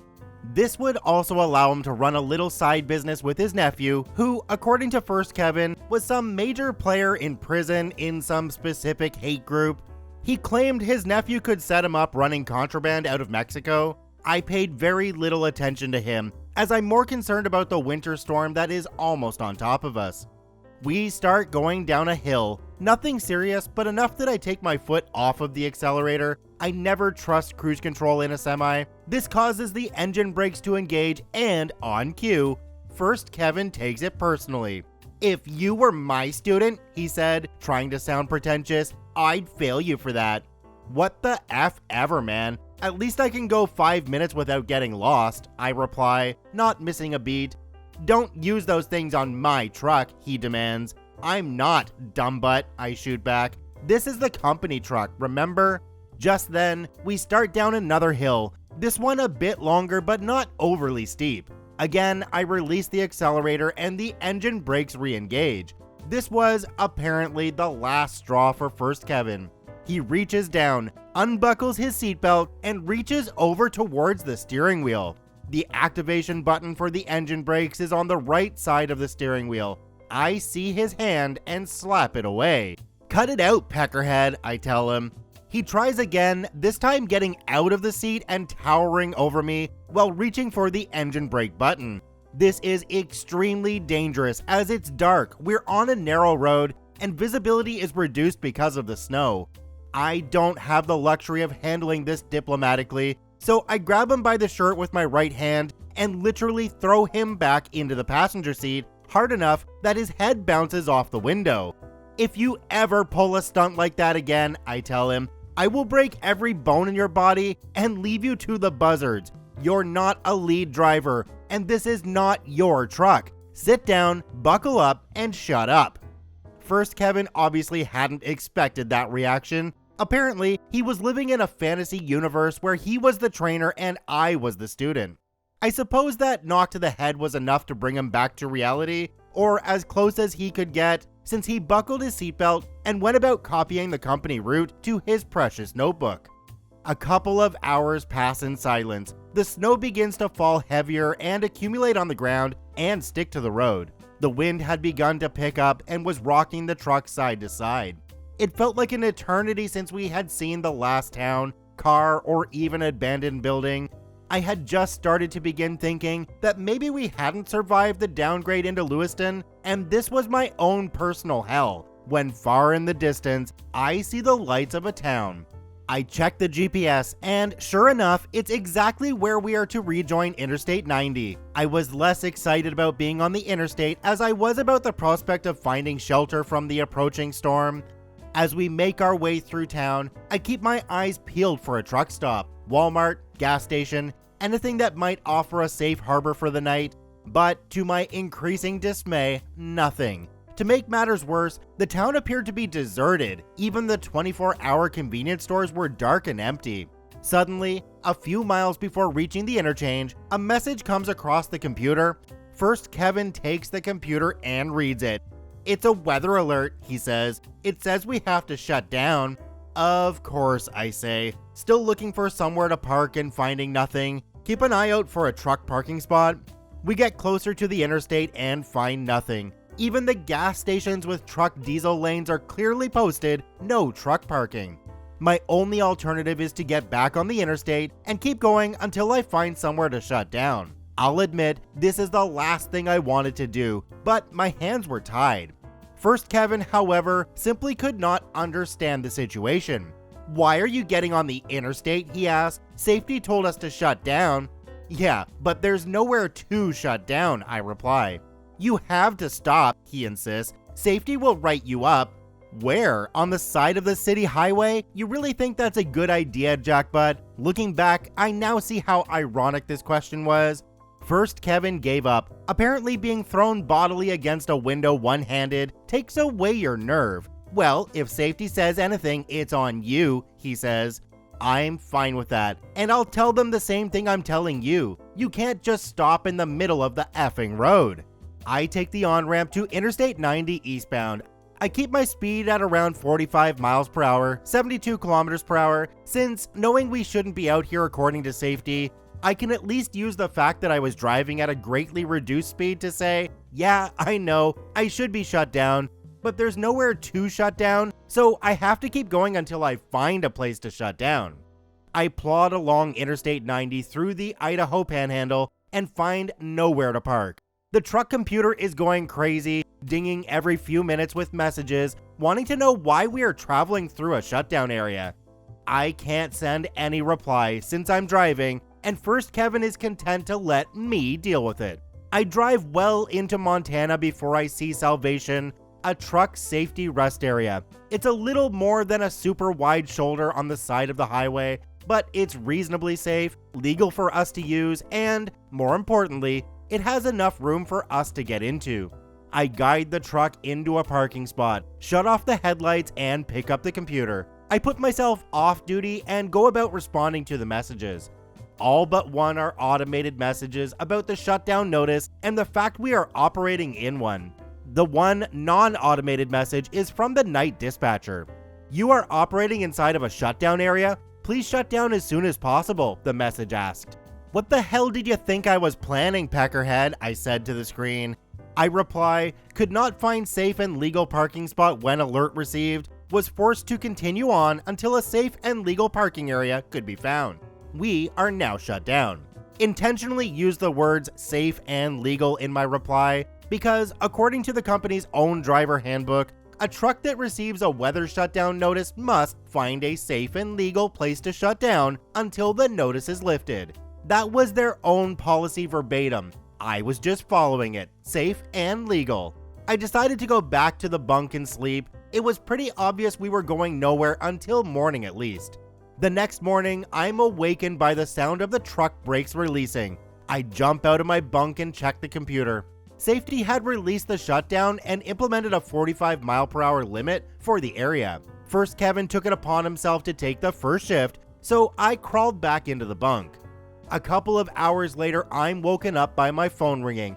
I check it, unknown number, but the area code matches the company headquarters, so I answer. "Hello," I answer. "Hi, is this OP? Driver ID 9876, replied the voice. Yeah. "This is Ken," not real name, "from safety. This call is being recorded. We had a report that you willfully violated a mandatory shutdown area last night." Son of a bee. First, Kevin tried to turn me into safety after the stunt he pulled with the engine brakes. "Well, Ken," I reply, "I suppose that depends on your definition of violated. Did you continue to drive after receiving a notice of the shutdown?" "Yes," I answer truthfully. "Can you explain why?" "Well, Ken, if you refer to company driver handbook, such and such page, such and such paragraph, you will see that it clearly states that, and I quote, upon receiving a shutdown alert, the driver must park the truck as soon as it is safe and legal to do so," end quote. Now, as I told the night dispatcher, I was not in an area that provided safe and legal parking, and therefore was forced to continue on until safe and legal parking could be found. However, I was well aware of the dangerous road and weather conditions and elected to proceed at a speed no faster than 45 miles per hour, 72 kilometers per hour, and shut down at the nearest safe and legal place available. For a few moments, Ken was quiet, but I heard the telltale tapping of a computer keyboard through the phone. "I see. Well, looking at your route, I see that there was very little in the way of parking or facilities." "No crap, Sherlock," I think to myself. "That was my assessment of the situation as well," I confirm. "Well," he continued, "we received this report from an anonymous phone call and we had to follow it up." Anonymous my butt. Am I being written up for this? Not at this time, since, as you say, you were trying to get to a safe, legal parking area. We may look into this matter further at a later time. However, I would like to stress that you take care in the future. I manage to hide my rage when I respond, "Always do, thanks," and hang up. For a few moments, I stared at the bunk ceiling in furious disbelief. Anonymous phone call? Yeah, that was BS, since there was only one person who knew I had driven at that time who would have made a phone call. First, Kevin, the rat fink bee, had tried to grass me up on the sly, only he made one critical mistake. He underestimated me. I knew the safety policy, apparently better than the safety department themselves, and I had probably saved my job and career by doing so. No doubt the little crap thought he'd won by his little butt-kissing exhibition, and he would no doubt try again when he realized it didn't work. But he wouldn't get that chance. Oh no, run game on me, little man, and I'll show you how it's played. I open my phone's email app and go to the saved email draft I had been preparing for so long. I attach the photos of the computer logs, double check for missing issues, add in about the incident where he tried to grab the steering wheel while I was driving, and plug in the email address of the relevant department heads. I also make one addition to the end of the email, letting them know that, seeing as how the issue was habitual and ongoing, I would continue to provide daily updates via email on First Kevin's infractions and unsafe actions. Why email, you wonder? Well, in the eyes of the law, an email is considered an official document. By using email, I could use it as proof that I communicated the issue to the company. If the situation progressed to the point where legal action became necessary, the emails could be used as evidence that the company was made aware of the issue, but did nothing. That is negligence. I knew it, and they should know it too, I thought. Well, they claim to put safety first, so let's see. I give the email a final once-over. It's ready, I think. I move my thumb up to the send icon and freeze. For a moment, a tiny voice of doubt pipes up. Is this the right thing to do? You could put yourself in the firing line with this. Even if you pull it off, it could ruin First Kevin's life. Is what he did so bad to really be worth that? For a moment, I almost consider not going through with it, just ask for a new co-driver, and that thought was interrupted by my forehead banging off the cabinet again. First Kevin and his piss poor driving. Never mind, I tell myself decisively, F this butthole, and hit send. There was the slightest bit of regret when I saw the status of the email change from sending to sent. Oh well, too late now. No turning back. The missiles were in the air. Nothing left to do but wait. And that concludes Part 7 Flashpoint. On to Kevin in a Big Rig Part 8 Brake Check. Let's jump right in.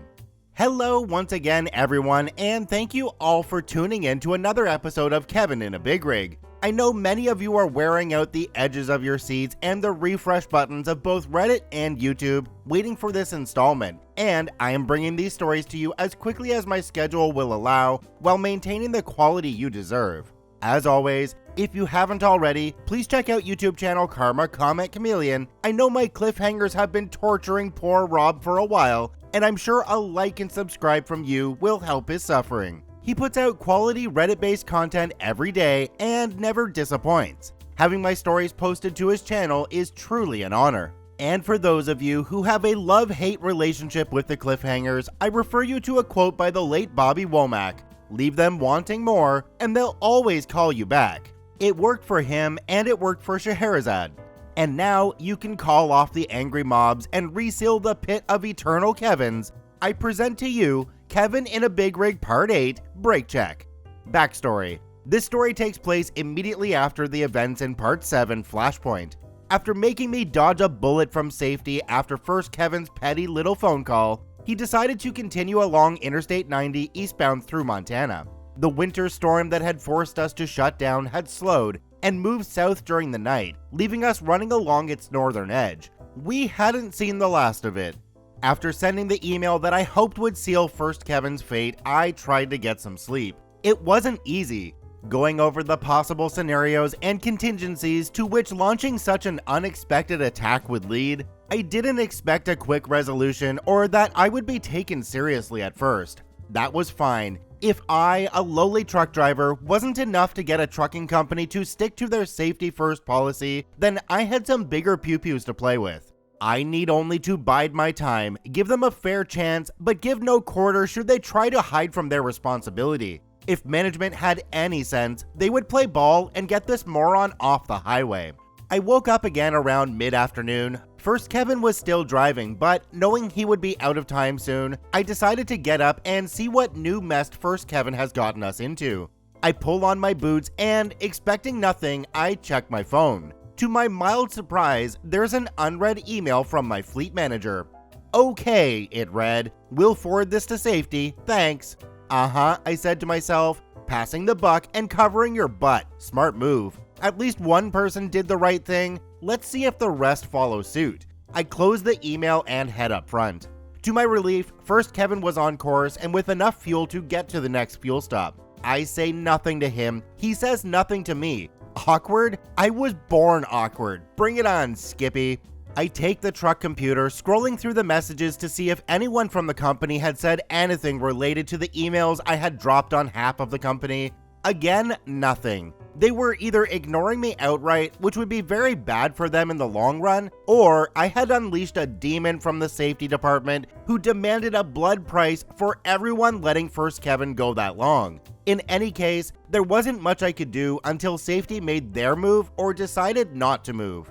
I set the computer down, lit a cigarette, and took out my phone again. I forwarded the nuclear email to my then girlfriend, telling her that if anything happened to me, she was to get this to a lawyer, press charges for negligence, gross misconduct, whatever, and sue this company into bankruptcy. I also BCC her to all future emails, so she would have them as well. Dramatic? Maybe, but I wasn't going to let this get swept under the rug. Next, I checked the weather and see the storm had moved to the south. Although the weather was clearing, the temperature hovered barely above freezing during the day and dropping quickly at night. With the ice and snow from previous storms, this presented a dangerous situation. Ice would thaw during the day, allowing safe travel, but would refreeze into black ice after sunset, making driving unsafe. Icy roads meant more slowdowns and shutdowns from safety, making this trip even more torturous, nerve-wracking, and tempting to smother First Kevin in his sleep, bury him in a shallow grave, and claim he simply wandered off. Tempting. But after the email I had sent, it would look a little too suspicious. I watched Law & Order. First Kevin drove for about another hour before the computer alarm signals that his drive time is running low. Lucky for him, our next fuel stop is only a few miles away. We get to the truck stop and First Kevin, claiming his poor leg is hurting him, leaves me to handle the refueling while he goes inside. I top off the tanks, give the truck a quick once-over, and go inside myself for supplies to get me through a hard night of driving. As it turned out, that hard night only lasted about 3 hours as the frozen roads forced another shutdown, just as I predicted. This went on for about 2 more days, slow going due to safety-mandated slowdowns during the day and shutdowns coming at night when the roads froze over again. I barely said a word to him, but First Kevin, thinking that he had subjugated me with his little anonymous phone call, regaled me with his tired old stories. Car wrecks, jailbird nephew, 21-day coma, how he was going to cut the engine brakes out of the truck. I began to sympathize with Bill Murray's character in Groundhog Day. Every day was simply a repeat of the last. Adding to the frustration was the lack of response to my email to safety. I was getting the feeling that they were actively ignoring me, but I stayed true to my word, sending them daily updates on First Kevin's actions. Most of the updates were simply repeats of previous issues, but one would think that if a peon was willing to take the time to do their job, they would at least send a thank you. By the end of the second day, I start planning to go even higher, wondering how I would go about sending a certified mail to the company CEO. Around early afternoon on the third day, we made it down the eastern slope of the Rockies through Bozeman, Montana. The roads were clear and dry and nothing from safety telling us to stop. I was driving at the time and couldn't help but feel relieved. Montana is a beautiful state, but in that instance, it was Hades. In my mind, I imagined William Shatner saying, "Warp speed, Mr. Sulu," and nailing the accelerator down the interstate, headed for Wyoming. I managed to get us as far as the port of entry in Sheridan, Wyoming, before running out of drive time late that evening. I go inside, check in with the Wyoming DOT, and get a weather update. Y.POE staff are awesome people. They tell me that the roads are clear between there and South Dakota. First good news in a while. I show them the paperwork they ask for, stop by the restroom, and head back to the truck. In the dark parking area, I see the hood of the cab rolled open, and First Kevin shining a flashlight underneath. Odd, but I think he's just checking the oil or looking for fluid leaks. It's a bit of a walk to the truck from the office. The POE has a large parking lot, and most of the closer spaces are taken up by other trucks staying for the night. I expected First Kevin to be done in a few seconds, but by the time I get to the truck, he's still underneath the cab. I can see a pair of pliers in his hand and suddenly become concerned. There was nothing wrong with the truck, and no reason he needed any kind of tool. Not that he should be trusted with one in any case. "What the hell are you doing?" I asked. First Kevin, not having heard me approach, nearly jumped out of his skin. "Oh, I was looking at something." "What?" I ask in my not messing around tone. "I saw online how you can disable the Jake brakes. I was gonna try it," he replied. I wasn't mad. I was absolutely fed up with this. Get in the damn truck, you dumb butt, and if you try that crap again, I'll make sure safety and maintenance get the video. He starts sulking but closes the hood. I climb inside, send another email update including how he just tried to disable an integrated safety system on the truck. This is a major no-no, equal to cutting the brake lines on a car. For a split second, I was tempted to let him hang himself with that stunt, but decided not to because, given his track record, the truck would likely explode with me in it. First, Kevin finally pulls out of the POE and gets us going again. I settle in the bunk because I really didn't want to talk to him anymore. It takes a while to get to sleep, partly due to First Kevin's poor driving, and partly because my brain is busy planning out strategies for my inevitable battle with First Kevin and safety. First Kevin drove through the night, managing to get through Wyoming and South Dakota, just shy of the Minnesota border. I wake up late the next morning and check my email, nothing. Keep digging yourselves in a deeper hole, I think, while getting ready. I was beginning to think they weren't taking me seriously. Then, when he hears me stirring behind him, First Kevin yells back, "Dispatch wants us to head back to main terminal when we deliver." "Oh," I say, legitimately surprised. "Did they say why?" "No," First Kevin replied, before impatiently getting out of the truck. And so it begins, I think to myself. After Chicago, 2 of us will drive back to the terminal, but only 1 of us will leave.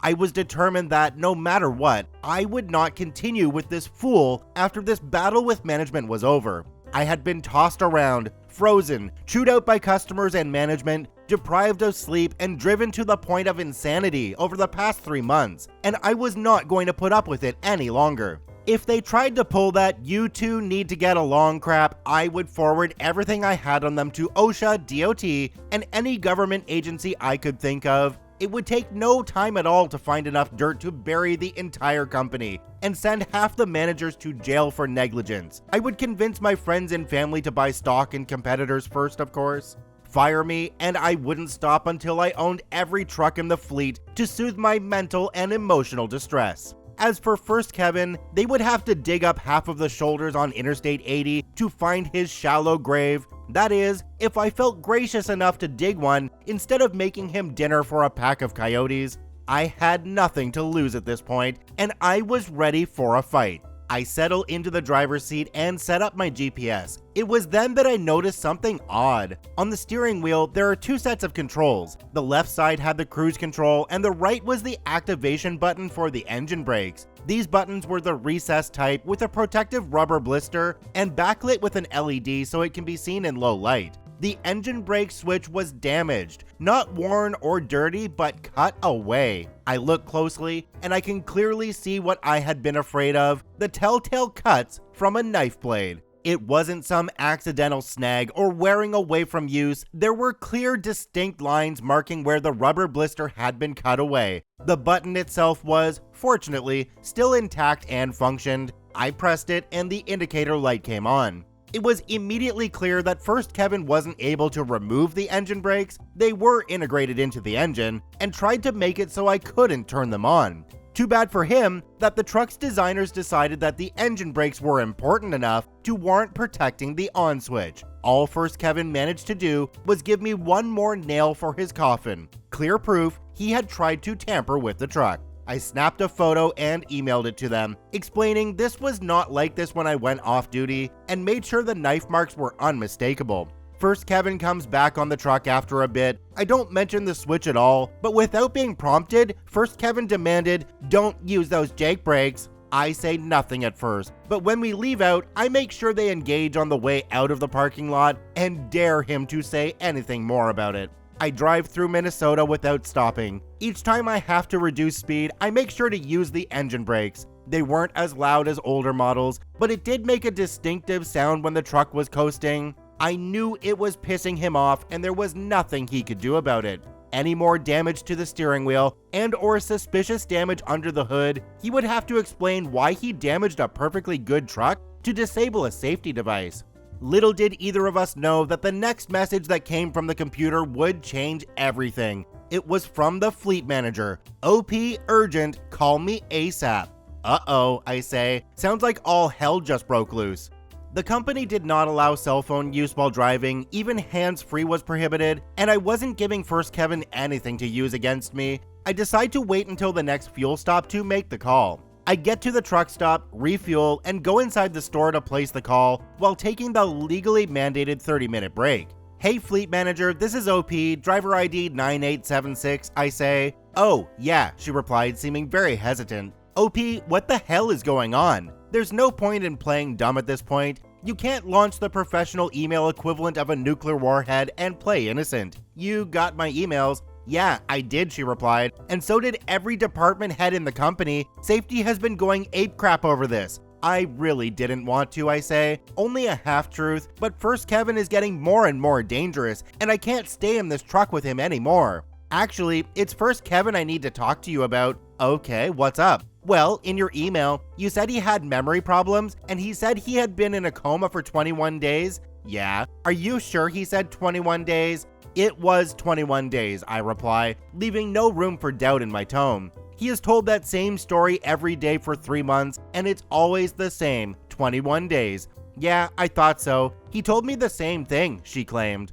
What the F? She knew about this? Are you kidding me? I wanted to blow up right there, but I managed to keep my cool. "What's going on?" I asked calmly. "I'm not sure," she replied. "Safety wanted me to ask you because it struck them as odd." "It was 21 days, I repeat, just to drive home the point." "Right, alright, Safety wants you guys back here right now. We'll get someone else to run the load. You just get here so we can get this mess straightened out." I was tempted to probe for more information, but I had the feeling there was nothing left to say. "Alright, I have enough hours in fuel, so we should get there tonight." "Good deal," she replied. "We'll talk tomorrow morning," and hangs up. It takes a few seconds to process what just took place. I had expected that the emails would cause a bit of a stir, but to have a truck divert nearly 200 miles to relay a load was unheard of. Well, I got their attention at least. I head back out to the truck. First Kevin was still sleeping, and I had no intention of waking him up to tell him of our new orders. I programmed the route into the GPS and verify it with the atlas. The company's headquarters was only 200 miles or so away, but getting there would take us well away from the interstates and any other major highway. It was shaping up to be a long trip along mostly narrow 2-lane highways south through Wisconsin, Nebraska, and Iowa, Idaho all over again. I then checked the weather and realized then that I had royally pissed off someone in a past life. Remember that winter storm we had hit in Idaho and Montana? It was back. Only now it had eaten its Wheaties and bulked up into a full-blown blizzard. Almost the entire route from the truck stop all the way to the company's main terminal was in its sights, and it had itchy trigger fingers. The National Weather Service had issued alerts for the entire area with predictions of heavy snow, high winds, and whiteout conditions. Sounds like fun, right? Under normal situations, I would have taken one look at the weather radar, said F that noise, and told dispatch I wasn't even about to attempt that run. They could simmer for a couple of days. Unfortunately, as was the case with First Kevin, nothing was ever normal. I had to factor his stupidity into every decision I made, and this was a very big issue. This issue boiled down to the company's weather shutdown system. For whatever reason, the shutdowns only pertain to certain highways, primarily interstates and major US highways, between designated towns, mile markers, boundaries, etc. It did not, however, pertain to geographic areas like cities, counties, or states. Instead of all trucks operating in this part of that state, you need to shut down, they were more like any truck on such and such highway in such and such state between mile markers X and Y, shut down now. The problem with this company's system, it didn't issue shutdowns for secondary routes like 2-lane highways. In bad weather, the decision to shut down was a judgment call on the part of the driver, and the decision was never questioned or punished. Federal regulations made it very clear that the driver made the final decision as to when and if the trip would continue. I understood that, but First Kevin on the other hand, and as per First Kevin's precious company route, there wasn't one. The company assigned routes were only generated for trucks under a load assignment. Being diverted like this meant we had to figure it out ourselves. I had no problem with it, but First Kevin, he'd probably take a wrong turn into a ghost town where we would become the inspiration for a new horror movie franchise. Give me a break, I plead to any higher power that may have been listening. I had just gotten word that the hornet's nest I threw into the company's garden party was starting to sting some important butts, and now I'm gonna get taken out by the ghost of Frosty the Snowman. I would have gladly waited it out, but first Kevin, being the little sycophant butt kisser he was, would think that if safety didn't tell him to shut down, he didn't need to shut down. Blinding snow, icy roads, no visibility, it didn't matter to him. He was a company driver, and the company told him what to do. Slow down? Shut down? Only if the company told him to. First Kevin hadn't killed us this far, not for lack of trying, but this was just too much. I made up my mind at that point. No matter what, First Kevin would not sit in that driver's seat at all that night. He wouldn't drive the first inch during that storm, even if I had to kill him. If he took over, he would surely head down the highway at full speed, run headfirst into a total whiteout, slam on the brakes, and send us both on a one-way trip to the afterlife. This little bee had been dragging me through hell for so long, and he was not going to get another chance to kill me. I took a deep, ragged, and exasperated breath. I had two choices in front of me: literally kill First Kevin, or tackle the blizzard-ravaged backroads myself, rock meet hard place. It's been nearly 7 years since that day. Looking at that phone screen with the route plunging into the storm's radar image, even now I often wonder if I made the right decision. I don't know how long I agonized over it, but when the decision was made, it wasn't with absolute certainty. But one thing was clear: there was only one way both of us would make it out of this sub-zero hell alive. F you, First Kevin, I said to myself as I fastened my seatbelt, release the brakes, and roll out to meet the blizzard head on. F you. After everything you've put me through, I'm still trying to save your worthless life. And this is where part 8 ends. Did First Kevin manage to avoid OP's wrath during the blizzard? Did OP make the right call? How did First Kevin even get a license being so stupid? All questions will be answered in part 9. And on to our last part, Kevin in a Big Rig Part 9, Nuclear Winter. Let's jump right in. Hello everyone and welcome back to another edition of Kevin in a Big Rig. If you haven't already, please check out all previous posts in this series before continuing, particularly parts 2 to 7 in order to get up to speed on the story so far. So many of you have been begging for the conclusion of First Kevin's saga and have been anxiously watching Reddit and YouTube, waiting for the grand finale. I know it seems like I have been intentionally tormenting you with cliffhangers, but I can assure that I am simply trying to balance narrative content and maintaining a manageable length. Finishing with cliffhangers allows me to provide a quality story without tying up hours of your time, but this time there will be no cliffhanger. That being said, I suggest you start reading with a full coffee cup and an empty bladder because this is gonna be a long one. And so, to put an end to the suffering, let's get into Kevin in a Big Rig Part 9, Nuclear Winter. Backstory: this installment begins immediately after the events in Part 8. It wasn't long after leaving that truck stop in Wisconsin that I began regretting my decision to push on. It seemed as if the storm had been watching us since we left Lewiston and decided to lay a trap for us once we crossed back into Minnesota on that remote 2-lane highway. Every moment that passed brought heavier snowfall, falling temperatures, and winds that threatened to push the truck into the ditch and leave us stranded. Even as the sun went down and the sky turned to pitch black, there was no sign that the storm was inclined to show mercy. On the contrary, it seemed dead set on punishing me for the hell I had unleashed upon the company a few days before. Karma can be a bee like that.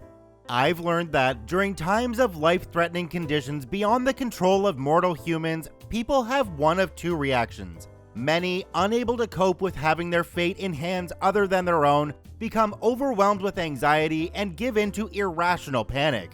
Those who are unwilling to simply resign themselves to whatever fate may have in store will stop at nothing until they find a way to cheat fate long enough to make an escape.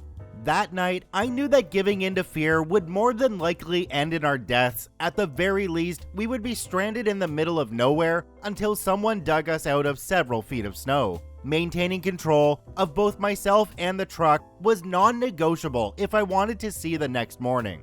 Since fear and panic would serve no purpose, I disengaged the emotional parts of my mind and relied purely on instinct, skill, and training. As the night wore on and the conditions steadily worsened, I could feel my control of the situation waning with each mile that passed by. The increasingly heavy snowfall limited visibility to a couple of dozen meters, and the wind hammered against the trailer as if it were the sail of a tall ship. The narrow roads offered very little margin for error, and the strong wind gusts required precise corrections in order to keep all 18 wheels on the asphalt. The headlights, to their credit, did their best to light the way forward, but with the combined onslaught of dense snow both falling from the sky and being blown in front of the truck, they hampered visibility almost as often as they assisted. As visibility oscillated between meters to inches and back within the span of seconds, I had to rely on instinct and timing to keep the truck between the ditches. At times, the snow was so thick that even the beams from the headlights disappeared completely underneath a blanket of white powder. To say that I wasn't tempted to abandon the trip and take my chances with keeping First Kevin out of the seat would be a complete lie. I don't know how many suitable parking places I passed that night. Many I very nearly took advantage of, only to change my mind at the last second and push deeper into the storm. When I passed a small mom-and-pop truck stop that, in spite of the frozen tempest, was still open and offering food, shelter, and safe harbor, I was convinced that I had gone completely insane. Who in their right mind would forgo sanctuary when the odds were so heavily stacked against him? That would be me, apparently. Each time the temptation of seeking shelter crossed my mind, I was immediately reminded that we were well off the beaten path as far as safety was concerned. First Kevin, completely oblivious as to what was waiting for us, wouldn't think twice before diving head first into the storm until he received an order to shut down that I knew would never come. His needlessly heavy braking, teeth-rattling gear changes, and inability to drive 5 minutes without taking his eyes off the road to check his notebook would slash our chances of making it through the night from remote to non-existent. The only way to keep First Kevin out of the driver's seat, short of killing him, was to make sure my backside didn't leave it. For me, the entire night was an unending exercise in keeping my growing fear in check. Before that night, the most terrifying situation I could remember being in was the time I was doing my solo cross-country flight as part of the training for my pilot's license. That day, I found myself alone in a small airplane, dodging an intense line of thunderstorms while being almost completely lost. I mention it here because, during that long, snow-laden hell, my mind kept going back to that day of dodging thunderstorms. I made it out of that nightmare alive and arriving at my destination before the storms overtook me by sticking to my training. Keep calm, avoid areas of limited visibility, use everything I had to find the runway, and get on the ground as quickly as possible. Strange as it sounds, remembering that brush with death at the hands of Mother Nature brought me some small amount of comfort. I made it out of that death trap alive, so I could surely make it through this one. Driving through a blizzard isn't a skill they teach at CDL school. However, the ability to operate in limited visibility on slick roads and high winds are all concepts included in the training. I had faced all 3 challenges before that night in a truck. This was simply the first time I had to deal with all 3 at once.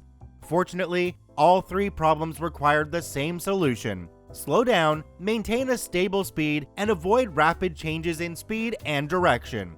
It was something that my instructors at the school, as well as my trainer, had emphasized heavily. Fortunately for me and First Kevin, I paid attention in class. I don't know exactly how long I pushed through that ice-covered nightmare. There were times when the truck felt as if it were about to give up and skid off the road, only to oblige my corrections and keep going just a bit longer. Each time I came upon a bridge or overpass, my sphincter would tighten up so quick that it felt as though my butt cheeks were biting holes into the seat. Whenever the truck dropped into a small valley, the cross-current snowdrifts resulted in a few heart-stopping moments of complete blindness until the truck climbed out through the far side. With each passing moment, a new threat presented itself, and each time I did my best to push through. Call it skill, luck, relentless stubbornness, or divine intervention, one guess would be as good as the other. Regardless, with less than 10 miles left until reaching the company's main terminal, the blizzard had finally begun to tire itself out. The snow continued to fall in heavy sheets, but the wind had abated to more manageable level and the visibility improved dramatically. As the remote countryside gave way to the outermost edges of the town, white and orange streetlights revealed what resembled a post-apocalyptic cityscape. Every store, gas station, and restaurant was dark and empty, as if the entire town had been evacuated. When I finally pulled into that terminal parking lot, set the truck brakes, and put myself off duty, I didn't feel relieved or grateful. In fact, I don't remember feeling anything. I sat in the driver's seat for a good half hour, smoking a cigarette in an attempt to bring myself back from whatever trance I had fallen into.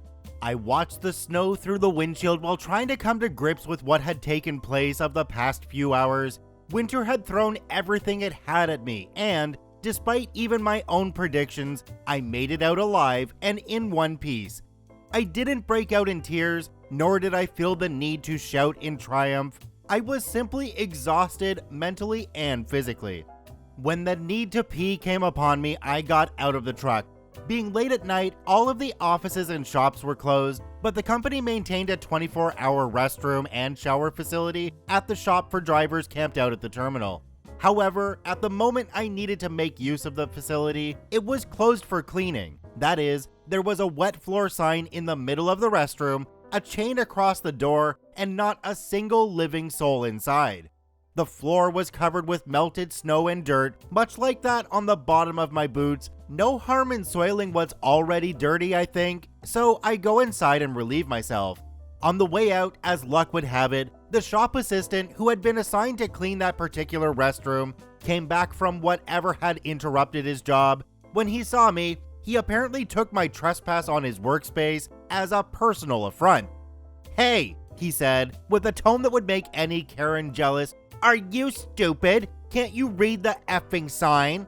I, not missing a beat, reply, "Would you rather I stand at the door and piss on the floor, butthole?" I was not in any mood to deal with a bad attitude at that point. The assistant gets into a huff. "You damn drivers, I get so tired of your crap." He never finished his sentence as I, a good deal larger than him, got right in his face, looked him dead in the eye, and raised a finger in warning. "Don't F with me, butthead, not tonight," I warned him.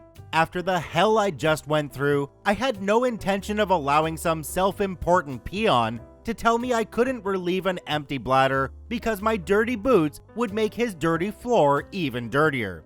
Back outside, I light another cigarette and stand beneath the awning, watching the snow fall through the lamplights. Then, as is habit, I take out my phone.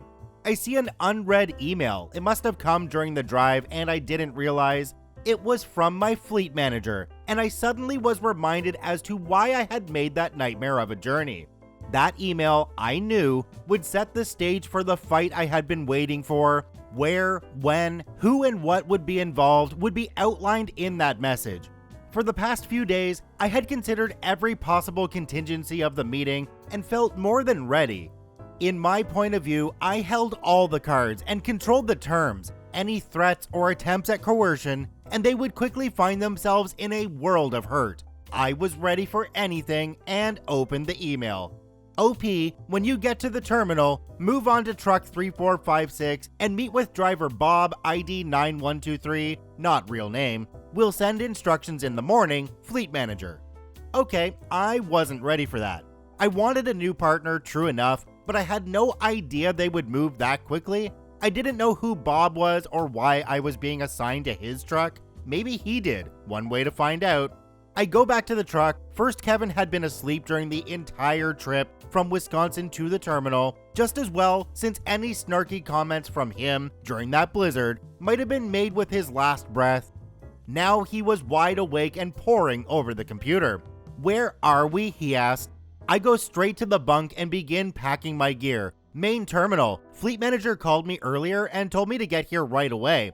"What's the deal?" At this point, I could have let him in on what he might expect. However, I believe that finding oneself in a fair fight is a sign of poor tactics. I don't know, but I've been assigned to another truck. First, Kevin said nothing. He had been completely taken by surprise and had no idea what he was likely in for. Then again, neither did I. I expected to go a few rounds with safety the next morning, and now I'm packing my bags for a new truck. First Kevin simply got out of the truck, and I never saw him again. I packed my belongings, left my key in the glove box, and left the truck for the last time. A few moments later, I'm knocking on the door of a new truck. "Are you Bob?" I ask the driver when he answers. "Yeah," he says, rubbing his eyes, since I had just woken him up. "Are you OP?" "That's me," I reply, and climb aboard. "Sorry to wake you up, we just got here."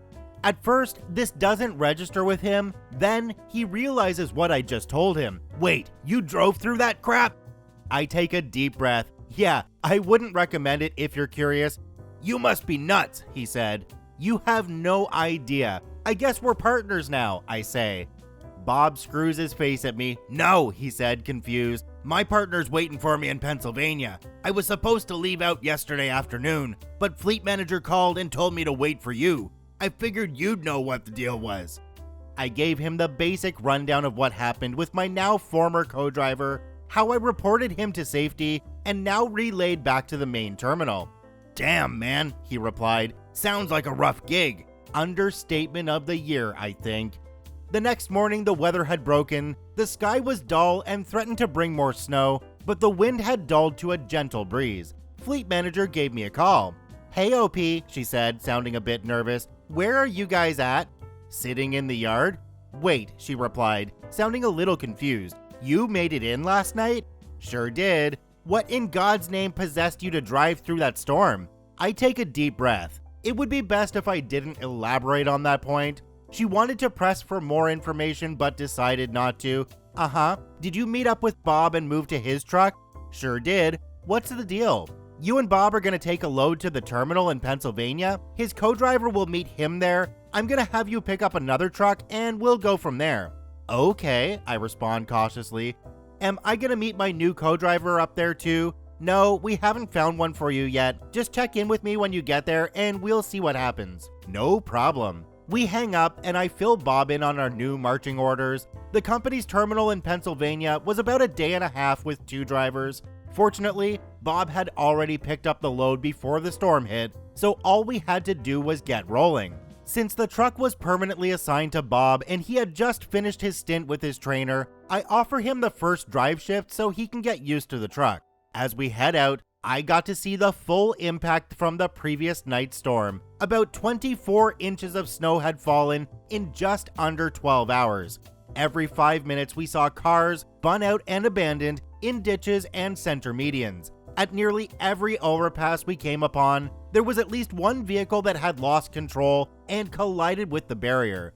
There were even semis jackknifed and abandoned where they had hit deadly patches of black ice. Severe winter weather was common in this part of the country, and even the local residents didn't fare well.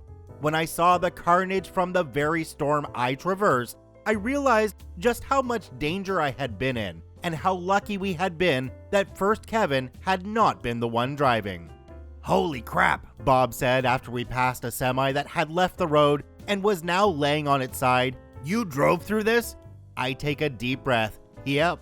For being an inexperienced driver, Bob knew his stuff. For the first time since I finished my time with my trainer, I was riding with someone who actually knew what the hell they were doing. I had known Bob for only a few hours, but I felt more comfortable with him at the wheel than I ever did with First Kevin, and I told him as much. We top off the tanks at the first fuel stop. I grab a bite of breakfast and head back to the bunk to rest up for my night shift. The rest of the trip to Pennsylvania, I'm happy to say, was uneventful.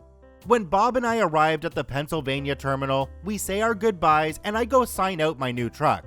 I move aboard, store my belongings, and log into the computer before sending a message to Fleet Manager that I'm ready to go. An hour later, she sends me a load. Pick up the next morning from a nearby shipper with delivery in Missouri. She says to expect a diversion back to the main terminal along the way, but she will let me know for sure before the time comes. I confirm the instructions and set the computer aside.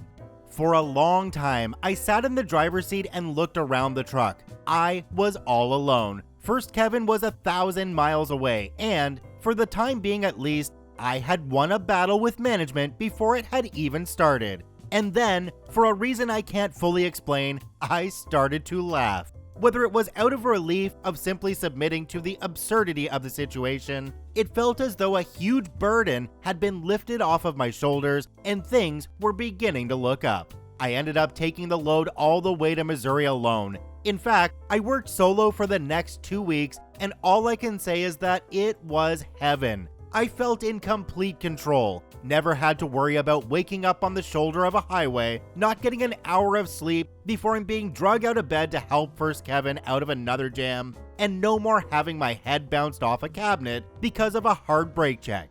It was what I had hoped trucking would be, and I was enjoying every minute of it. After a few days into my solo period, I get a surprise phone call from the last person I ever expected to hear from. First Kevin was reaching out. "Hey man," First Kevin said, sounding less confrontational and, unless I was mistaken, anxious. "What are you up to?" "On my way to Texas, running solo." "Cool, I need a favor." "Okay." "Can you call safety and tell them I said I had been in a coma for 21 hours? "What?" I say, shocked. "You told me 21 days, countless times." "Look man, this is important." He then goes into a long sob story. According to him, he and his wife went through a nasty divorce. His wife had been granted full custody of their 2 kids. He also said that he had been to court, and the judge ordered him to come back in a year with gainful employment or he would be sent to jail. I assume that it pertained to spousal or child support, though I don't know for certain. He signed on with the company because they were the only place that would hire him. "Well," I reply, "doesn't sound like something I can help with, but if safety calls, I'll see what I can do." Poor guy had no idea who put him in that position.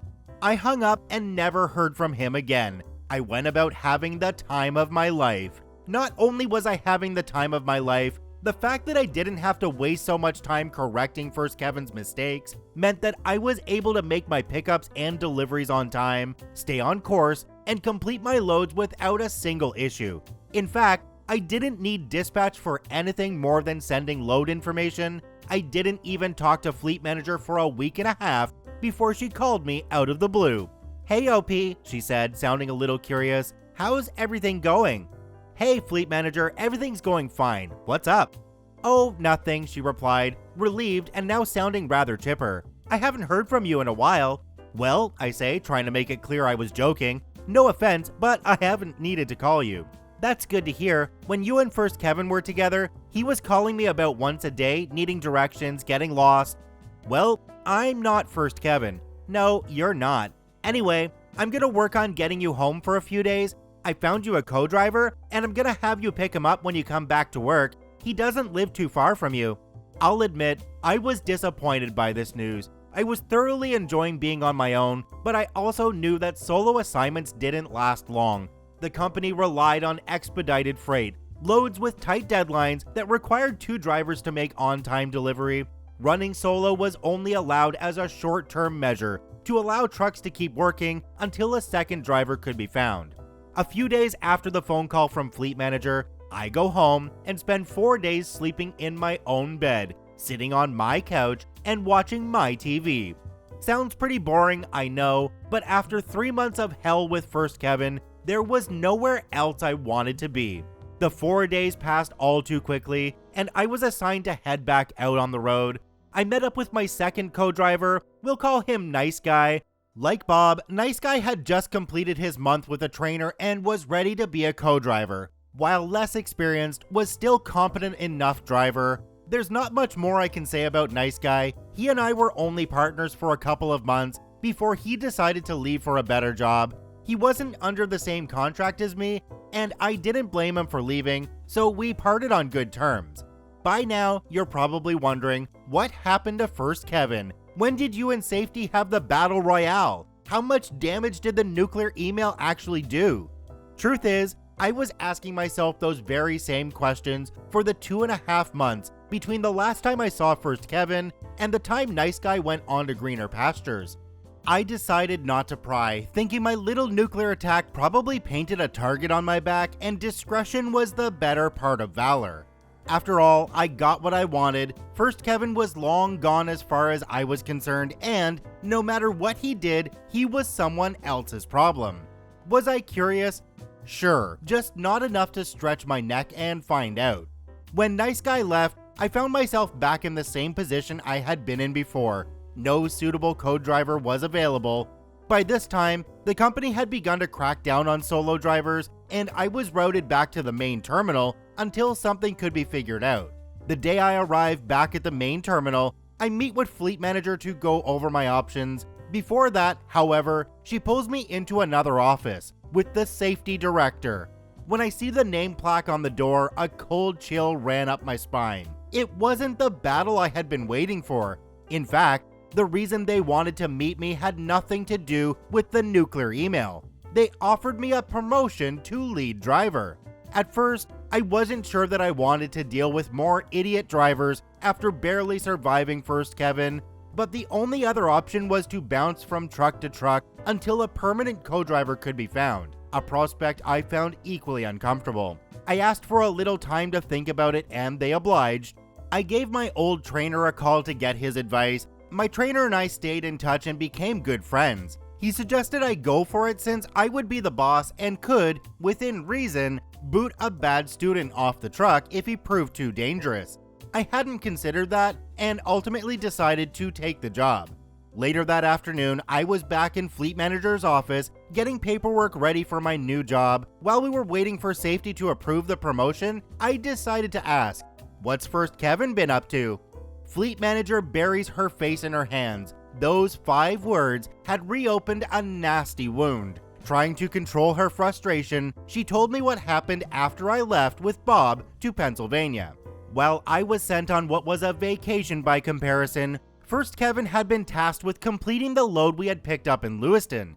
However, in typical First Kevin fashion, he got lost almost as soon as he left the terminal. He had gotten so far off course that the GPS locator on the truck couldn't even be found by dispatch. It took him an entire day to get back on track, only to do the exact same thing twice before finally making delivery 2 days late. The next day, they sent him another load assignment, but had to cancel it because he couldn't find the pickup location, despite the fact it was less than a mile away. It was at that point that safety decided to pull him back in until they could get to the bottom of the situation. When he got lost again on the way back, they had him leave the truck in a truck stop and catch a ride with another truck. Why did they send him back out after the nuclear email? While I never got a solid confirmation, the rumor is that the safety department used it as an experiment just to see if my claims had any merit. Needless to say, they find out real quick I wasn't BSing them. If they didn't believe that First Kevin was a menace before, they couldn't deny it now. The question was, what to do with him? They pulled First Kevin in for a meeting to get to the bottom of the issue. When asked about why he kept getting lost, he maintained that he was following the company route. They then asked about why he couldn't find a shipper less than a mile away. He said he was waiting for the company to send directions. As the meeting wore on, First Kevin became more and more worrisome. In his opinion, it was the job of the dispatch office to tell him every move to make, something that's utterly impossible since one dispatcher was often charged with dozens of other trucks and couldn't be expected to babysit each of them. Drivers have to be able to work out issues for themselves and think on their feet when problems arise. First Kevin wasn't able to be independent, and whenever the situation required it of him, he ended up in trouble. Everything that took place led to one irrefutable conclusion. First Kevin was either medically or mentally unfit to operate a commercial vehicle. They had dug into the claim about the 21-day coma, but found no mention of it in his paperwork, despite the fact that 2 credible witnesses provided corroborating accounts. It wasn't in his file. When they questioned him, he denied it at first, but a brief investigation discovered the truth. It was a 21-day coma. How did First Kevin manage to slip through the cracks, get a CDL, and go for 4 months before being caught? In simple terms, he lied. In order to get a CDL, one must have a DOT medical certificate. Part of the process of getting that certificate is completing a rather lengthy questionnaire about medical history, drug or alcohol dependency, illnesses, medical conditions, etc. One of these questions asks the applicant to describe any brain or neurological injury or condition. Another, more generic and subjective question asks if the applicant had any other condition that would interfere with the safe operation of a commercial motor vehicle. First Kevin, like all other new hires, received a DOT physical soon after he arrived at the training facility, where he filled out the questionnaire form, a form that is controlled by the federal government and, per regulation, the company retained on file. As it happened, First Kevin had not told the medical examiner about the coma. When they asked him about it, he had tried to backpedal it and say it was 21 hours, but when they checked his medical records, I don't know how they did this without violating confidentiality laws, they learned that it was, in fact, 21 days. And with that, First Kevin's fate was sealed. He had lied on a government document and obtained a medical certificate and CDL through fraudulent means.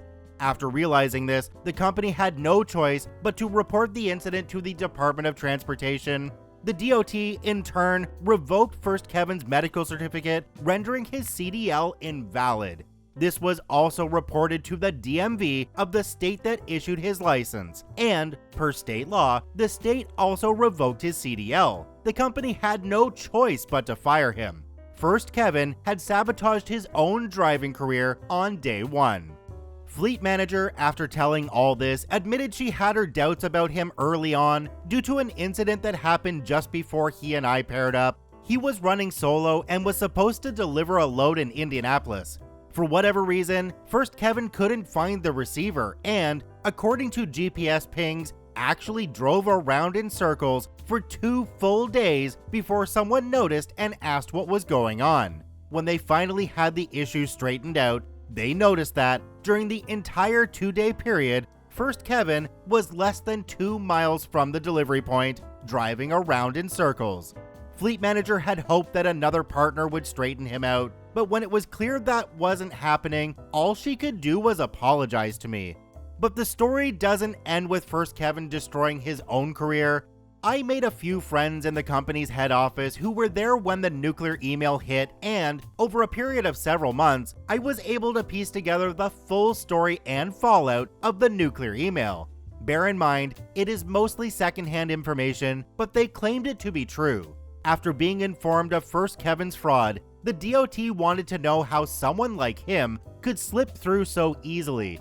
When asked how the issue was discovered, the company showed my email to the DOT, who in turn went ballistic. The company, hoping to avoid being prosecuted for negligence, cooperated by conducting an internal audit of the company's policies and procedures. They found several serious shortcomings in many departments, right down to the recruiter who possessed and approved First Kevin's application. Apparently, the application was approved before a basic MVR motor vehicle report was completed. The MVR showed no fewer than 4 accidents on First Kevin's record where he was at fault within the past 3 years. 1 was enough to disqualify him. However, it was later discovered that recruiters were often encouraged or coerced to overlook such things and simply get people to sign up and get them to the training facility. Apparently, this was to take advantage of a government hiring incentive, despite the fact that drivers weren't officially hired until after completing CDL school. Additionally, the Hours of Service Compliance Department, whose job it was to monitor drivers' logs and handle violations, had failed to act whenever First Kevin, among many other drivers, violated the Hours of Service regulations. The reasoning for this, so they claimed, is that they were overwhelmed with correcting errors in driver logs made by improperly trained drivers. As a result, they were only allowed to issue notices of non-compliance when the computer flagged consistent violations. Even the safety department found itself under fire when it was revealed that their own people were telling new drivers not to make use of important safety features on the truck, namely engine brakes. This became such a concern that, according to rumor, safety director himself sat in on a new hire orientation and, upon hearing the presenter actively discourage the use of engine brakes, removed the presenter from the class on the spot and demanded the orientation course be overhauled as soon as possible. In the end, it came down to the safety personnel being reminded that they were not drivers and had no business giving their opinions in place of facts. The last department to take a major hit was training. After reviewing the company's accident history, it became very clear that many new drivers were not properly trained in several key areas. In order to shorten their time at the training facility, the company preferred to teach students the bare minimum to pass the CDL test and rely on lead drivers to fill in the gaps. The problem with this system was that there was very little in the way of a standardized rubric by which a student driver's skills could be assessed. Essentially, lead drivers were left to their own devices when training students. Whether or not the student passed or failed was, for the most part, dependent on the lead driver's subjective assessment. There were other issues that were uncovered during the audit that are quite technical, but suffice it to say, the company had a lot of problems that needed to be fixed and quick. Despite this, the DOT agreed to withhold prosecution under the condition that the problems were to be fixed within a set period of time.